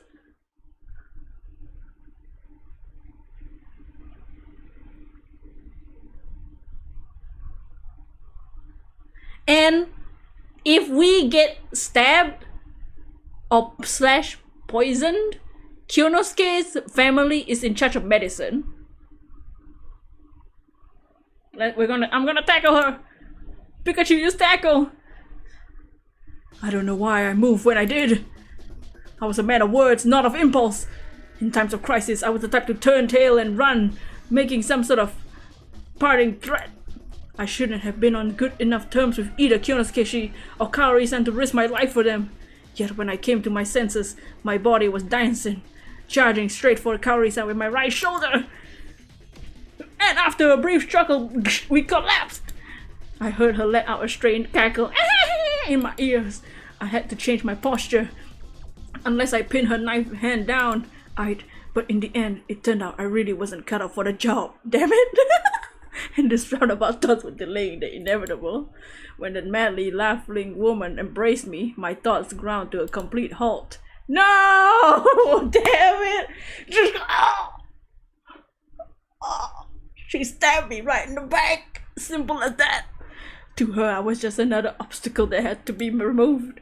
I didn't know if the wound itself was fatal. I could tell the blade had sunk in incredibly deep, and that it was coated in leaf green poison. Poisson! It must have been a near instant death. Oh!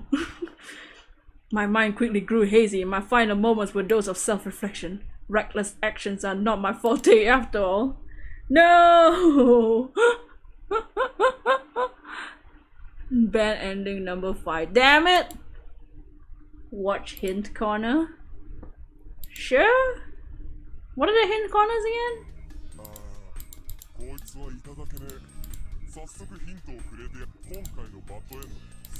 Haruaki Fusashi isn't some kind of martial artist shonen protagonist, okay?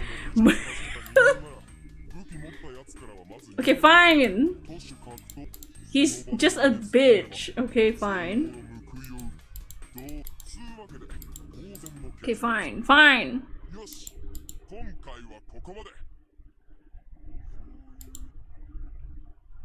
Okay. Let's just go back then. Oh, we're back to Sunday. So we can go back to our decision here, right? Here. Okay, fine. So now we get a weapon. Jesus Christ. She's so ugly now. What happened?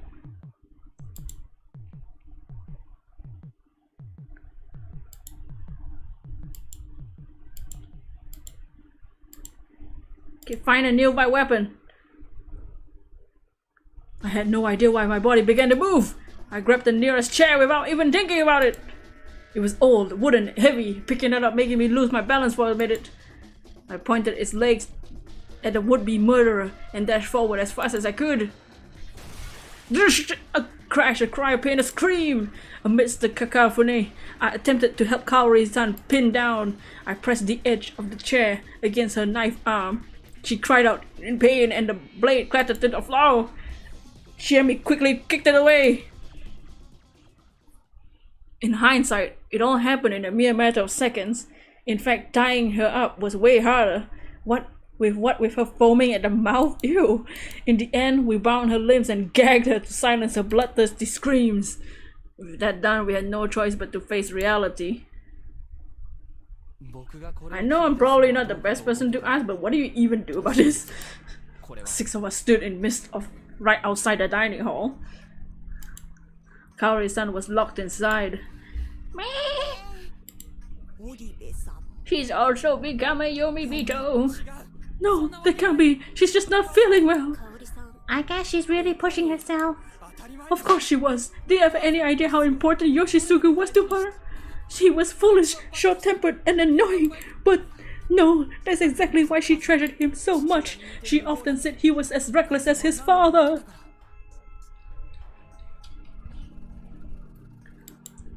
Dots, I'll take responsibility and calm her down myself.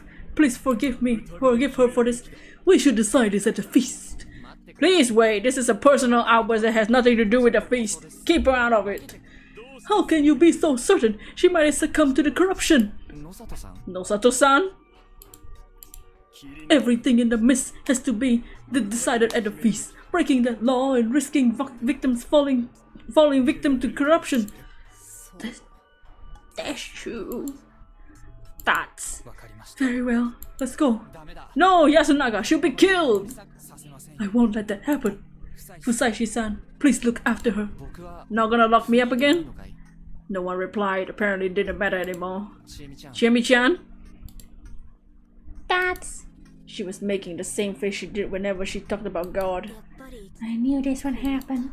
Strangely enough, there was emotion in her eyes. She could see 90% resignation and 10% fear. Watching me as she finally passed out of sight, she followed the others toward the hall. Oh no, there's so little people! Where's the sake? Can we just skip that part? The cleansing is important. Here you go, Nosato-sama. Thank you. That is the spot. You do, Chi-chan. Not. Yasukun. Dots. You just take a lick. What about One-chan? Uematsu-sama can't be here anymore. Me. I'll look after this girl. What's the point? Jenny, get a grip. Then let's begin. I vote to hang Madame Oribe. For what reason? She's dangerous. In that case, I will vote for Rikako for the same reason. What about the rest? This is a temporary vote. Say what you think. I think we should hang both. Doesn't really matter what order. I can't think straight right now. We should hang Rikako. We can at least talk to Kaori, but Rikako is a mad beast. What about you, child? They're needing One-chan. What's that supposed to mean? Listen, if you want to protect Rikako, vote to hang Kaori. Me. She won't understand. 3 didn't vote, and the other 3 who are in favor of hanging Uematsu is decided. This is absurd. Is this how you repay her for moving here and working so hard on our behalf? Hey, hear me out, will you? My mom is just a bit out of it right now. We may still be able to reason with her. However, Uematsu is basically a mindless animal. She doesn't even have the capacity to vote on things. Unlike mom, she's a Yomibito now. Even if we hang my mom today, what will we do tomorrow? Do you have a way of fixing Uematsu-san? Dots. Looks like it's decided. How simplistic. I know you're biased because Madame Oribe... We also didn't get a key. Oribe is a relative, but don't you see the big picture? What? Think about it. Our top priority is to kill the wolves. That comes before all else. Yomibito aren't wolves, are they? They basically proves that Rikako isn't a wolf. What do you mean? Remember the legend. Wolves are Yomotsu Okami's beings already corrupted by the Yomi. Do you really believe they can become Yomibito as well? Yamawaki-san, what's your opinion? That may be true. Here's a hypothesis. Powerful corruption slaughters you like you did, like you like it those journalists and your brother. However, weaker levels of corruption cause madness. Mad guardians are wolves, while mad humans are Yomibito. That means the corruption punishment can only be slaughter for wolves, and either slaughter or Yomibito transformation for humans. But that's just a convenient delusion. Indeed, I have no way to prove it, but I can make it more plausible. If wolves go mad due to the corruption, would they even look like Rikako-san does? Beasts are disguised as humans. Would they truly look like that if they got mad? Think the beasts would show their true selves? Bestial fury! Their furry suits! Their personas! What happened to Rikako-san? No! That may be true. Then maybe we should hang Kaori-san first. Timer! You're basing your decisions on fairy tales. We had actual deaths here. This is ridiculous. I'm the one who's ridiculous. To accept the fear of the corruption means to accept the legends. See, I've accepted it. Fearing the corruption while disregarding the legends is truly ridiculous, don't you think? Dots. Jenny. Dots. I'm afraid of God. I'm afraid of this God who toys with us as we dance on his palm. What are you saying? Regardless of no. Because of that, we need to fight back against our fears. For that, we need weapons. Harawaki-san. Why ham? Dots. I vote for you, Yasukun. What? What? Chine! I'm not sure I understand you, Serizawa. Nosato-san, start the proper vote. There's no point in just talking. What? But this was going to happen sooner or later, and if she's truly casting her vote, it's only fair for us to cast ours. But whether I can forgive you or not is another story, Chiene! I know. No objection? Then let's begin the vote. Here's what I think. Nosato-san is half right. We're supposed to search for wolves here. But I'm completely against relying on the legends for evidence. Mochi, the old wolf guy, and Takumi-chan all died at the hands of people. And that's why we should look back over at what happened so far, instead of the legends. So how about this? First, who aside from me understand the purpose of the feast? Nosato-san said it himself. Meiko-chan is too young to understand. And Haru-chan, honestly, I think she opposed Nosato-san and side with Yasukun regardless of the situation. Taiba-chan, look at the legends. Obviously, she's the biggest believer here. What about you, Yasukun? Though I know it's been hard for him, and with his mom about to be hanged, I can understand why he'd panic. But then why push for Rikako's hanging? It's easy for us to Yasumizu people to justify hanging of the village heads, but you should understand what comes first. Death of the damn Yomibito is the mandate. We should be looking for the immediate threat at hand, the wolves, before worrying about those words. The Yasukun I know would keep a cool head even in a crisis. Chiene, I understand what you're saying. I just can't forgive him. Whenever you talk, it makes a mess of things. Takumi, Yoshitsugu, Mochi are dead because of you. And now you want to take my mother? I'm sick of you. Nichan, what's wrong with you? Calm down. So yeah, I forgot about the purpose of the feast. It was just an act of petty revenge. I used Haru-chan for that. Like you said, that's all there is to me. I'm a pretty boring person. Are you still not satisfied? Yeah, this is totally out of character for you. Yasukun, I'm probably looking too deeply into it, but when Kaori-san set the food, only you and Haru-chan were absent. If the others had all been poisoned as planned, you'd be the only survivors, with Haruaki notwithstanding. If you were a wolf, it'd be pretty good for you, right? Dots! Are you suggesting I convince Mom to poison everyone? That'd be just the worst. She probably got the wolf's bane early in the morning. She was just too busy otherwise. It did look like she woke up early. By that point, she was already resolved to kill us. It's easy to imagine someone had given her the idea the previous night. But we can't contact anyone at night. There are two wolves. Thoughts? What? For the sake of her only living son, Kaori-san was ready to kill everyone, even if it meant being subject to the corruption. But I'm human. If you only had the wolves and a lone human at the end, votes no longer matter. Haru-chan wouldn't be able to do anything. Thoughts? No way. Nichan? Yasukun? Thoughts? That's impossible. I mean, if Mom were a wolf, Yoshitsugu wouldn't have died. If she killed me to spare him, though, she could have killed me to spare him. You think I convinced her to do that? She'd never listen. She loved him way more than me. Shit, this is Crow. There's no way he'd say anything like that to his mom. I'm not saying the wolves killed Yoshi-kun. He might have been just out and killed by the corruption. Also, even if she wasn't a wolf, she helped her son even if it meant falling victim to the corruption. Sounds like you're saying whatever you can to make Nichan into a bad guy. What's wrong with you and Chine? You always used to protect us. Thoughts? Was it him? Did Fusaichi-san tell you to say that? Did he make you change? No, he didn't. I'm just following his example and thinking for myself. Things I don't want to be true could actually be true, and I can't look away from them anymore. And you decided to vote against me and ruin our friendship? I mean, listen. Listen to yourself! The Yasukun I know would never try to guilt me into submission like that. If you ask me, you're the one who's changed. Thoughts? So who will you vote for? I need to take responsibility for what I said. I suspected Yasukun, and I'm sticking to that. One vote for Yasunaga. We messed up the order, but in terms of sitting order, Taiba is first. How will you vote? Yes, I will vote for Kaori-san. I don't think Uematsu-sama is a wolf. What about you, Nosato? Now you're being respectful? My answer doesn't change. Setting was worse made it all the more certain.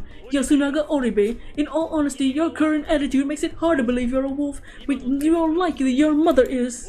1 vote for Kaori. What about you, Yasunaga? I'm still voting for Rikako. I'm voting for Rikako. The child Meh. can be ignored. Wait, Meko-chan, think your vote might decide whether humans win or lose.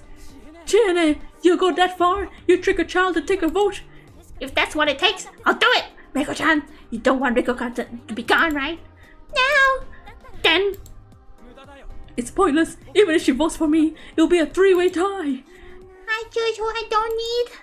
Yes. Then, I go with the lady. She was scary. Dots. Dot. You mean the woman from the dining hall? It's decided then. No! This has to be a sick joke. My mom will die because of something like this. A vote is a vote. Dots. Nei-chan, it's over. I heard muffled screams and sobs from the dining hall behind me. Gagged and tied, Kaori was still wailing. She couldn't move properly and had a pole fixed to her shoulders, but I was still worried enough to check every now and then. The lack of change helped calm my nerves, but at the same time I resented myself a bit. Quite a bit of time had passed since the feast began. Well then, what kind of decision will they make? The daily wolf lynching hanging had failed every single time so far. Considering the number of days remaining and how many people were left, if they mess up today, the humans will lose all hope of surviving. Either Kaori or Rikako ended up chosen. There would just be no chance anymore. Once I saw people leaving the hall, my mouth moved on its own. It's done then. Their eyes were steady. They walked in my direction. Not to me though, but to the dining hall. You chose Kaori-san? I asked anyway. I was speaking to the last representative of the sanity in this place, Kyonosuke. Move! We didn't even converse. His tone and look in his eyes were different from the usual. His usual arrogant pride was gone and in its place stood a deadly determination. Yasunaga-kun! I lost! Haru-chan! I was against that. Ba-san! It's the will of the Shinai-sama. Chiemi! Haruaki-san, take the girl. Yes! Dots. Mako was at the rear of the group. Somewhat hesitantly, she walked up to me. I moved aside to let them pass. They all entered the dining hall and dragged out the victim. The ones holding the ropes and doing the dragging were Kyonosuke and Chiemi. Following behind was Tae, prodding her onward with a bamboo broom. Stop. As his mother cried out in pain, Yasunaga followed the group, hand in hand with Haru. Stop them.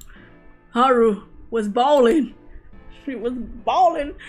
Yasunaga was shaking, not even trying to hide his sobs. His face was warped in anguish. Someone. A broom. Not a bucket and a mop. As the group faded away, the gag fell out. The victim's voice grew loud.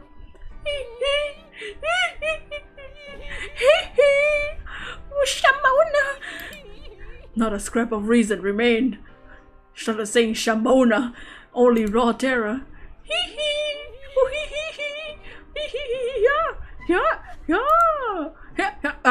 Or perhaps madness. Oh, please. Ooh. Someone beg for her life. However, I didn't hear any pleas to the very end. I painfully realized I wasn't participating in the feast. I wasn't part of this life selection game bound by otherworldly rules.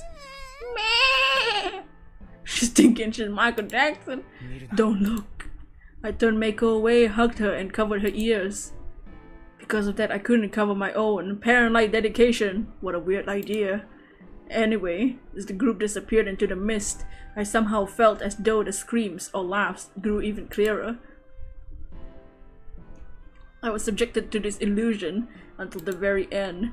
During the final moments, the mother called out her son's name. It was the name of the elder son, and he responded by calling out for his mother. but at the very last moment, it felt like the victim shouted out a different name. There was a strange sound, followed by silence. Mako. Mako's body was surprisingly warm. In response, she nodded. Let's escape from this place tomorrow. She nodded again. Give up on Rikako. Mako started crying. Oh. I let her go, took her by the hand and led her to the dorm. There I took all the remaining food I had. Then I escorted her back to her place. Lock up, I'll come pick you up tomorrow morning. Still crying, she nodded. Eat this, all of it, okay? I gave her some food and closed the door. Once I turned around, I saw them. Today's feast is over. There wasn't a hint of emotion in his voice. I see. As one who didn't participate in the feast, I was in no position to criticize or support them. They just turned around and returned to their places, leaving no indicator whether they actually heard me. Dots. 3 of them were headed in the same direction. I didn't feel like joining them, instead casting a glare at their backs as they walked. My powerlessness was killing me. Under the assumption that I would die tomorrow, I decided to go through with the miss down to Saranaga, a strict taboo here. What kind of death would that get me? Would I be injured, wander into some other world, something else entirely? Perhaps I'd be eaten by a monster. I still had that incomprehensible memory. It's still enough to make me suspect that it was the most likely scenario. Normally people didn't remember dying.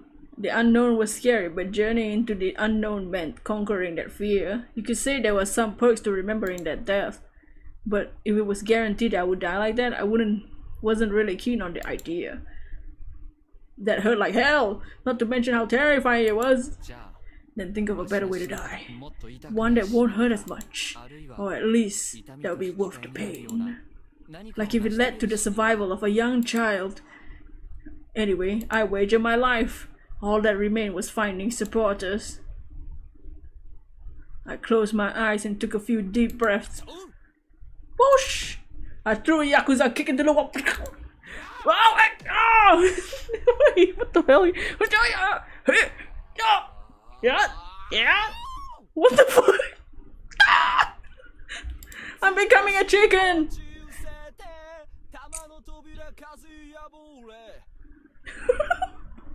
What is this, Dragon Ball? What's happening? The 7 treasures have finally been lost to the elements. That sacred ore reduced to rust. In the end of the jungle, the jungle decadent void, the Buddha's corpse shout out. What are those sounds? As I sang the Buddha's ash rock, I attacked the wall with my ass, which prompted a response from the other side. They just... What? Shut up, you stupid bitch! I heard Chiami's angry voice from the front door. You sound like you enjoyed it. the clap of my and the sound of my ass cheek. No one would know how to react to that. The walls here were thin, apparently.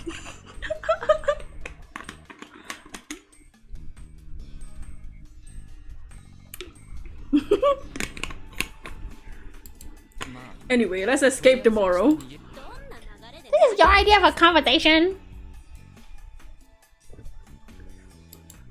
If you can still talk like that, you're perfectly sane. Escape it is. Let's say bye to this nest of full of crazy. Listen, Haruaki-san. I'm serious. Still outside my door, she fell silent. It was only about 8, still a safe time. I walked up to the door and unlocked it. Damn, you look like shit. Is it that bad? Nah, just joking. What's with the jokes? You my boyfriend now or what? You put on a tough face, but it's masking, hiding some supernatural suffering, isn't it? Come talk to me, baby! That's... Well, don't if you don't want to. Take a seat. Pardon the intrusion. Alone in an empty room, we sat cross-legged, looked at each other. Tell me what happened during the feast today. Who are the wolves? I don't know. Hell, I don't even care anymore. The situation was hopeless. She felt the same way. So far, there wasn't a single lynching with a good reason behind it, and it didn't feel like they got unlucky and killed a wolf. If only that scrawny rich guy were a wolf, it'd be so easy to hate him. Takumi said he's clean, so that's not likely. I know. But still, assuming Yasunaga was actually a wolf, I really doubted he was cold-hearted enough to keep the act of a human while seeing his mother to death. Like Chiemi had pointed out, it was best to assume Kaori had only done what she did for her son. If everyone died and was only one left, he'd be the victor regardless if he was human or wolf, probably. Whatever the case, it was important to note that it was wrong to guess whether Yasunaga was a wolf based on this alone. Kaori was in a messed up mental state that led to her plot, the deaths of herself and everyone else just to save her son. It was simply the immense power of motherly love at work. I messed it up by sending Haru-chan to the second floor. Kaori-san probably resented me for that. Not to mention I was the one who pinned her down. Being the target of a dead person's enmity was a rare experience and, in my opinion, uncomfortable. Turns out I couldn't follow your example. My example? Yeah, I tried to think and did stuff well. Was I a bad influence on her? Oh my god. Me? A bad influence? Never. How could I? I'm a Sigma male. Well, carefully deliberating your actions was never a bad thing, obviously. Also, it was worth noting she pointed out that Yasunaga was trying to guilt trip her like it wasn't him. Her own intuition was important too. Besides him, there was Tae-san who believed nothing but the superstitions, Haru-chan who always agreed with Yasu, and Meiko, the baby! Everyone is suspicious. Yeah, that's why I don't care who it is anymore. Chiemi hung her head. I've decided to help Meiko-chan. How, by running away with her? I'm telling you, it's pointless. It's better than just sitting around waiting for death, isn't it? And if she turns out to be a wolf, you'll be down one. Lucky day. Would it be? I don't know anymore. Thoughts. I killed someone. She said it casually, but I could tell it was hard for her to say. It's not your fault. I responded casually. Felt like breaking the illusion would be too much to handle. Wow, it's like you don't care at all. But you were against it, weren't you? Not stopping the murder makes me a partner in crime, doesn't it? I'm the same in that regard. Oh, right. Also, the law would understand you made the wrong decisions because of circumstances. Law, huh? Well, being punished under a proper rule of law is infinitely better than being punished by some weird laws of some mountain. Thoughts? Or what, you wanna die supernatural death? That? No dice? Yeah. Man, this was complicated. Is it God's fault? Half of it, yeah. But you can't explain the other half. Right. Then talk about God at least. How do I put this? God is misfortune. Huh? Well, I don't mean that. Literally, it's because of God that we can't attain happiness. Is God visible? Yeah, we've all seen it. But its true form might be invisible. Let me ask about the visible part. Is it human? Thoughts? Though slowly and hesitantly she gave me a light nod. Is it someone from Yasumizu? Silence, neither yes nor no. Then is it someone from Kami Fujiyoshi? She kept her silence. Her shoulders were shaking a bit. Then... No! It's not human! You can deal with humans! God is beyond that! Shit, I knew we were going like this! Calm down and explain! Otherwise we'll both be killed! Bidoof is visible. So is Magikarp. Fine, I just want this nightmare to be over already! Hey, Haruaki-san, kill me! If it's in your hands, I think I can die! What? Get a hold of yourself! I am! I'm not corrupted! I'm not insane! I'm not! It's Fujiyoshi that's crazy! It's God that's crazy! Is God some state of being? I just kind of blurted out something without thinking. She was clearly in a state of panic. Despair was one cause, but someone panicked like this couldn't explain themselves properly. Also, I didn't feel like this was simply some spiritual being she could see. She could perceive God as a sensation of sorts. The fact that others couldn't cause her to panic Explaining a sense like that wasn't easy, and trying to explain it in detail was a reminder of how much it scared her. I had to try and understand that she was sensing and find a better word for other than for God. That was what I thought to myself after saying those words, but why did she suddenly go quiet? She was raising her head and her eyes were wide, staring at me. She completely stopped voicing her pain. Did I hit the nail on the head? As I considered that possibility, I felt a cold, damp breeze from behind me. She wasn't staring at me. She was staring at something behind me. Oh no! I turned around, following the direction of her eyes. How long had the front door been open? Had I forgotten to lock the door?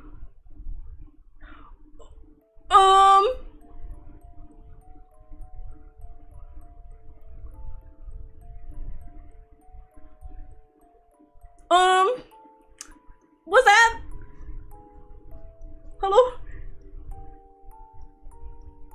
You? Is that the corruption? Or is that the wolf? What the hell is that? What the shit? How long had that thing been there? There was a person outside. Was it even human? Through the darkness, I can see it was definitely a humanoid silhouette. They're smiling. I don't know if you can see. It's smiling. Ooh! He was definitely abnormal. His body was covered in bandages, no sutras. Was a smallish boy or girl covered in marked clothes. Hello there, creature. Oh, hello there. Was it even human? I asked the same question again, unable to voice the words. I couldn't move a finger, or rather, I didn't, because I had no idea what would happen if I did. As the tension began to overwhelm me, I saw its lips move. Wolves are come. The smell of Yomi. Cleanse, shelter, and dream. Daughter of Fujiyoshi. A howl. Is that a wolf? I heard something fall. Turning back around, realized it was Chiemi. Chiemi? Wait, what? Chiemi. I still confused. I rushed and caught her. It was a momentary loss of consciousness. She hadn't fainted. She just seemed to be drifting at the border of reality. Wake up! Why am I here? What was that? What did? I'm sleepy. Sorry, I'm going back. Chiemi stood up, her eyes utterly devoid of life. She headed to the door. It was closed, and there was no one there. I set that matter aside for now. Chiemi was way more important. I had to stop her. That was why I'll take you out of here. Wrapped my arms around her. If you want to throw away your life, give it to me. That's... Tomorrow morning, I'll take you and Meiko and leave this place. Baby girl? You and Meiko? Not just you? That was her first response in a while. Well, you entrusted her to me, and I'll honor the trust you showed me until the end. Man of integrity, huh? You noticed? There's also the fact that I'm not too keen on letting a child die. You've dropped the tough guy act, Haruaki-san. Also, when did you drop the honorific? You don't like it? I don't mind, it's just... Shouldn't there be a transition point for these kind of things? Go out with me. Oh! Oh! Right in front of the monster? Oh, sheesh! Sure. Oh, yes! How bullshit works. So let's go out of here. Let's get out of here. Okay. Just so you know, I'm only saying that because I don't mind dying with you, but Meiko-chan's barely a blip on my radar. That's not very responsible, is it? Chiemi-san's a girl with many brain problems, so she prefers to rely on people older than her. Leave it to me, baby. Also, we're taking anyone who wishes to join us. What? I'm not getting some special treatment here? You are. The others have a choice. Now that we're dating, I'm taking you whether you like it or not. Not not sure I'm happy about that one. Did you know I'm actually not a very popular guy? Haruaki-san. Thanks. Her teary voice compelled me to embrace her. If I'm killed by the wolves tonight, Don't say that. I don't care what they got out of me outside. Don't worry, baby. I'm scared. I'm right here, baby girl. I'm here for you. It's hard to say baseless things. Even so, I kept on saying whatever I could to make her feel better. This went on for 10 or so minutes. It's a long ass time. Even if the wolves didn't pay us a visit, we had to respect the rules of living here. We awkwardly exchanged some parting words, and I saw her off as she returned to her room, her parting ways with a frail smile on her damp face. Bye-bye, girl. Tomorrow. Everything will be decided tomorrow. Oh, we survived to Friday? Dots. Another morning. Aside from being really hungry, I woke up the same as always. I hadn't died. The only real difference this morning was that I could go outside as I pleased. It was still misty outside and I couldn't see much beyond the dawn. The settlement isolated in mist, a space cut away from the world. Could we really leave this place? We could. It had to be physically possible. The idea that we couldn't was just a speculation, no matter how much this place defied reality. What was that thing? Why did Chiemi collapse? How sane were we? Was this even really happening? What if I was the wolf the whole time? Oh my god, and I didn't know? But was that the corruption, the wolf thing that we saw? Maybe, I don't know. I guess the first night maybe it was the corruption. Human senses and memories often lied to us, though just dismissing anything that didn't make sense in illusion wasn't a good idea. That thing had actually visited us. Its appearance was strange, but I had little proof that it was something supernatural. It had to be human. For the reason Chiemi collapsed, there were a few possibilities. Unless it was a trick she schemed with that thing beforehand, that being too much for her to handle emotionally. What did the thing say again? The wolves cometh to the smell of Yomi, cleanse, shelter, and dream, daughter of Fujiyoshi? Was it? It was basically seemed like a fancy way of saying get back to your room and sleep. It was a warning for those who made the rules. Oh. Then was that something on the mountain? Great Lord Shinai's side? No, to be honest, I'd say it was more like something from the other side. I mean, it kind of fit my image of Yomi Bito. It wore sutras in place of clothing, and cloth over its face reminded me of a funeral shroud. The word corruption seemed particularly fitting, yet a sinister aura, to me anyway. That was strange. Great Lord Shinai was the enemy of the forces from Yomi. Yomi Bito wouldn't act as his messengers. This contradiction was quite eerie and alluring unknown. That didn't matter now. My goal was to let Chiemi and any supporters we gathered escape. I returned to the room, made my futon and started searching again. The futon was the only thing in the closet. There was nothing I could use as a weapon. I gave up, left the room, and went to Chiemi's. If the worst had come to pass, I fulfilled her last request. The door was locked. I knew it. The wolf was. I knocked. Oh no! She came out after a few seconds. Apparently, she was already ready to go. I want a weapon! I figured. She gave me a pretty large knife with a sheath, probably used for hunting. Got anything for yourself? I lost my kitchen knife, so you had to protect me, alright? Sure. I had zero confidence in pulling it off, but sometimes bravado was important to hold on to. We went to Haru-chan's room. It wasn't locked.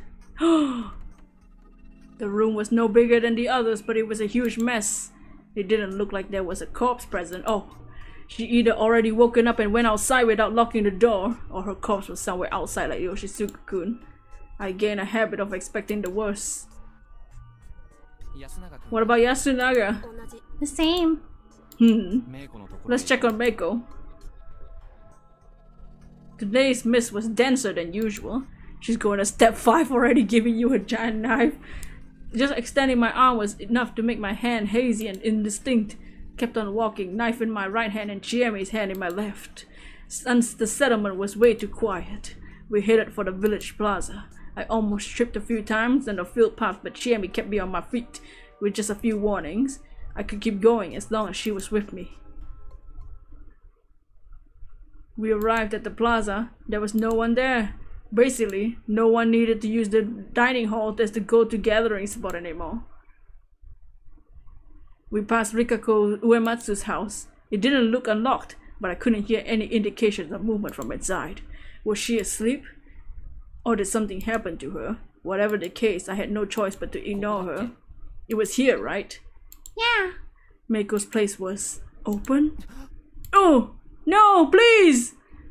Thankfully, all I found inside was just a messy futon. Oh, it was the same as Haru-chan's room. But now it happened with 3 people. It was safe to assume something wasn't right.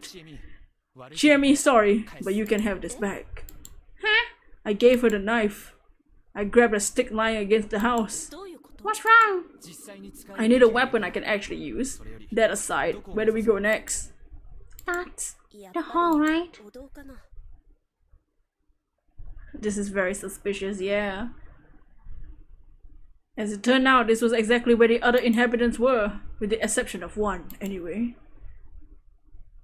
Uh-oh. Yasu?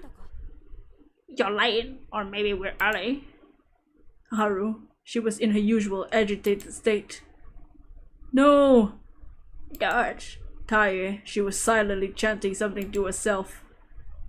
Gosh. Meiko. Haru-chan had her hands on her shoulders. She still looked anxious.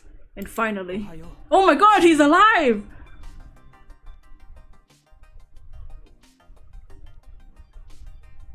Okay. Okay, bitch. Okay, bitch! You wanna throw hands? I'm gonna throw hands. Wait, that means the rich guy is dead, right? That means Nosato is the ugly guy is dead. Good morning, Chiene and Haruaki Fusaishi-san. Your Yasunaga Oribe, his face was grim. Those were all the people here, meaning that So they finally got Nosato-san, huh? a simple process of elimination was enough to know who was gone. Anyway, it was time for the first battle. Meiko, come here. She tried to walk to us. No! But Haru stopped her. It was time. I raised my stick and... So you finally reveal your true colors, Fusaishi-san. Yasunaga stood in my way. He had a menacing... He brought a weapon too! Ready for a swing at me. You're the cause of all this misery here. It's the end. I knew it would come to pure strength. No way, what? You were tricked. He's the one that caused all this. Not letting him join the feast was a mistake. If we had hanged him, Mom, Yoshitsugu, and everyone else would still be alive. Wait, that's... We'll hang him today. That's the end of it. Yasunaga-kun, you shouldn't try to advise the situation based on a story nobody knows. What about yo? Why you try to attack? Oh, good point. I'll tell you. I want to take back the hostage. But that's... Well, before that, let me just help Chiemi-chan understand. Look how confused she is. Why do I sound like a creep now? Huh, what? They didn't say another word. Chiemi and Meiko were the only ones who seemed confused. Basically, the others had prepared for this. Ignoring who is a wolf here, there's 2 important things you gotta keep in mind. First, yesterday, I told Meiko I wanted to escape the settlement with her. It's best to assume everyone heard that. Escaping the village is taboo. I know that. The question is whether letting someone escape makes you a target of the corruption. That's why you secured Mako first thing in the morning, so I can totally understand that. The other thing is that Chiemi and Yasunaga-kun ended up on opposing sides yesterday. Owing to that, today's feast will be a one-on-one between them. Since Haru-chan almost always takes Yasunaga's side, he have an advantage. But with Taya-san and Mako as swing votes, his victory wasn't guaranteed. That's why you decided to reconciling with Chiemi and going after the only outsider that's the safest way, right? You're wrong! I'm not. That's why you took Mako as hostage. You want me silent! No, I just thought you'd take her as hostage and ask us to do horrible things. What would I gain from that? I'm not a part of the feast. You agreed to that yourself, didn't you? That was a mistake. If it's not you, then who else could be the cause of everything here? Haru-chan and I lost family. Tayaba lost Takumi. We all lost people important to us. And who didn't lose anything? Only you, Haruaki Fusashi-san. Oh, so that was his story, huh? Sorry, Yasunaga-kun, but you're a bad storyteller. You seem to have a habit of putting a wall of well-spoken words when lying or putting on an act. Come at me, bro. Please stop messing around. Oh, but I'm not. I'm used to being a douchebag. You're trying way too hard to manipulate people using their emotions. You also underestimate Chiemi by thinking you can just use that as a smokescreen for the holes in your story. Be right back. Alright. Well, from an emotional standpoint, blaming me for everything is definitely the easiest way. But on the other hand, you're selling yourself short. You're calm, cool, and collected, the type of guy that argues against adult absurdity with facts and logic. Please stop this pointless analysis. Well, that's something for the villagers to decide, not me. They're the ones who watched you for years. Of course, I understand you went through something difficult enough to change you. Then let me ask you this. Are you blaming everything on the outsider because you lost your own emotions? Or are you actually acting rationally to make sure you hang me and waste today's feast and so you can tip the scales in your favor? As in, are you someone who'd benefit from wasting today's lynching? What do you think, Chiemi? She gasped and looked at Yasunaga. There was suspicion in her eyes, but not trust. You could have said that I was a wolf. Yet you didn't. You just said I'm the cause of all this, because you're a wolf yourself. You hate lying, don't you? You know when the chips are down, you have to commit to the lie. Chiene, you're gonna believe him? Making an emotional appeal in the face of cold logic is a bad move here, bro. You need to fight logic with logic till the end. Shut up! What do you know? You just wasted time, not doing anything because you couldn't. He had a point there. I feel like shit about that. I should have joined the feast from the get-go. If I had, I wouldn't have wasted time on the pointless arguments and autopsies. However, you know, right here there's a guy that can think for himself, but just played along for some dumb superstition, letting both his brother and his mother die. As an adult, I'm really mad at him, Yasunaga-kun. Once I said that, Yasunaga Oribe hung his head and fell silent. 10 seconds of silence were enough for everyone to realize he lost the argument. However, the expression on his face was abnormally calm. Truly, I really am a wolf. What? As he spoke, it wasn't a big deal, but you are misunderstanding a few things. That just made it seem even more abnormal. We've already won. He tossed away the grass sickle. His voice wasn't nearly as passionate as before. It was cold and rational. It demonstrated a confidence rooted in sound logic. I couldn't understand what he meant. Other wolf, please reveal yourself. What was the point of that? Are you sure, Yasukun? Yes, that's enough. The old lady and Yasu? Dad, I am the other wolf. I couldn't make sense of this. Had he decided to graciously concede by selling out his partner, now that he'd been cornered? No, he said he already won. Even if there were 2 wolves, there's 4 of us. They'd lose in votes. My answer came from a completely unexpected direction. Nichan! Nichan! You and Taiba really are the wolves! The granny! A shout of pure, unadulterated joy? Haru became the least comprehensible of anyone present. She ran to Yasunaga and hugged him. What? He hesitated for a moment but reciprocated. Meiko, still clueless as ever, slowly walked over to us. Oni-chan. I'm sorry, hide behind Chiemi. Meh. Haruaki-san, what is this? I don't know. I really didn't, but I had a feeling that something wasn't quite right for a while now. I suspected it'd be made clear now. I was certain of it. It made me feel uneasy. Okay, you have the initiative here. Can you explain? Dots. Taiba, you do it. Fine, I've been relying on you too much all this time. She wasn't even denying it. Chi-chan, Meiko-chan. Not me. This is something I never told you. A long, long time ago, when I was still a girl, Kami Fujiyoshi's people got drunk and revealed the truth behind the feast of the Yomi Purge. The truth. Tai told us a story very similar to the legend they told in the strange village. Well, it was less like similar and more like I was looking at it from the opposite angle. Dots. The part about the great Lord Shinai sending 5 guardians to help people was the same. 4 of them teamed up with the humans to murder the wolves. However, in the real story, the good and bad sides were completely reversed. Apparently, the people and the 4 guardians joined Yomi on the very first feast of the Yomi Purge. Basically, all of them were Yomi Bito. They all were ganged up on, overpowered, and expelled the wolves who tried to resist until the very end. That meant this land belonged to the Yomi Bito for a long, long time.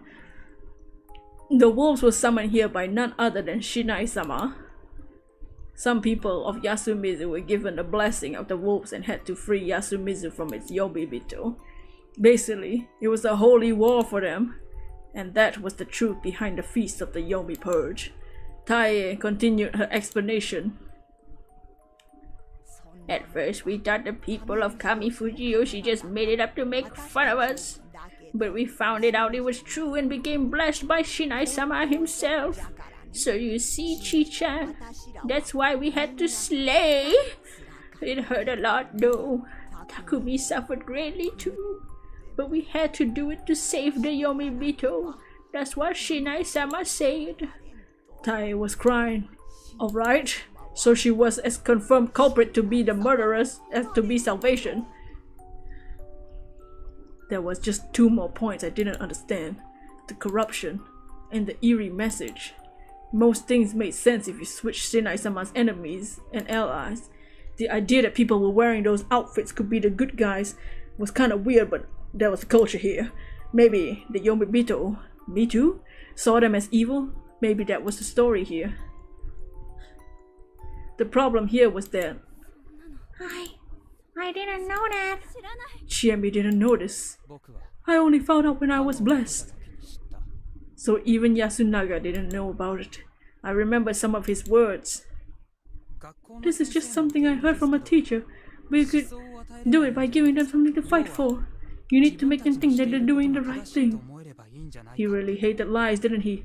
He basically told me the truth of things. The feast actually had a system that made zealous murderers of people. Whatever, enough about Yasunaga. Then why did Haru-chan know?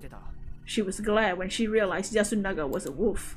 Basically, she already knew the real story and the wolves were good guys. Why? Who told her? The Okami-sama told me. They showed up in my dreams on the day Oji-chan died and told me about it.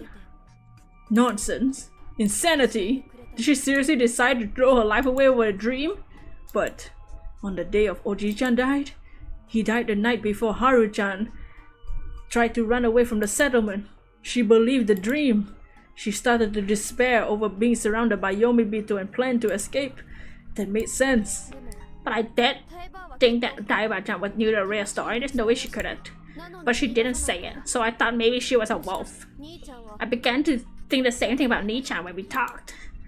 It all clicked. She believed the sudden revelation, despite the lack of proof, and the man she liked was in the minority and had justice on her side. And right now she said she would betray the humans and join the wolves. She believed Yasunaga was right with all her heart, and so the wolf Yasunaga had 3 votes for the feast. I can't be killed if Chiene and Meiko both vote for me.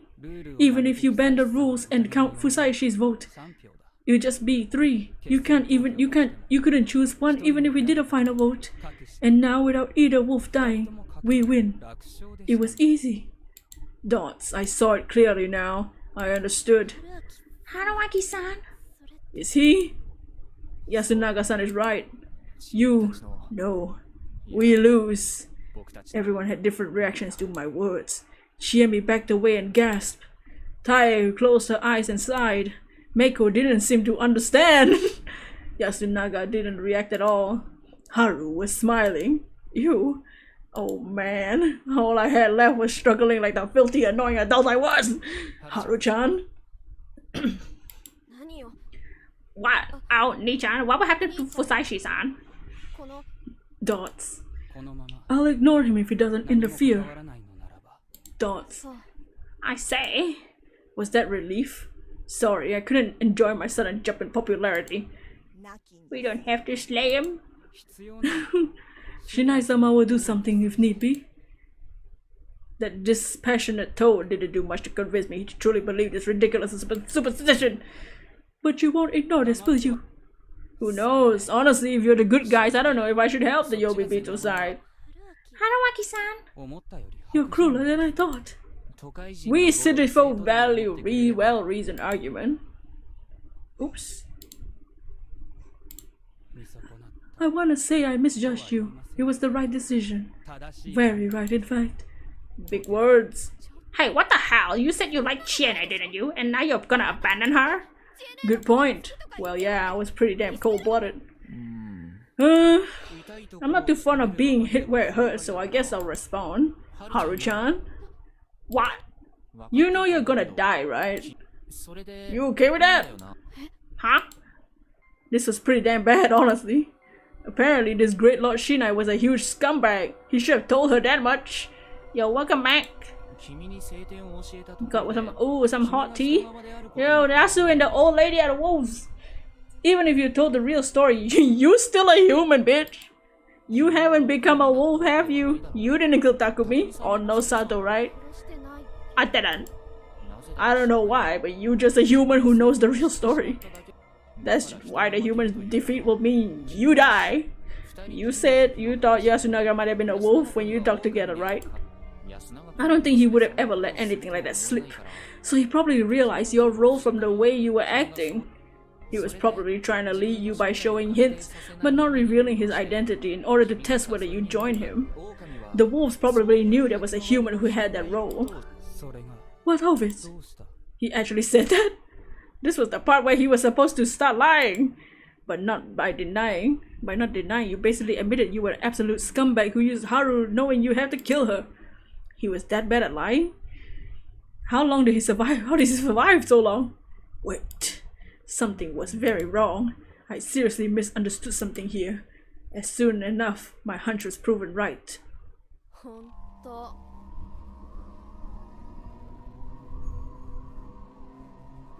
Oh no! What the fuck? Sorry, I was lying. Oh no! Ew!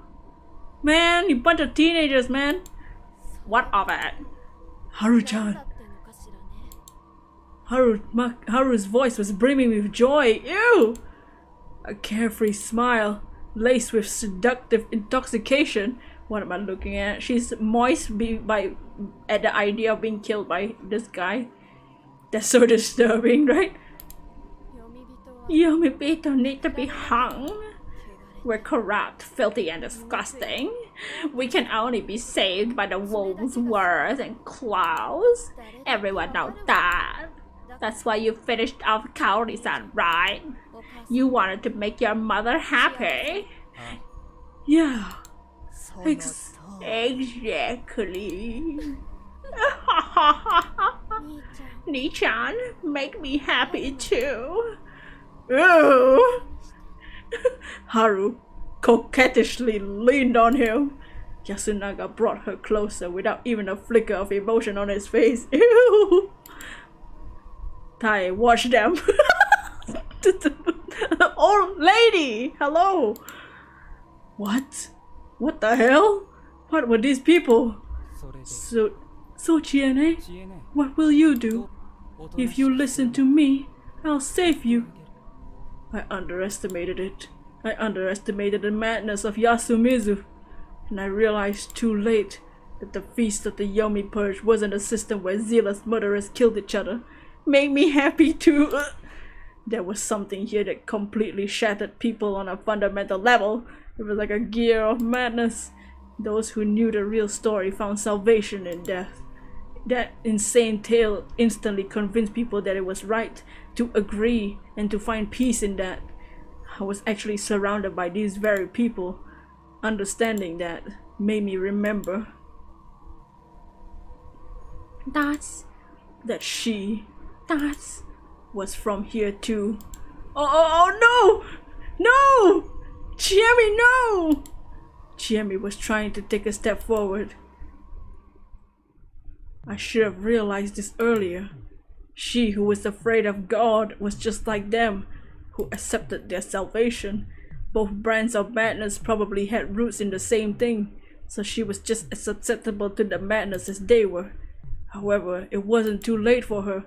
Yasunaga's expression stayed the same, but right before I looked away from him, I saw a slight change. It was bitterness, irritation, something out of place on the victor's face that made me realize that his plan for this scene wasn't lost to madness. Then I had no choice but to take advantage of the opportunity. I grabbed Chiemi's hand. I pulled with so much force that she fell on her butt, but I didn't care. I dashed past her and swung my weapon at Yasunaga. Oh, I hit Haru! Freaking hit the girl! I hit the old lady twice! And I Yasunaga I 5 or 6 times, I don't know. And I ran to Chiemi and Meiko, who were completely dumbfounded and fled the hall.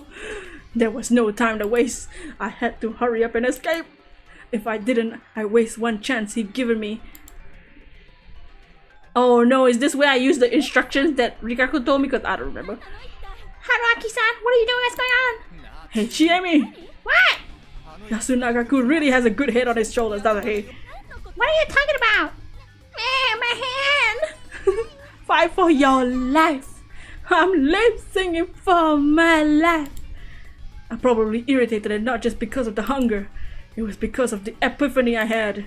And because it had taken me so long to reach it, Yasunaga had a different motive. You have a crush on Chiemi, so you didn't want to hurt her, if no one else. You used what little reason you had to conclude that the only way to save her was through escape. But letting someone escape would be subjecting everyone else to the corruption. So you had to have me beat up everyone and take her by force to avoid that shit. If he didn't intend me to let me run away, he wouldn't have thrown away the sickle. He was basically signaling for me to understand and finally attack him.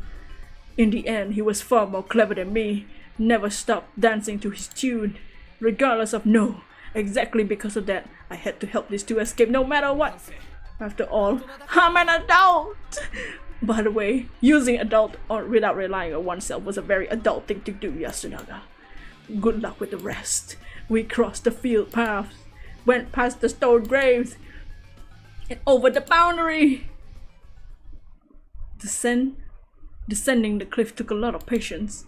It didn't seem like they were chasing us, so we could go down carefully. Chiemi's expression was dead. She'd been hit hard by a sudden revelation. The game board had been flipped on her and she lost. And suddenly she had to say goodbye to her old friends. It was hard to just laugh it off. Should I have told her about Yasunaga-kun's intentions? I did consider it, but I couldn't bring myself to.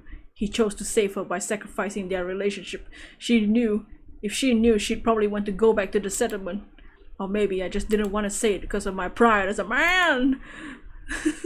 That was fine by me too. Be able to shrug it off. Such unfairness was one of the blessings of adulthood so I could console Chiemi, shouted to Mako and be more careful, and generally talked as much as I could. The mist grew even denser.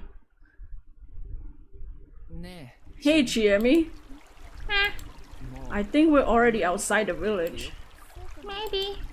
We did it! And look, nothing happened. We did it! Yup, now let's cross the river and return to town. Where's the river? Dots. I couldn't see anything. I hadn't lost my bearings, it was just worse than that. I couldn't even see Chiemi or Mako's face. I was actually holding their hands. We were already at the bottom of the cliff, walking on the stones below, where we heard water, so it was close. Clear we were close to the river. I didn't know if we could keep going right now. Let's rest. We can't. Chiemi, I thought she was gonna freak out again, but No, that's not it. she stopped me. Don't you hear it? Ignore the water. Dots. Confused, I strained my ears. What? What am I supposed to hear? They're coming after us. They were acting strange. I strained my ears again. Dots. Was it above us? I could hear the faint sound of rustling leaves from the top of the cliff. We gotta run! Engage! Haruki-san, take Miko-chan! Ugh! The intensity in Chiemi's voice made me take the situation seriously. What if the sound was just the wind? Was she jumping at shadows? But I would have been lying if I said I wasn't worried. After all, a question remained unanswered. According to the legend, this was the HQ. Wait, they were good guys, right? Still, this wasn't a normal place. I had to get out of here ASAP. Dots, dots, dots. After a while, I was forced to recognize the anomaly. We couldn't reach the river. I ran along the riverbed. It should have been small, just a few meters wide. But even after 10 minutes of running, there was no sight of the river. We couldn't get anywhere. It was just like ring wandering. A phenomenon where people wandering in snowy peaks lose their sense of direction and end up walking in circles. However, even if my sight was limited, how could anyone get lost in such a small riverbed? I could hear the stream right next to me. This felt so wrong. I was as good as blind. All I could do was trust my ears. That just made me realize how useless that was to rely on. Oops. I trusted my sense of direction, less with pace every passing second. So, the sound of parting grass in the distance, the sound of claws stepping on the rocks, I felt like they were getting closer. I couldn't be certain. Eventually, we slowed down. The others didn't say anything. They were clearly exhausted. We hadn't eaten for days, not to mention the dense mist made our clothes uncomfortably damp and cold. We walked along the riverbed without uttering a single word. The sound of water wasn't getting closer, but something else was sure was. Something. Things I don't know scared me. The chill and fear strangled me like a garrote as I carried Mako, past from exhaustion on my back. How long has it been like this? Suddenly, the hand I dragging became heavier. Chiemi had stopped. Haruaki-san? She called my name through the mist. What? I tried to sound lighthearted, but I wasn't confident and I pulled it off. We're done for. Her voice suggested images of a grim smile. What are you saying? Unlike before, I couldn't manage the defiant tone I used when she said something stupid. It was true that something unnatural was happening, and there was no simple explanation. Chiemi was wearing down both physically and emotionally. Let's rest a bit. We'll get through this if we just go a bit farther. Don't worry. No, it's impossible. Why? I think you can't get past this river as long as I'm with you. Dots. What? That was like... You heard what they said. We're the Yomibito. Yo. You're not worthy of crossing something? I mean, I've been eating Yasumisa's food since I was a little girl. And I'm corrupted. Chiemi! Don't look at me! Oh!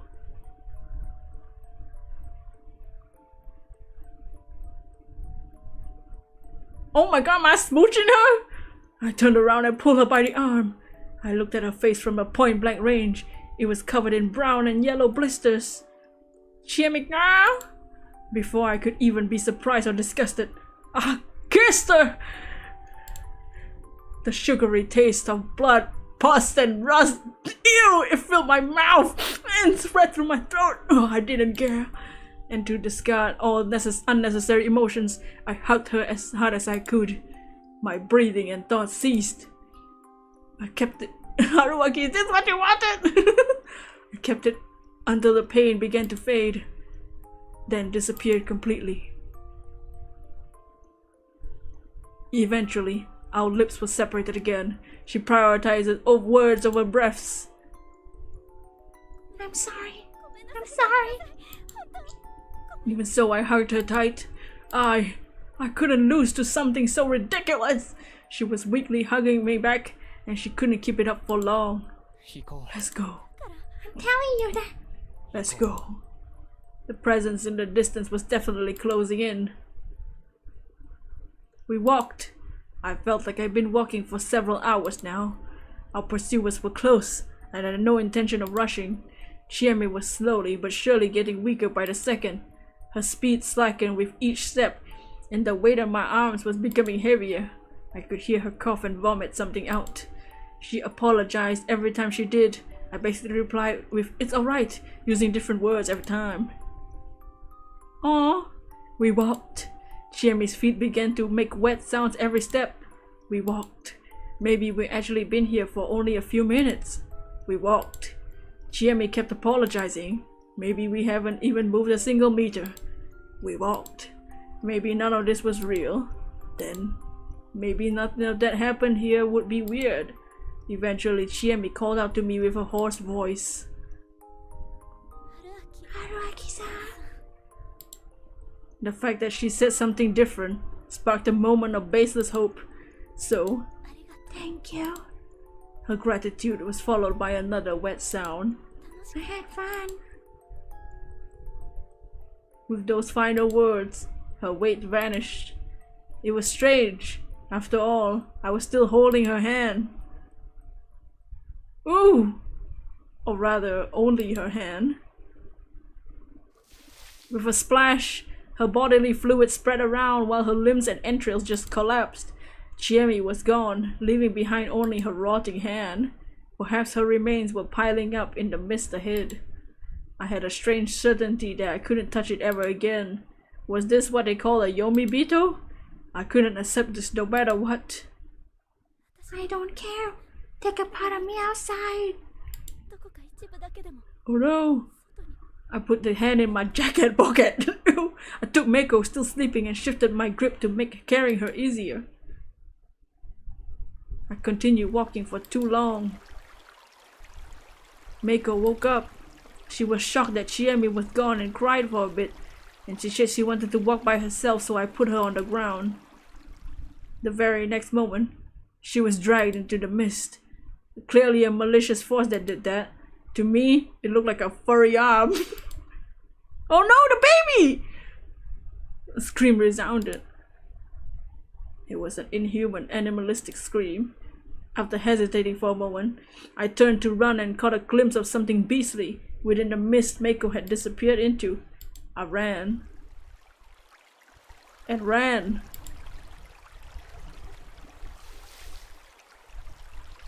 Suddenly I felt myself step into something wet. I had arrived at the river. It was meaningless. I lost everything. And in the end, only I survived.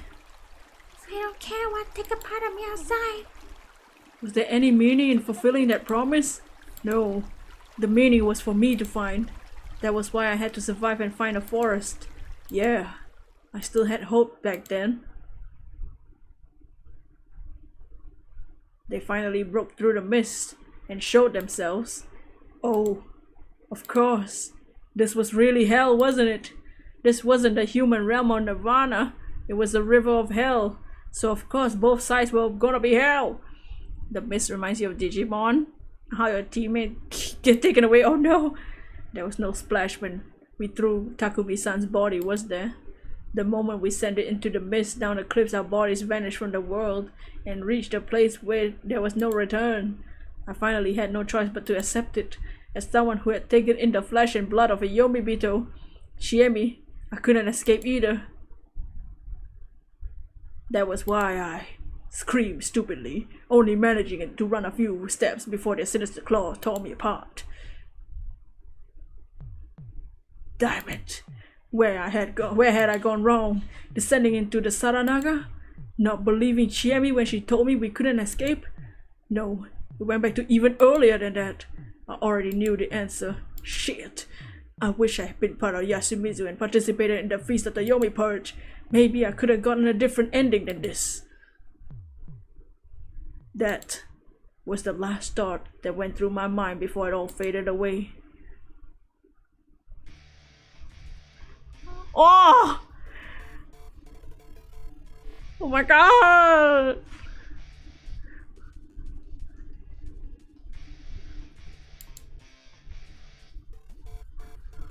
Well, damn! Well, that was one of the endings. It's still not over, guys. We still have a lot to unlock. Oh! Prepare yourself for the next feast, it said. Who was the wolf? The wolf was the old lady and Yasunaga. Whirls and claws. That's the ending we got. Raging loop! Wait, loop! Like the wolf that you said the other day!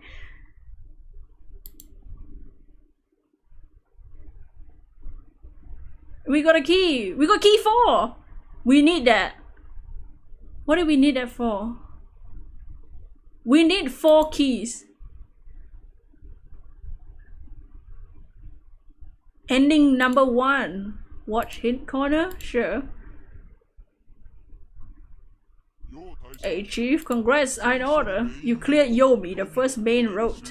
Embrace the sense of accomplishment and lovey-dovey atmosphere. Though you're not in the mood for that, makes sense it wasn't a happy ending, but keep your chin up, I'll help you find your way. This one wasn't a bad ending, just ending 1. Fun in the marshes with Chiede. It wasn't a bad ending. I got no advice for you. If you want to find a better ending, proactively participate in the feast. So I can be in the feast. With key number 4 means you have to head down that path. Okay. Ooh. I've also opened infiltration, which is the path that I not supposed to not stream. Take on a more chaotic path and give it your all. Ooh. There's still other keys that we can get. Oh man. Let me save.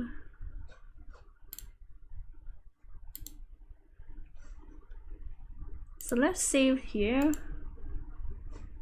So there's some things. So this is introduction. This is nothing. There's one here. So we need key 4 here.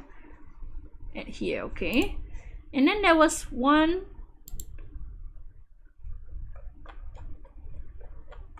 There was key 20 here. There's one option with 4 keys. Here. Key 2. Is there really 20 keys? My god, I kinda need to use the bathroom. I low-key want to keep playing, but I feel like I've been playing for 5 hours. I also don't know how long it'll be before we get to the point where I cannot stream it. But let me go to the bathroom real quick.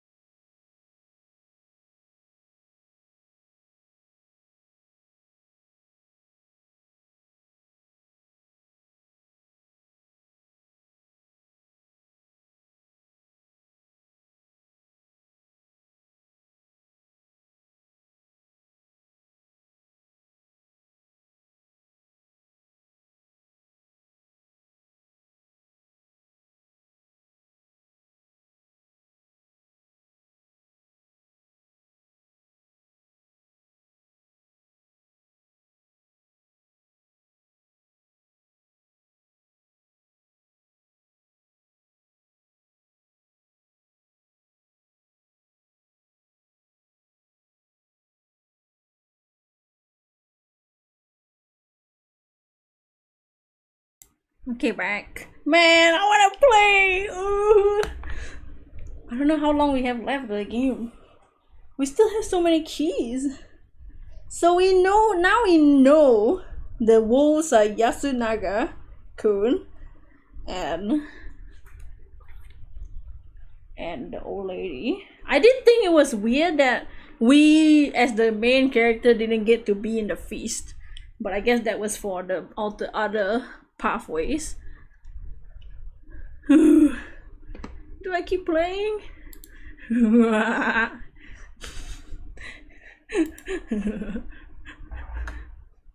I did get another. I did refill my water in case I was gonna play more. Well, let me look at this chart. So there's a whole other pathway this way, right?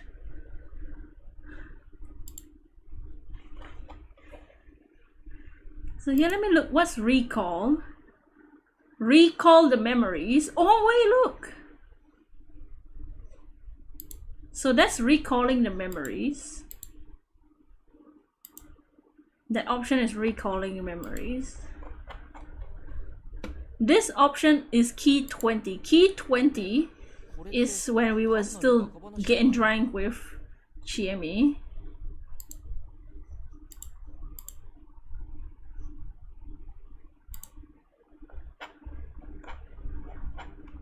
And then there's a four keys here, which is hide in the outhouse. Key 2 is follow the scream. Is there really 20 keys though? Let me see if there's other options. Okay, so there's this question here that I think will lead to a key. Maybe we'll just do that. Since there's a leave Yasumizu. This is when we are in the graveyard and Chiemi asks if we should leave or stay. I'm just gonna keep playing. This is for myself. I guess I don't have to. I mean, whatever. Leave. So I guess since it's moving to another option, I think that would give us a key. It was probably best to just leave before I got too deep in this while it was still bright out. Being left out of here with a feast guaranteed my safety. I couldn't expect anyone to leave me out, but dropping dead in the middle of nowhere seemed to be better than getting eaten alive here. After making my decision, I read my conversation with Chiemi and we returned to her room. She gave me some cut ramen and she looked like she didn't tell me why she didn't eat the dining hall's food until I asked. I didn't want to go any deeper into this than I already was. Wait, so maybe now since I don't have Chiemi's hand, I can escape. Right? Because I kept Chiemi's hand and I died. But now that I don't have Chiemi's hand, I can just go, right? During lunch, Chiemi went to the bathroom. That was my chance. I took a notepad, quickly wrote, "Sorry, I'm leaving." Took my stuff and left the room. Using the mist to my advantage, I passed inhabitants and headed to the upper part of the settlement. Alright, I got to the entrance of the mountain path. With Haruaki just walking with her. Yeah, I was just walking with her hand in my pocket. Then the wolves got me because I kept her hand. So now that I don't have no hand, she ain't my girlfriend, I got no baby, I can leave. The road was unpaved and sided by 2 boulders. I could see why everyone was afraid to go beyond this point. The humid forest looked gloomy and scary. I don't know what he was gonna do with a hand. I don't know what he was planning. But walking further seemed less risky. I walked ahead. And soon I had to stop. The road was ruined. The car would have been useless. This is why Mamiya and Hashimoto couldn't leave yesterday and had to spend the night in the van. However, I wasn't exactly heavy, so getting past this was easy. Till now, you still gotta make fun of the fat guy. And I had no idea why obstacles like this were enough to hold back video game characters. You could easily walk around it. Holy shit! Though they have it worse. There was that one. What? There was that one game where an obstacle and impassable, like cliff-like maze. Anyway, I kept on walking. Most of the ground here was covered in dead leaves, ferns, and moss, making it slippery. So I think at this point, I don't think anybody died yet. Let me double check.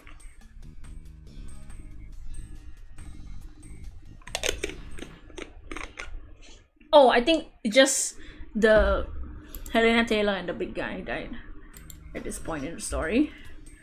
I supported myself by holding onto nearby saplings, but ended up breaking a few branches. This mountain seems completely untouched. Okay. Dots. I came across a very steep slope. Climbing up was impossible. I come this far avoiding slopes and following the road, but before I knew it, I lost sight of the road.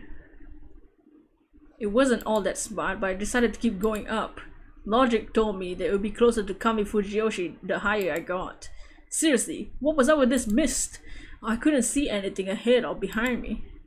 I felt like I was swimming through rice water. Perhaps milk jelly seemed like it. It was heavier than air, but too dense to breathe in. I felt like it would congeal around me the moment I stopped moving. What was I thinking? This was reality, and it was just a mist. I walked up to the desolate slope and kept walking.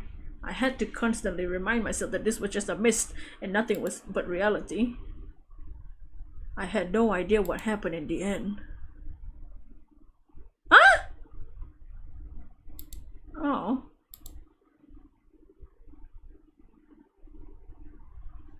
I thought that would lead me to a different pathway. He just walked and nothing happened.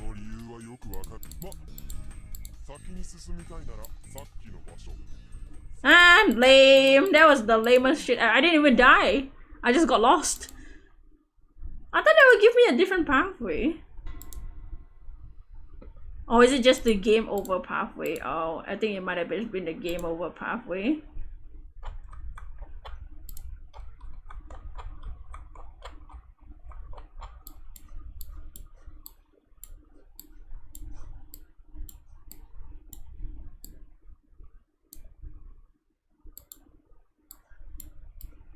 Yeah, this is just the game over pathway. What the hell? Lamest shit I've ever seen in my life.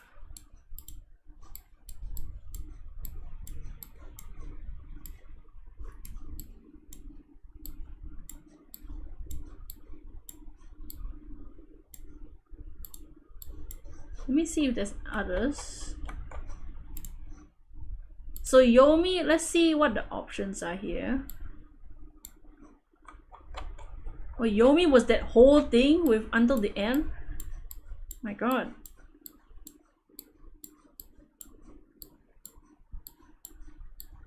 Okay, stop poisoning, we got that dead end. Was there any place with a key? We got key 4 here. Okay, so we have to go back to the recollection. Should I keep streaming? Or maybe I should just end? I don't know. I want to know. Now I want to know the story.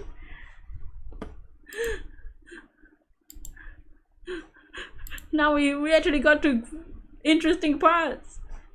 Yeah, I should stream for another 6 hours.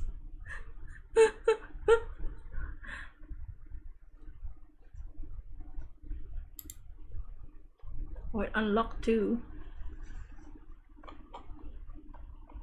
So I think unlocking this will bring me to a timeline where I am part of the discussion, because this pathway, this main route that we've been through is the timeline where we were not part of the feast discussion. But I guess this pathway will make it so that we will participate in the feast and change who is who. But now we know that Yasunaga and Tai are the killers, are the wolf. But now we also know that true story or whatever. I don't even know. Man, do I keep streaming? It's been 5.5 hours. Now would be the normally when I end. Man, I wanna keep playing. I wanna know the story. Only if you want to undermine.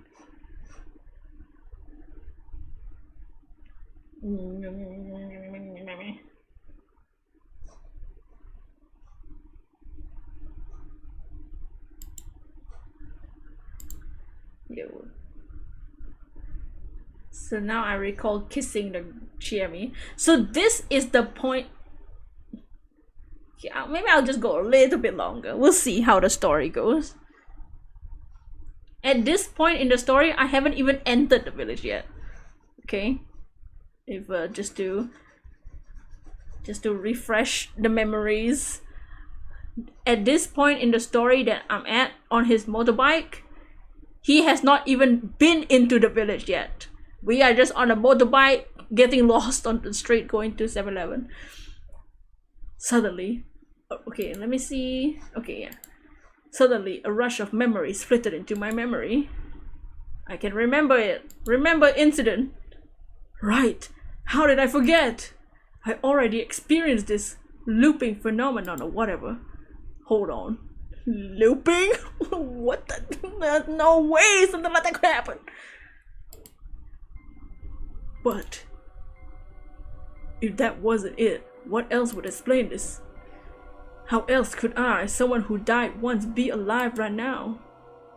I had clear memories of getting caught up in some strange incident at Yasumizu and shit, I couldn't remember how it ended. It was like this last time too. My memories were all fragmented. But I did remember that I went to Yasumizu, met the people there, and died. Had I come back here when? Or because I died? That was a ridiculous idea, but the pain and fear I felt then were just so vivid and fresh in my mind that I couldn't simply dismiss it as a dream or illusion. There was no point in lying to myself. I was here having experienced something that made me sure I died. There was an incomplete memory from the future. I had no idea why I had it, but I definitely did. I had to come to terms with it first and foremost. The gas tank wasn't empty. My phone couldn't find a signal and was running out of battery. My throat was dry, exactly like last time. That meant I was about to arrive at... I knew it. I really didn't want to meet that employee again, but from what I experienced, she was the only one I met before going to Fujiyoshi, so avoiding her probably wasn't a great idea. Her attitude was shit, but she always did what I asked. I didn't want to drive down that unpaved road again. Hey! Once again, she greeted her customer in a borderline insane way. Actually, kinda made me relieved. Wanna believe that she was some kind of trick to the mind. Oh my god, we haven't seen her for so long. Cheh. It was just like before too. To her, I was an annoying late night customer. She looks cool. Oh well, I just buy what I wanted. I'll take these, please. Why are you getting so much crap? No reason. Yasumizu was desperately poor and it had me worried. What was her problem? I was the customer. With this much stuff, she had to use the register. Still grumbling, she started scanning the barcodes. Once she was done, I paid and asked, I want to get to the nearest settlement. Do you have a map I could look at? No I don't. Please, I need it. Just wait. She went through the staff door. Found it. I knew it. Here's the stores. Go to the north at the crossroads. Huh? You'll find an overpass soon enough. Cross it and you'll come a fort next to a giant boulder. Turn right and head straight. But that's just a forest, isn't it? I knew that it was. It wasn't even a paved road. Why she recommend the road anyway? If I crashed and died, it'd be homicide by negligence. That's a settlement. That's not on a map. That wasn't a lie. It wasn't weird for Yasumizu to not be on the map. It was nearly abandoned settlement in the middle of nowhere. Why did she know about it? Did she live in Kami Fujiyoshi or something? Got busy being back to the store. Yep. So we got the first main ending, which is us running away with Chiemi and the baby, but Chiemi was starting to rot, and then she died, and then we died because we kept her hand with us and tried to run away, so we died. so everybody died. And then Yasunaga, and so now we went back to the beginning, and there's a key pathway which is remember the memories. So we use key number 4 to remember the memories. So now we are on a different pathway where Haruaki knows everything about Kami Fujiyoshi and Yasumi. He knows everything now. We know everything now. So that's the pathway we are on right now. And at this point, we still haven't entered the village yet. At this point in the timeline. Nor, yeah. But we had to get the ending. That sounds like it would be a bad bite for... What about this place? Fujiyoshi? It's a 2-hour drive to a shitty mountain path. Can I write that down? Sure. Where's the other closest town? Past 2 mountains? Man, I couldn't make sense of the local distance measurements. I don't recommend going wild around this part at night. Oh, actual consideration. Though I'd be grateful, she was the one that pointed me in the direction of that shitty road in the first place. Turning back takes courage too. Dots. Turning back, huh? I'll think about it, thank you. Thanks for coming or whatever. Oh, by the way, got any interesting local drinks? I didn't see any drink in the aisle. Well, we don't have any. I just thought you might have something in the bag. Like hell we would. Could you at least check? Just wait. God freaking found it. Seriously? She brought me a 500cc bottle with black liquid inside. The label looked written by hand. Wild plant cola. I expected nothing less and got something huge. This place was amazing. Wild plant cola. Sorry, but I've got quite a lot of stuff. Do you have a rubber rope I could use to hang on my bike for a while? I'm just gathering supplies at this point. This ain't a hardware store. I'd be happy if you just looked. Just wait. God damn it, fucking bitch. Found it. Seriously? Well, since we come this far, I have a list here. Do you think you can see if you can have anything on it? What the hell? You got a death wish or something? Are you saying you kill me? Please, I just want to have a good... I want you to have a look. Wait here! Thanks! We had it all! What the hell is this place? Ouch! It felt like she was about to kill me, but I successfully came up pretty much all I needed. I just made a run for it. I opened up the weird wild plant cola. Looking up at the noisy light trap above, I took a sip. It was cool, intense, and had a strange grassy flavor, but it wasn't too bad at all. Expected something totally gross, but it was actually a legit drink. Slightly disappointed, I looked at the ingredients. Cola and plant extract. Hold on, cola is in the ingredient? Did they just buy cola and mix it in? Plant extract could be anything from fruit to poisonous plants. What the hell? Was this even safe to drink? Well, at least it tasted good. Don'ts. It was probably smart to just turn around and drive away. Entering Fujiyoshi means death. Turn back. Perhaps that what the Loofs were trying to tell me? Maybe I ought to listen. But was it really that easy? I had no real grounds for this, but if the cause of this strange phenomenon was somewhere in the village, perhaps I couldn't break out of the loop until I solved the mystery behind it. Oh, good idea! Can you give me some milk and cigarettes from the store? Oh, I'll be right back. And then I just never returned. Gotta get some milk. What would happen if I left? Would I go on and live the rest of my life? My days only to die and come back here? Would I return to my youth after years of being old? That part didn't sound half bad actually. But was it really something I could just accept? How you doing? We're playing some Raging Loop. We've got one of the main endings. We got the first main ending. And now we are in a different timeline where we remember the events of the ending. Let the music roll. Thank you. Thank you. Yes, I prepared things for my art stream, next art streams too. You good?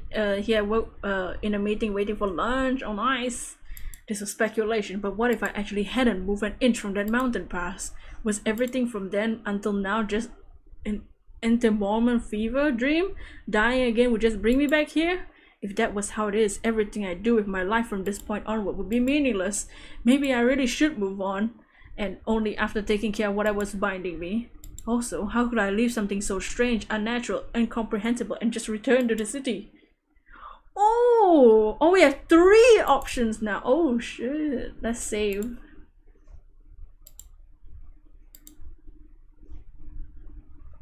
Oh wait. Oh shit.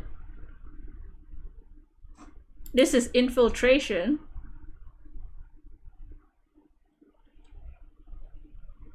Okay. So let me... The sheep isn't here yet. So I think if we click going into Fujiyoshi, it would be the moment where the sheep comes up and tells us. Okay, let's just try one by one, okay? Turn back. Dots, dots, dots, until I finished my drink. The thing guiding me was my good sense, otherwise known as opportunism.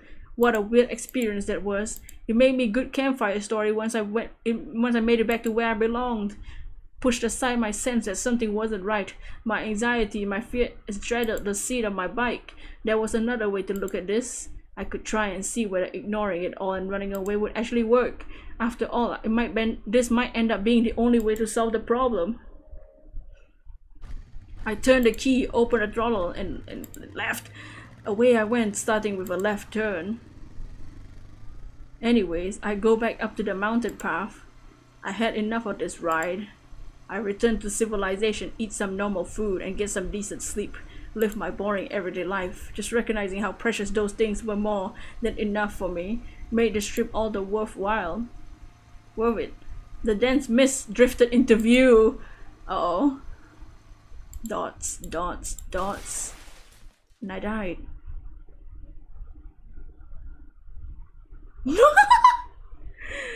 Oh!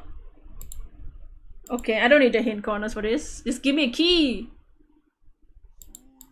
Give me keys. Oh. Is infiltration... I guess maybe infiltration is like a hella long. Okay, so... Okay. So this choose route, I'm guessing when we... So entering Fujiyoshi means we reach the point where, according to Kemco, I cannot stream it. But, you know. Okay, let's pass by Fujiyoshi. Let's see. I'm guessing it'd be the same. Maybe I should just pass by it. I was curious what would happen if I ignored Yasumi's Fujiyoshi and the clerk's warning, simply drove on past. Why would anything happen? Just continue down the road, right? Why did I feel so uneasy? After thinking for a moment, I arrived at the mindset of eliminating whatever option seemed wrong. My guess was that this wouldn't take care of the root of the problem, but I was the type to believe that until I tried it myself. I turned the key open. Okay, yeah, this looks the same. A right turn instead. The tense mountain continued for a while. I didn't feel like falling asleep, definitely becoming more and more exhausted. Even in the jacket, the force of the wind going by did a number on my body. I did see a sign that said Fujiyoshi. As I decided, I passed it, never coming close to Kami Fujiyoshi or Yasumizu. Now I just passed the 2 mountains and reached the town I was told about. Perhaps I should have been more suspicious of the fact that I stopped acting on my heart after that. I was just so tired and couldn't even make decisions. Oh, the mist. Could only remember a strange mist surrounding me. Yep. I've been taken by the mist. Oh man! You saw on Twitter last week for was a meme. You saw a trailer for the movie Coca-Cola. It's a Coca-Cola movie. How? Okay. Okay. I'm gonna save again because I do think that this is the moment where we have to figure out what to do, right?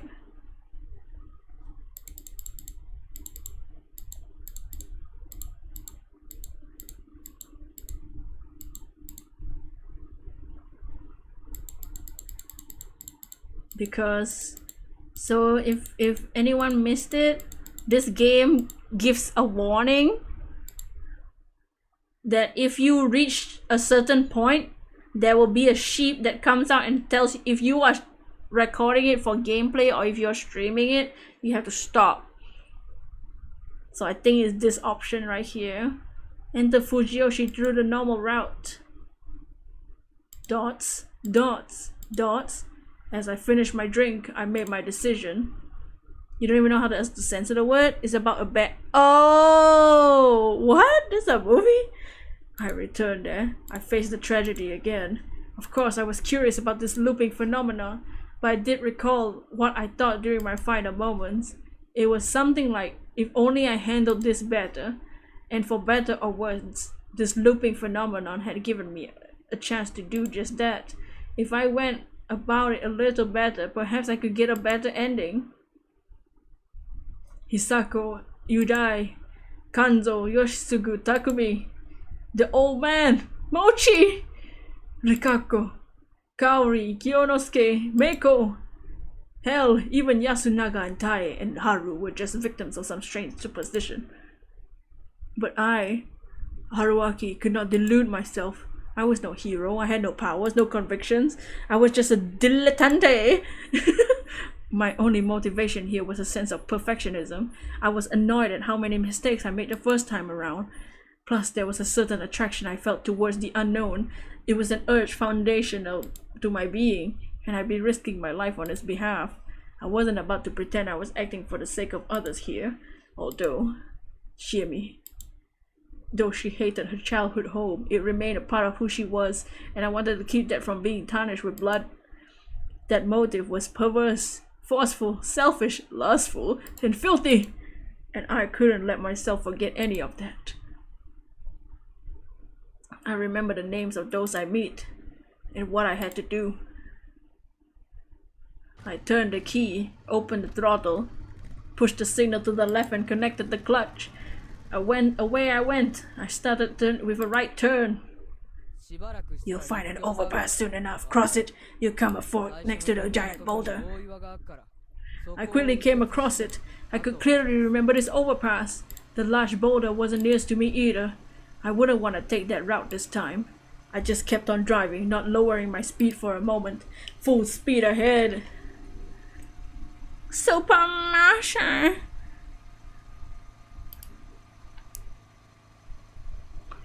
Dots, dots, dots. I drove on the winding road, the winding mountain path. Strangely enough, my fatigue, though present, wasn't too bad. My head was perfectly clear. I knew which route to take without even looking at my copy of the map. Or maybe I'd driven here before. Perhaps this wasn't the first choice I made, but one of many. I couldn't be sure since my memories were so incomplete. Nothing was certain. Still, they'd be an asset in the fight ahead. I wasn't going into this unarmed. I could no longer see the moon. With those memories held true, the rain would soon begin. Oh! Yup! No! Okay.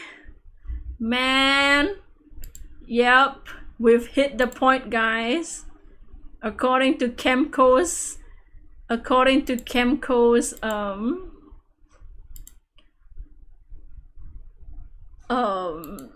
guidelines regarding this game, I'm technically not allowed to stream or upload beyond this point of the game. No, that's the interesting part. What the hell? No, why? That's the fun part. Now we're actually getting to be in the feast and all that. All we got to see was people die. That's it. And kiss a zombie girl. Man, no, what do I do?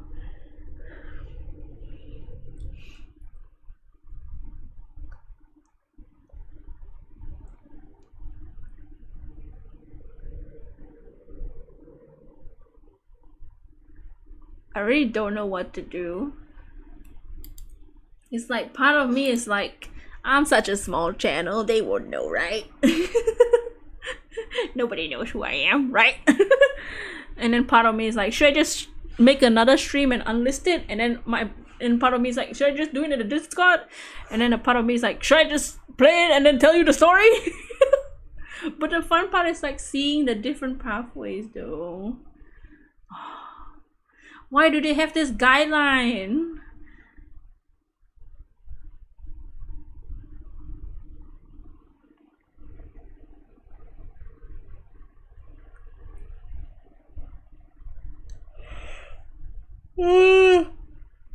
End of the line. What else does he say? Dots. You know what I mean. You set the uploading / streaming limit alert to on.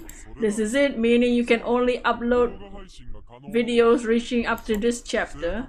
You can actually go up to the choice that pops up after this, so be prepared for your goodbyes and stuff. Okay. Man. Okay, do I have to go to, can I go to the title screen? Jesus. Oh man, no. Why? Oh wait, oh, I thought these are pictures. What are these? Oh, are these the bad endings? So these are the bad endings, and then these are the other endings? There's no way these are the other endings. You're telling me I only get to stream this part and you're telling me this is all the other endings?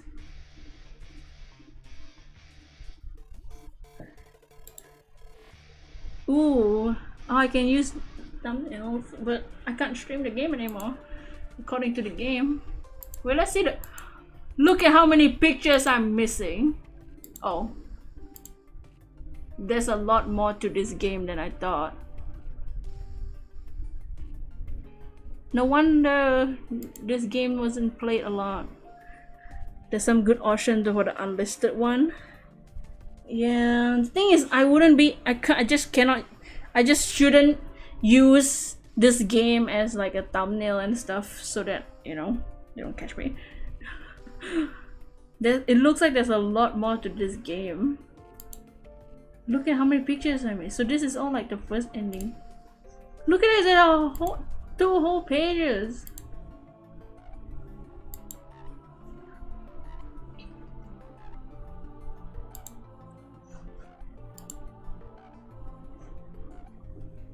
I can't click extra yet. Options.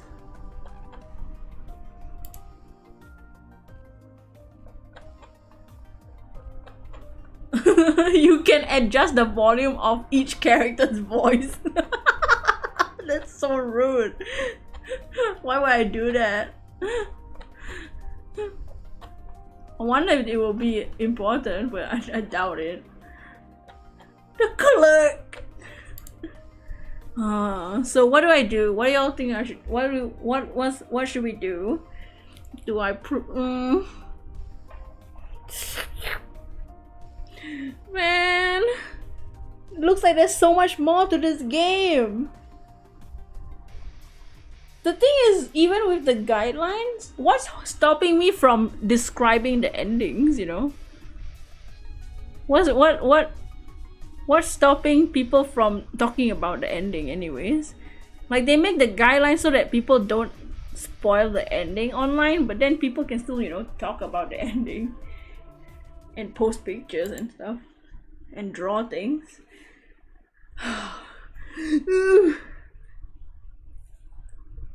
The dilemma is real. I don't know what to do.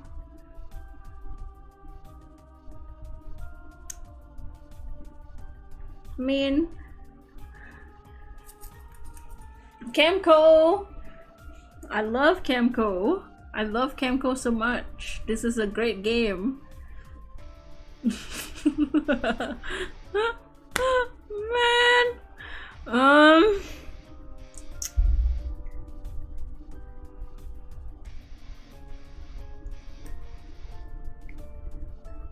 I think it's just one. I don't know how long of the game we have left.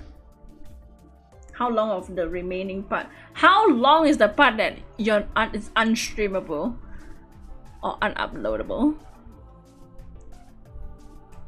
40% of you says risk it, but the other 60% is like no, you would cry something happened to the channel. Yeah, I would cry too because I got I got nothing else.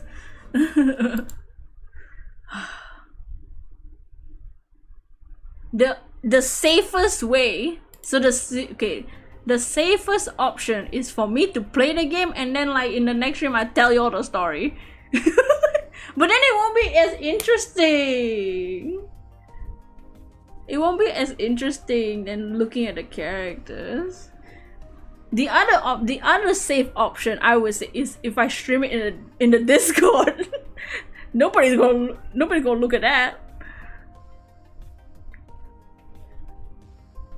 The option that's a bit risky is streaming it with a different title, different thumbnail and all that stuff, and then unlisting it or privating it afterwards, or deleting the stream basically afterwards.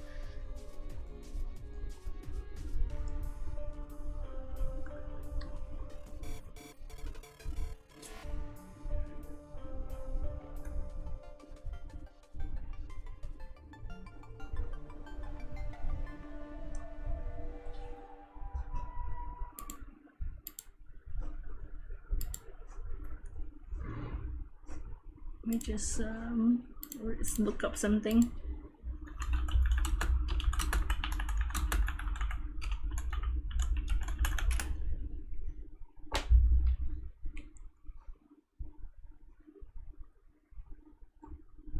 Oh, this is OST.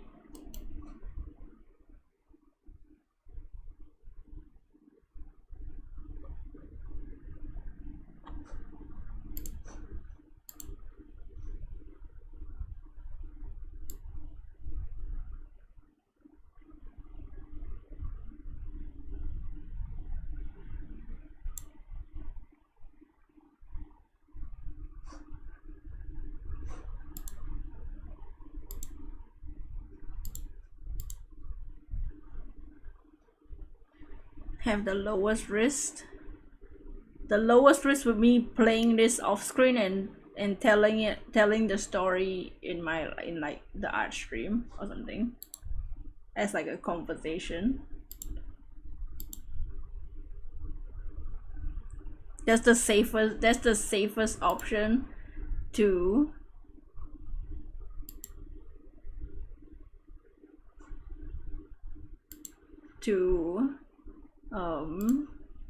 it looks like someone has uploaded it like beyond this part.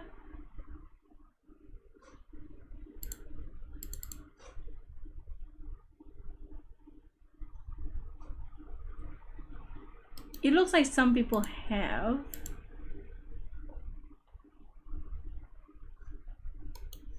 So it's age restricted.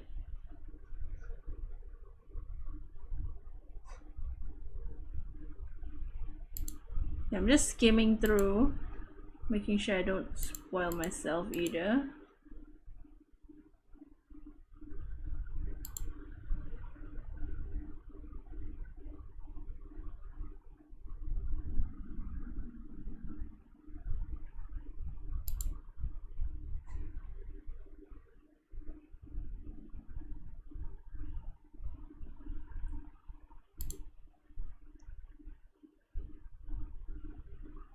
To see if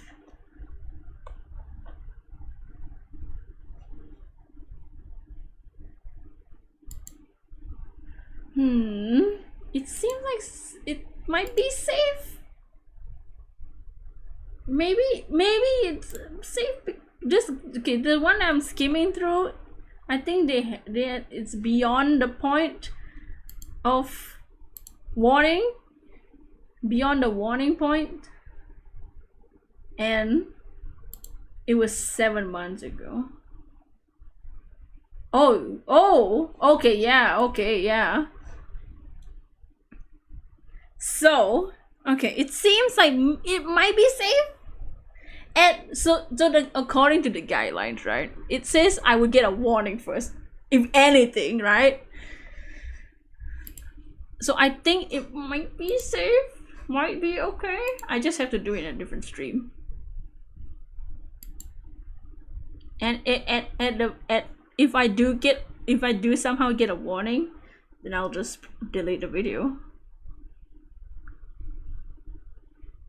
Maybe I'll put like a meme face of Haruaki's face. So the video that I skimmed through, I can guarantee you that it's beyond the point that we have played so far. And it was 7 months ago, and it seems safe. It might be safe because this came out like a few years ago at this point.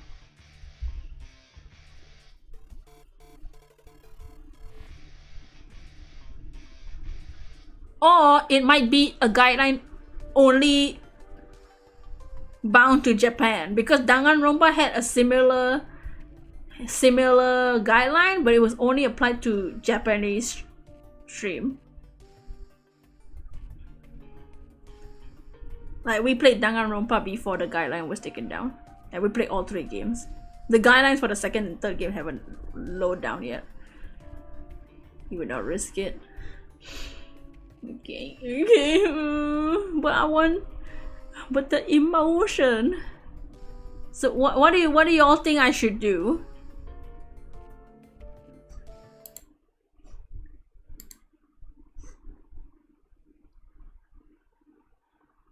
Do y'all want me to tell y'all the story in like during our art stream? Do y'all want me to stream it in, or do y'all want me to stream it in the Discord? I don't know how to do that, but we could do that.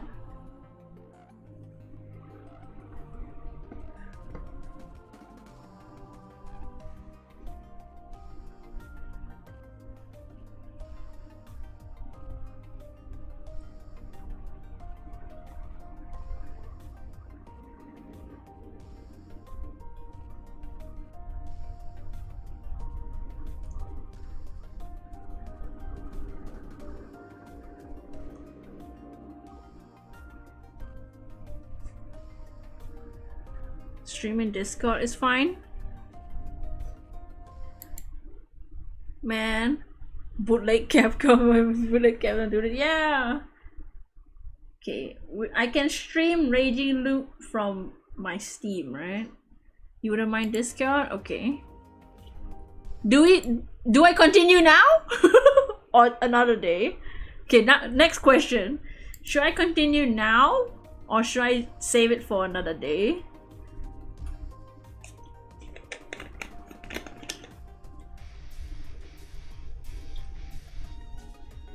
I'll follow your guidelines, Kemco, okay? I'll follow your little guidelines. They don't have guidelines. Apparently they have a whole list of games with guidelines. I'll keep an eye on if I see an interesting game but it's made by Kemco. I'll make sure to research it next time. But yeah, this is the next question. Do we do it? Do I end and maybe I'll take a snack break and then stream on the Discord now, or do I do it like on another day on during our normal stream times? Yeah, screen share.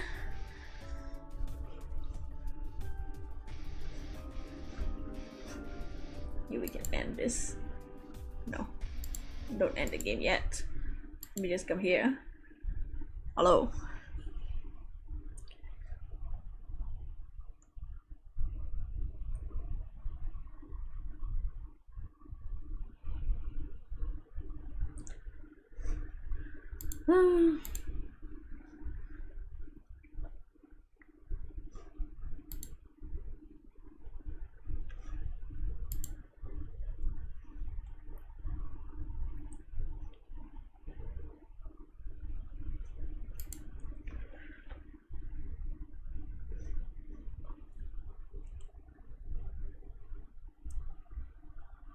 I just don't know whether to continue now or like tomorrow or something.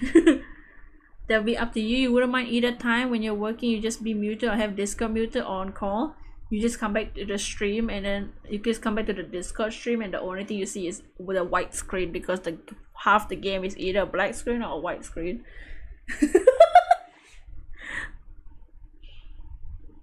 Cause I low-key still wanna play cause now I'm invested. Now I'm invested in the story. And I really wanna play it. And I think only just a handful of us are really interested in this game. So, okay, maybe I'll stream it right after this in the Discord. I might eat like a biscuit first. Yeah. Tomorrow will be an art stream. Let's filler the ending. Do y'all want to see what I have prepared for the art stream though? Not tomorrow. Maybe the day after tomorrow. Yeah, let me show y'all what I made for the art stream now that we are at the end. You should be able to join.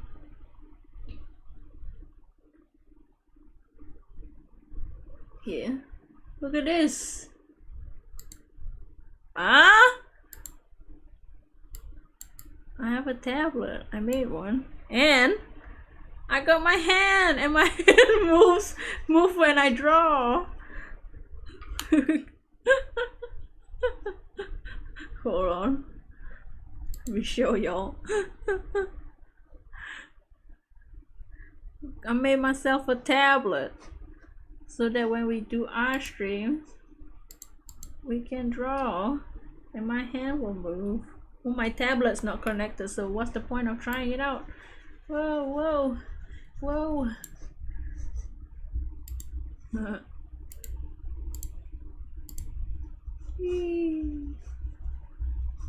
Colors are shifting.